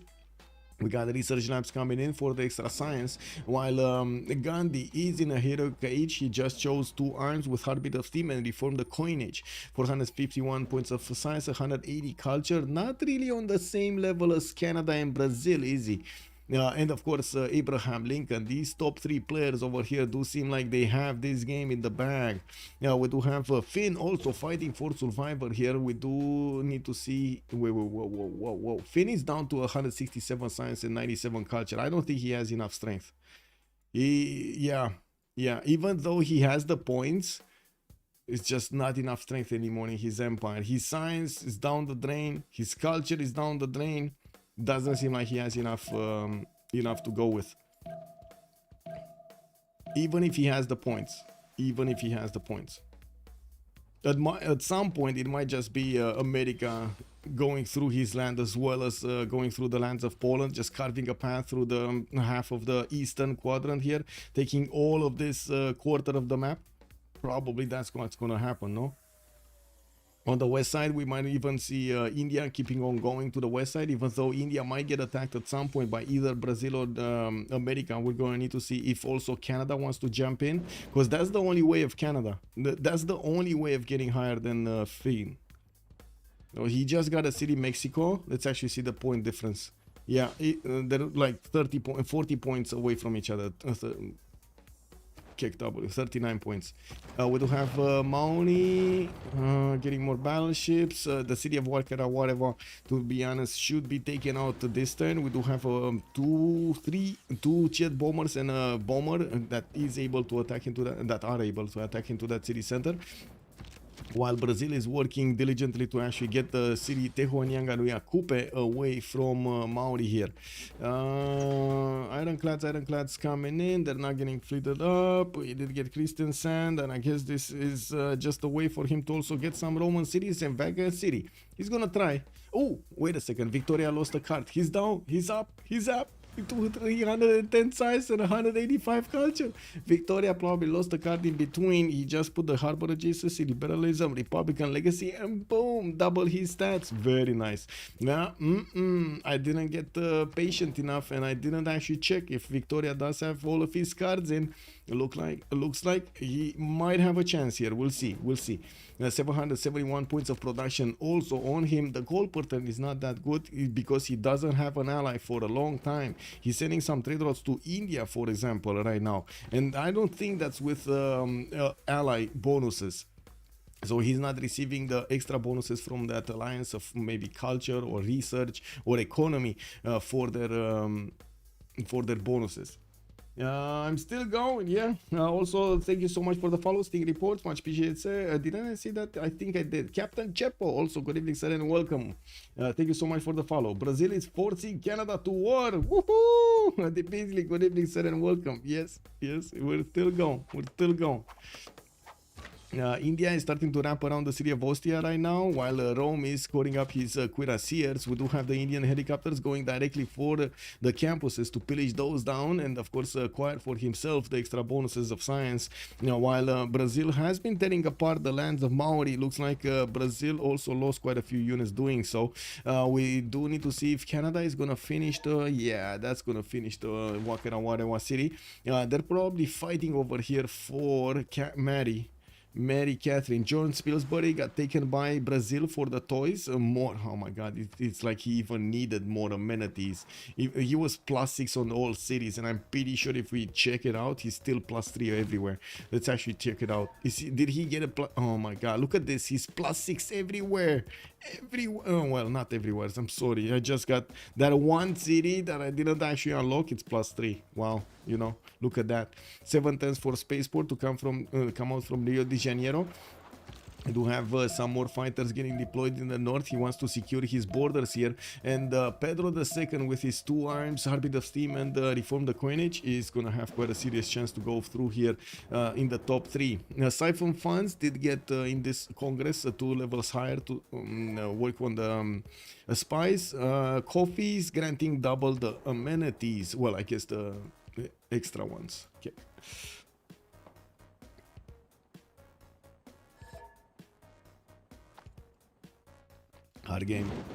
Hard game for a lot of these players. Andres, can you open up alliance slot? Benson is saying yes. That's Gandhi saying yes. Okay. Wait, Gandhi was friends with Rome, right? And he kind of backstabbed Rome? I think he did, right? I think he did. Or was he with Brazil?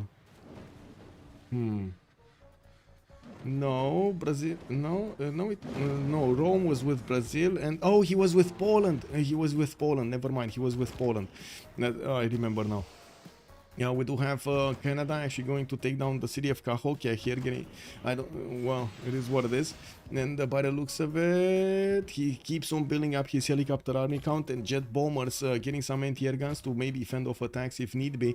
Now, while I do notice the American units did manage to get to Lodz and Gdansk, you see how quickly America is starting to smash through the cities of Poland and deleting them because of the jet bombers' ability to do so much damage to even steel walls. They're carving a pathway through the lands of America extremely quickly, much more quickly than England can actually get to build up his defense in the north, and much more quickly than England can actually get to a good technology to fend off attacks.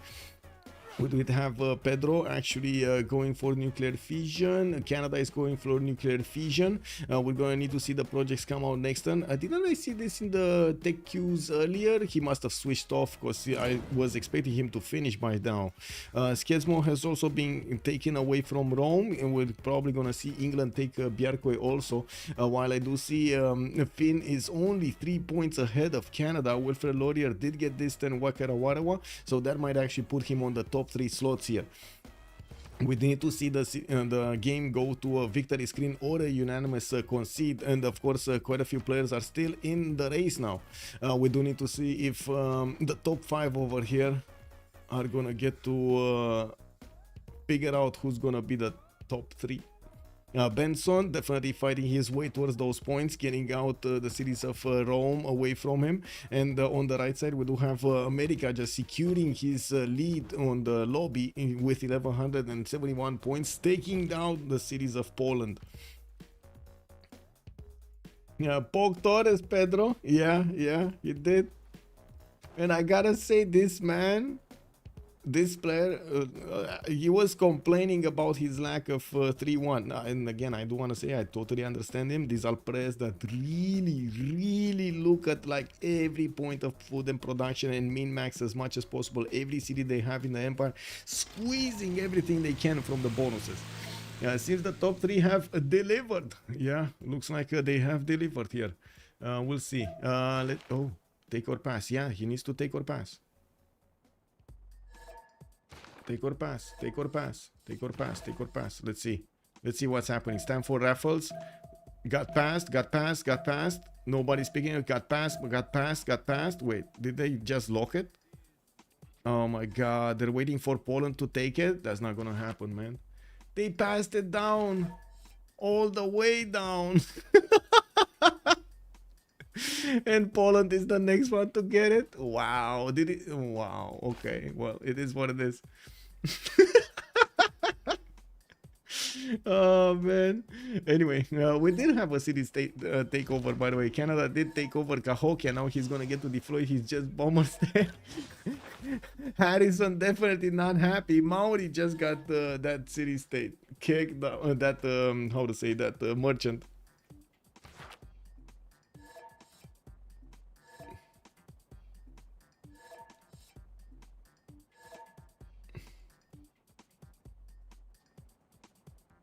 They did change the rules in FFA, right? Now it doesn't matter if you actually get them. We can get the moderator for, how to say, for the FFAs.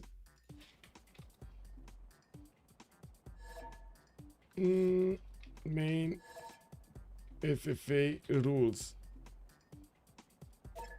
It's not otherwise specified, so if I remember correctly, this was changed. What was it? In-game rules. No. Oh wait, this might be on the other one actually. Wait.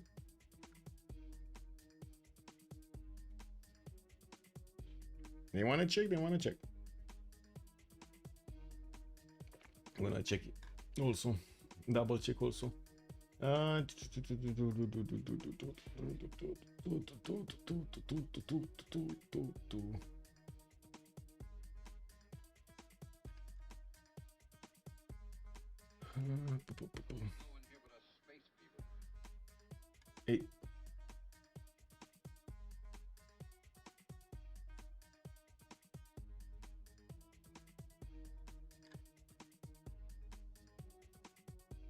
I mean, if we need, we can actually get a moderator here to separate the seas.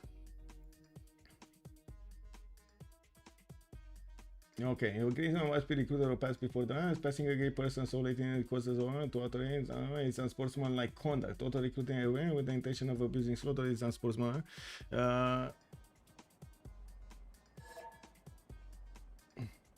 In a team, a gay person including wait. Any player with the option may be asked to take or pass after war moves. This has been the quarter remaining in any place in the game may be paused and only resume when the player has option has announced this decision. Failure to recruit on an extended period of time is please, it won't really affect. Yeah, it's just unsportsmanlike. I would say conduct. It does not require relobby anymore to fix it. Okay, there we go. In FFA you don't get relobby. Yes, I just wanted to cross the T's and dot the I's. Yes, it's just unsportsmanlike behavior. To be honest, I think that rule got changed mostly because of the problems with relobbies rather than its usefulness. Because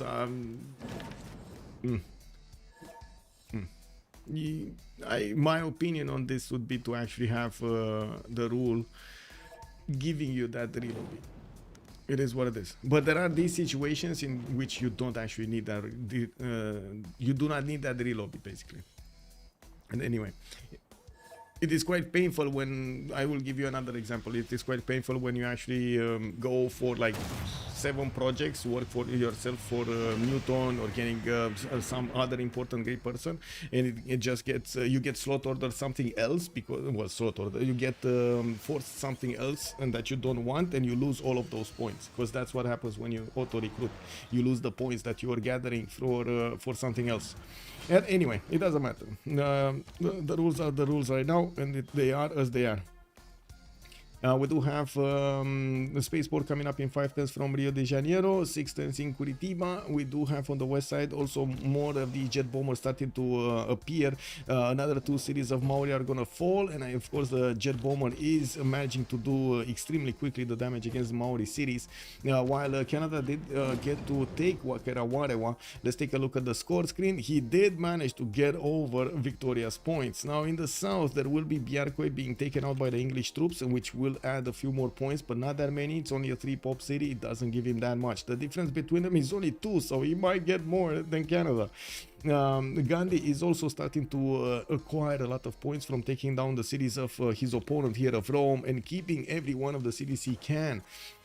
Wrapping around the Lugdunum right now like an anaconda. We do have him going towards Ostia as well. And the Civ show just joined us. Hello there, sirs, and good evening. How is everybody doing? Coming in for a party? We're just late game watching the Rooster Cup qualifiers. The top 3 of this game will go in through the finals, and we already know 3 that won the first game on Friday. We're going to need to see who from these players, anonymized players by the way, these are not their names, they're not their real names. We're going to need to see who from these guys are going to go through, and the Friday we're going to have the final qualifiers. Let me actually give a big shout out. If you guys don't know the guys from Civ show, amazing over there. Extremely good positivity, and they do get almost every year. Let's see if this year they're going to also get the Civ gift going, which is one of the trademark, I would say, events of the Civilization 6 community overall. Charity event that will allow us content creators to try to band together to get as much fun as possible to our audiences.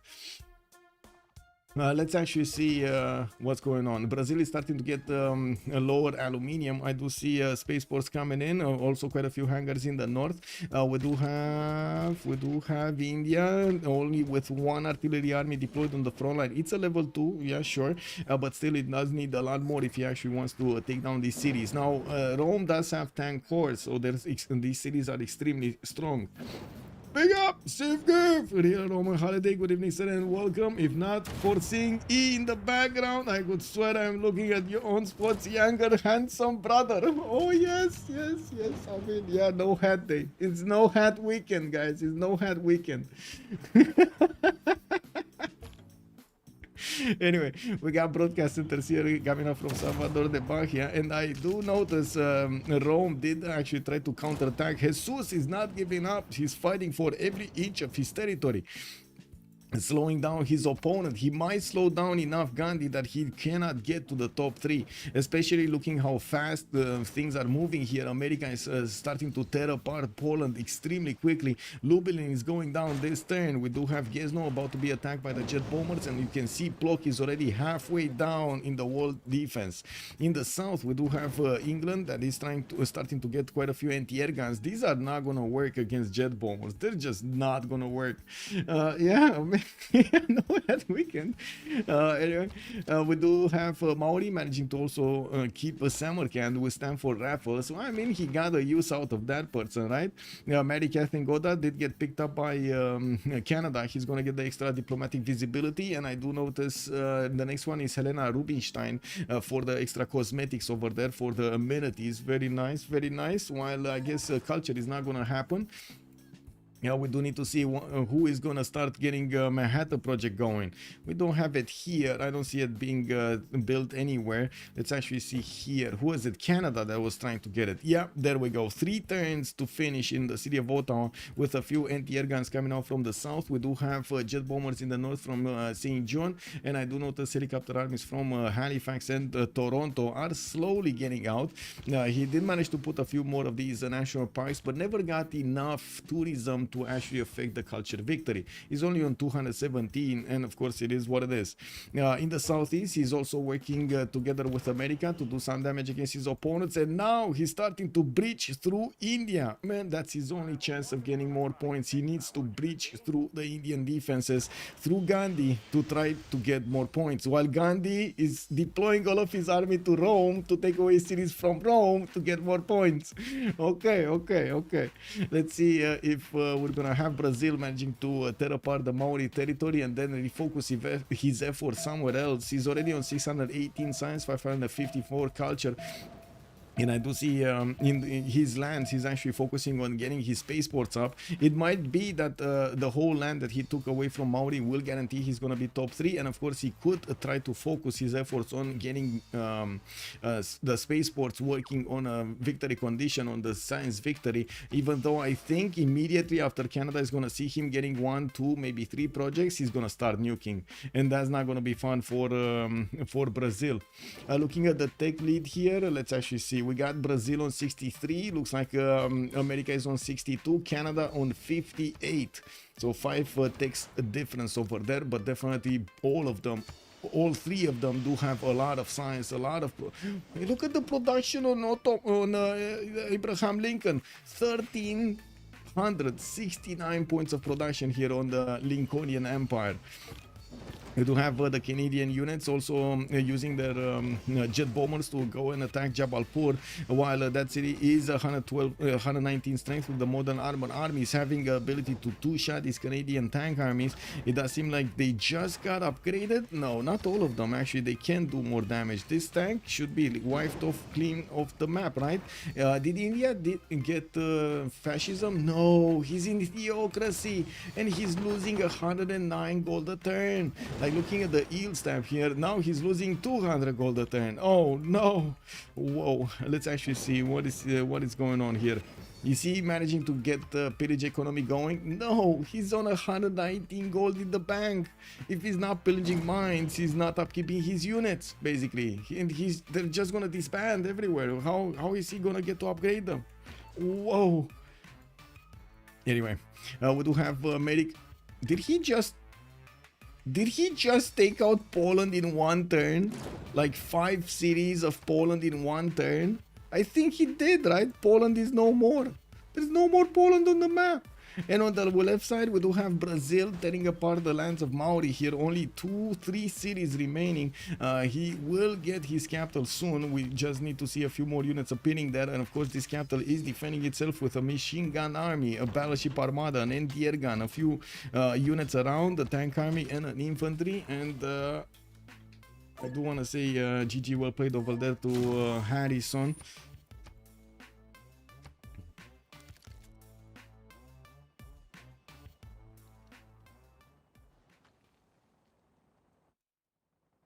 Yeah, GG, well played. I mean, yeah, he did try to do his best here. He found the target. Lincoln was also over there, not wanting to let him have all of the piece of the pie there, all of the pie in the north. And yeah, he just got out tempoed here by Lincoln. Heavily out-tempoed by Lincoln. Otto Finley, we do have him still on the first spot. Second spot is Pedro with almost 1100 points. Nolan is going to be 955, and he keeps his lead above Finn, which is 948. But I do see him starting to lose the advantage of the army going against Jabalpur. He's going to require a lot more units if he actually wants to go and fight these modern armors.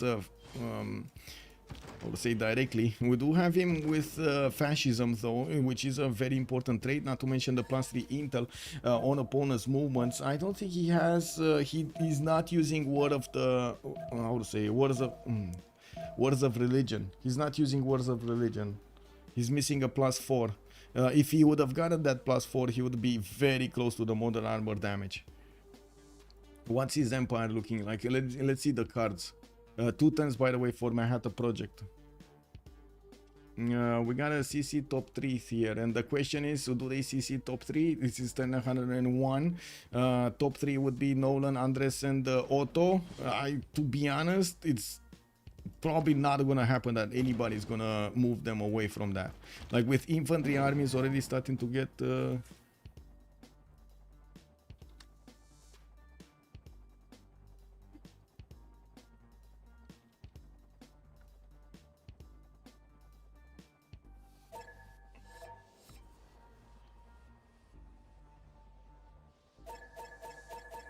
okay, well, Brett said no. Brett Maori said no. Yeah, well, he's not far off from actually losing all of his cities. He's trying to fight back over here, slow down his opponent. And yeah, Finn is saying Brett is dying. He's dying, but he still has 3 cities. Taumutu just got taken away. He's down to back to 3 cities actually. Kick W. Anyway, now we do need to see the Brazilian bombers actually managing to tear down the defenses of Maori first before his units are going through. And you can see they're basically, well, almost dying attacking into that city center. But almost dying does not mean he's dying, right? That's a big America. Yes, Ziggy. Good evening, sir. It is a big America. I wouldn't say that. I wouldn't say that. Come on, he wanted to play. Let's not go there later. Supplies. It's just a few more minutes, and he wants to have his fun. Come on, come on. It is what it is. We do need to be respectful here in the communities. We do have India getting his units towards the main cities, and of course focusing on pillaging as much as possible because he wants to upkeep his units. He did manage to acquire 1100 gold out of the pillages he did, but he also might actually lose the city of Jabalpur here. He did upgrade quite a few units on the front line, got his helicopter armies there, and we do have the Canadian jet bombers just getting some promotions on them. I'm pretty sure they're gonna start to attack the city of Jabalpur soon. Now, India will need to somehow block the movement of these helicopters to get into the borders of Jabalpur, even though I do see they can just move around, kick. Anyway, we do have more tanks. What's the resupply line? And also, I do want to see if there are any kind of projects here. Oh, GDRs. We got a first GDR from America. Washington just got one. He's also 330ing a Manhattan project in his other cities, while next turn we're gonna have Ottawa getting a Manhattan project there. And we're gonna see if he's gonna start getting nukes. Yeah, Tehonianganu Yakupe is also about to fall. I'm pretty sure if next turn we're gonna have wait a second. Oh, he can actually take it next turn anyway with the tanks and the infantries. It should be two attacks, and that should go down, leaving the jet bombers to get some promotions and repair their wings. I guess wings, right? Repair their wings, while this one is gonna need to definitely heal, or just, you know, attack into the city center and die. Yeah, another spaceport finishing. No, that's the first one. Next turn, Rio de Janeiro is gonna finish the single spaceport of the game that we've seen. I did notice another one was getting built here in Cincinnati, but it's going to take a much longer time to actually get that finished. And well, I don't see another one in another city of America. What's this production looking like? Because Rural Valley doesn't, oh my god, that's actually 110 production with Rural Valley. It doesn't seem like he has a lot of mines, but still that is such a strong production number. Very nice. We do have also Wilfred Laurier on 3,000 points of military. Otto is on 4,000 points of military. England is 3,000, and then Pedro is 2,200. And now Pedro didn't need that many units to attack into his opponent. It was a significantly higher technology than his opponent could handle. Monica, hell yeah! The Beasley is calling out, yes. Also Storm Wind Gentili, good evening sir and welcome. What are the mountain settings? America has so many mountains. We're playing on classic ridges. That's the settings, classic ridges. And somehow he got into a lot of mountains. Yes, he actually has a lot of mountains. But he wasn't, if I remember correctly, he wasn't really top science. Now he is, but he wasn't really top science before. Anyway, we do see Canada is slowly pouring through the Indian city of Jabalpur's borders. He got his own modern armies upgraded here from his tanks, and also bringing more from Cahokia. Now he does need to retake that city center so he can move his jet bomber and keep on attacking Jabalpur, even though I do see these helicopter armies can still do a lot of damage. We do have Indian biplanes also showing up for the defense, some American mechanized infantry just for the lols, and American GDRs are going to need to find their way somewhere. Where is he going to go with these? Yeah, we do have America also with already 2,500 gold, and it looks like he's carving a path through England. Yeah, he's not stopping. He's just taking out everyone. He's not stopping. He wants to finish the game probably. 1,500 points and 32. To be honest, we should be, I think we should actually make some form of reward here. What do you guys think on the chat? What do you guys think? We should somehow recognize somebody that has like made basically a record of how many points he has in the game. Should we do this? Because I know Civ6 does have this, right? Does have kind of a leaderboard with how many points you have. Chat, anything? No? Any option here? Anything? No chat? No? Yes? Okay, Oscar is saying yes. Okay. We got a yes. Do it. Okay. Well, I don't know if for this one I'm gonna need to look back to see how many points actually her son get, and Otto Finley, we're gonna need to see if he's gonna get bored. I'm pretty sure he's gonna get bored though. He's tearing apart his opponent here quite quickly. Age of Empire. With his 3,000 military strength that is mostly deployed away from home, he's not going to get to defend his main cities with what he has at the moment. Only a few redcoats with fighting against so many American helicopter armies, not to mention jet bombers and infantries. That's not going to be fun at all. We do have also India retreating his units from the lands. No, he is not. He's actually just pillaging all of the lands of his opponent, trying to squeeze every little bit of hope from it. Mr. Ma, why are there no votes on your channel? You can take my votes are always kept on YouTube because I stream on both platforms at the same time. I also cut the votes as much as possible, and I add quite a few details to the votes on YouTube.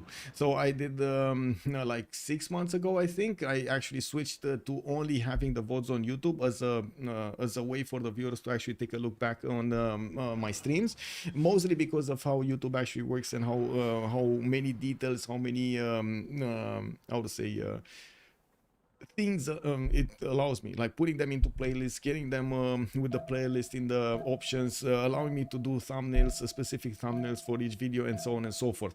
Now on Twitch, I did notice that some of the viewers were still watching the Twitch VODs, even though I was doing this on YouTube, and I thought, I mean, you might as well get the same quality, right, on every one of the viewers. And I want to, as much as I can, yes, I know we're playing Twitch at the moment, but this is kind of my job, and I want to do the most that I can to bring the best quality that I can in my speech pattern, in my graphics, in everything. Yes, I still have a lot of learning to do, and it is an ongoing challenge to get this going. And I hope you're actually gonna see improvements from even 1 month to the other, even like 1 week to the other. I'm definitely how to say I'm definitely aware that I need to keep on probably learning all my life. So it is what it is.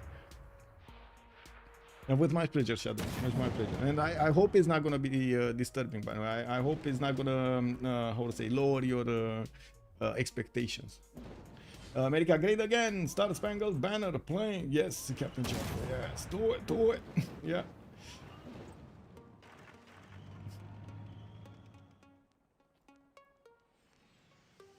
We do have a launcher satellite actually coming up from Rio de Janeiro. Let's actually see if anybody's gonna drop a nuke here soon. We do have the first nukes in production from the Canadian territory. First one coming up in 2 turns. And I do see another city has been taken down from Age of Empire this time. And another one goes down. And we do have Stoke-upon-Trent taken down here. While these helicopters of America are gonna start pillaging, probably going for after the trade routes and for the capital city of England. Yeah, we do have also the cities of Maori just sitting over here looking pretty. 2 of them remaining. The capital has been taken out, and Brazil will need to follow up attacks against both of the remaining cities here, with Maori redeploying his battleships to try to help the defense of Wanganui. He does have also over there Victor trying to help out with the cause. Now we still have the top 3 here. Abraham Lincoln with Pedro and with Wilfred Laurier. Yeah, it doesn't look like anything's gonna change that much. We do have also the English fleet pinning next to these battleship armadas. They don't actually get a attack solution on them. Some of them did lose their movement, so yeah, not much that can be done there.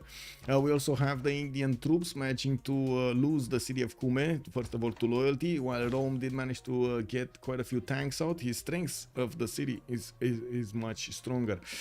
Canada is also starting to tear apart India, and this is going to be a question. No, I don't think Gandhi would have had, if he would have been allowed to maybe chew through the Roman Empire, maybe he could have done something, but the timing was just not there, right? Canada's choice of actually going against India messed up all of this math, messed up everything here, because India needed to resupply the city of Jabalpur and get it from the here.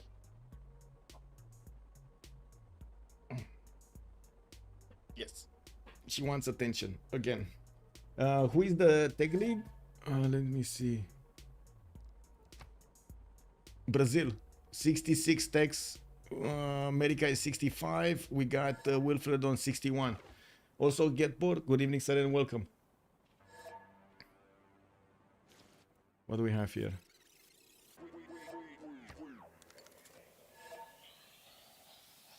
Okay, now he's saying go CC.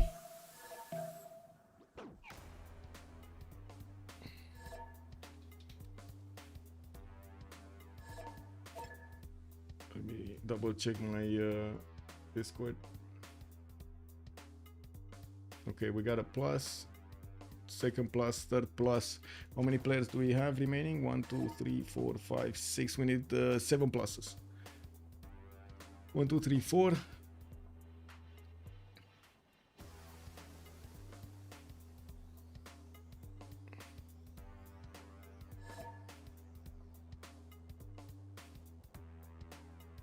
Nolan.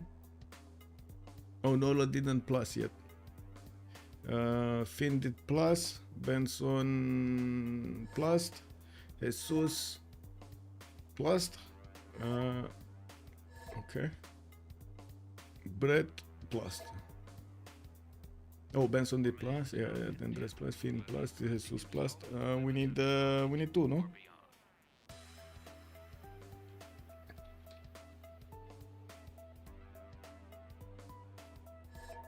Double check. Solid is solid.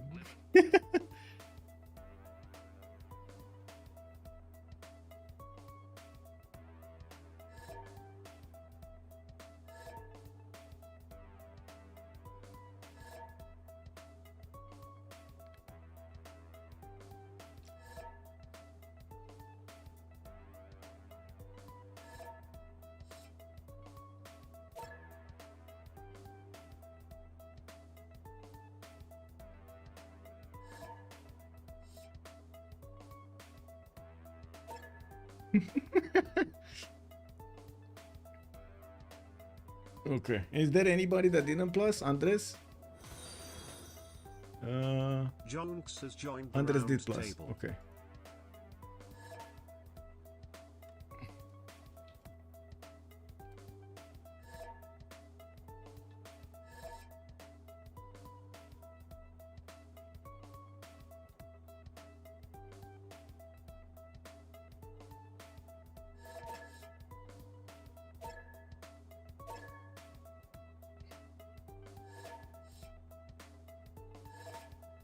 Okay, 2, 4, 5,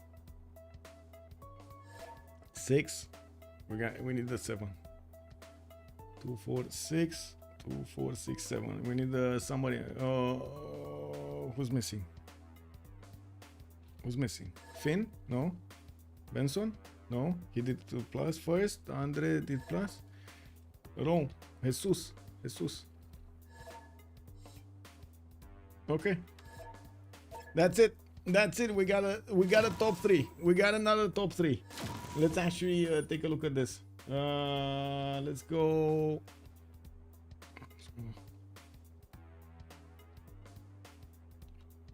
Teamers. Let's see.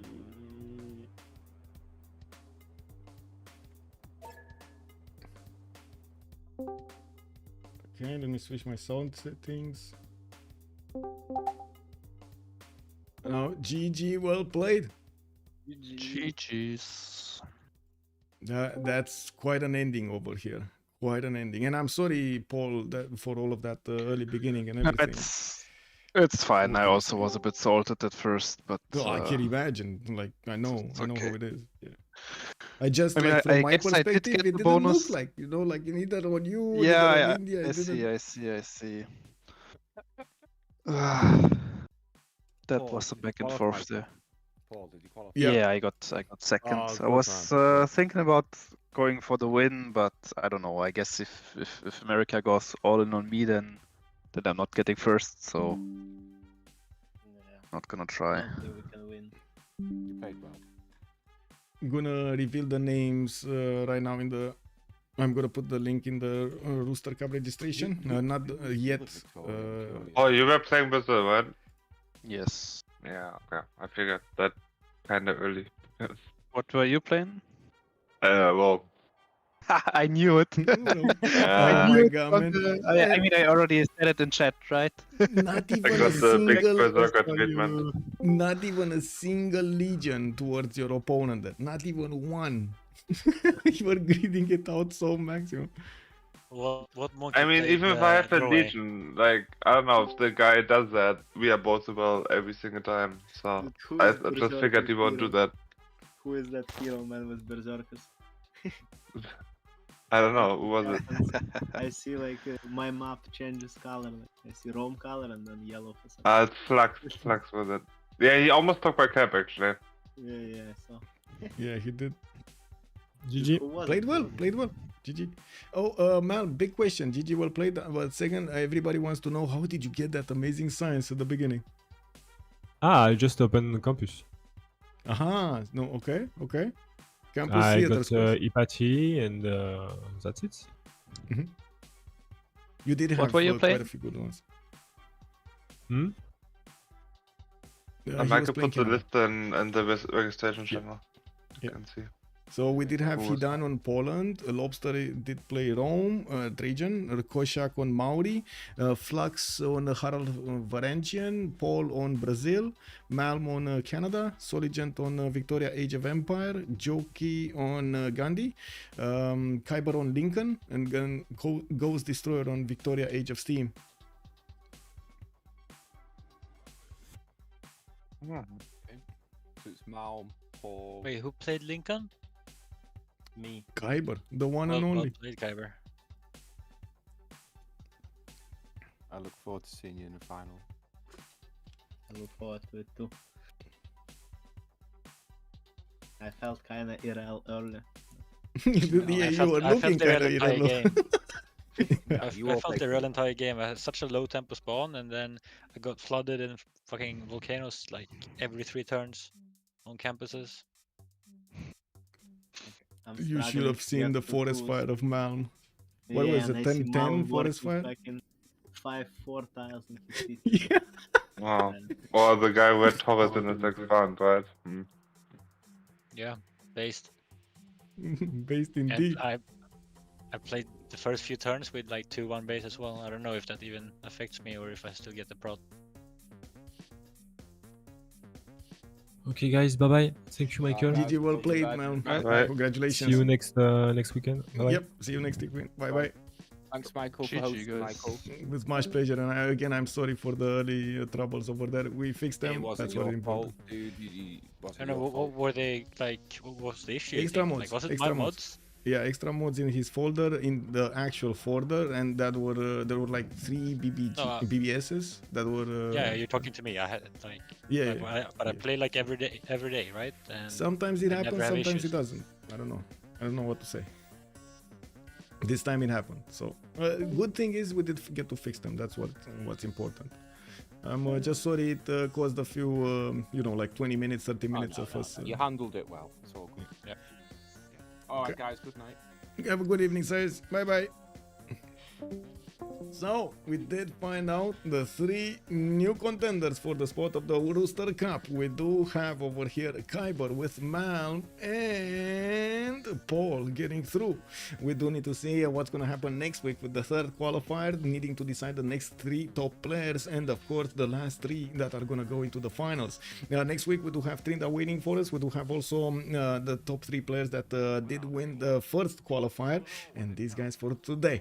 I do want to thank you for joining us tonight, and I do hope you enjoyed your time with me. And Athena over here, I gotta say, she was quite a part of this evening's show, because she really didn't want to stay alone, did she? I do want to thank you for the subscriptions and also for the follows over here in the channel. Much appreciated, says. Thank you also for the bits and your support in the chat, answering my questions and also giving me a few hints here and there if I actually missed something. I know there's a lot of information that I actually need to take a look at. Thank you also for joining us on YouTube. Much appreciated, sirs. And I do hope you're actually going to throw a thumbs up over there on the YouTube video, and we're going to get to see each other in the next streams. I do have my schedule as much as I can updated on my Discord. You can actually see it in a single channel that I'm trying to update as quickly as I can here in the upcoming games. Is always trying to actually handle the next week, or I should say the current week's amount of games and when they are, what they are, and so on and so forth. Multiple competitions, different types. I'm gonna try to take a look more in the 1v1s in the Royal Rumble that we just have started by Alexis Krem, by the way. Awesome to see more organizers starting to show up and getting these games going. The 2v2s are also going on. We do have the CPL Premier that we need to keep on watching, and of course the Novice Tournament qualifiers. Have a great, and the CPL Premier, last but not least, Civ6 Squadrons. Have a great evening, everybody, and I do hope to see you next time with some Civ6 action. Bye bye.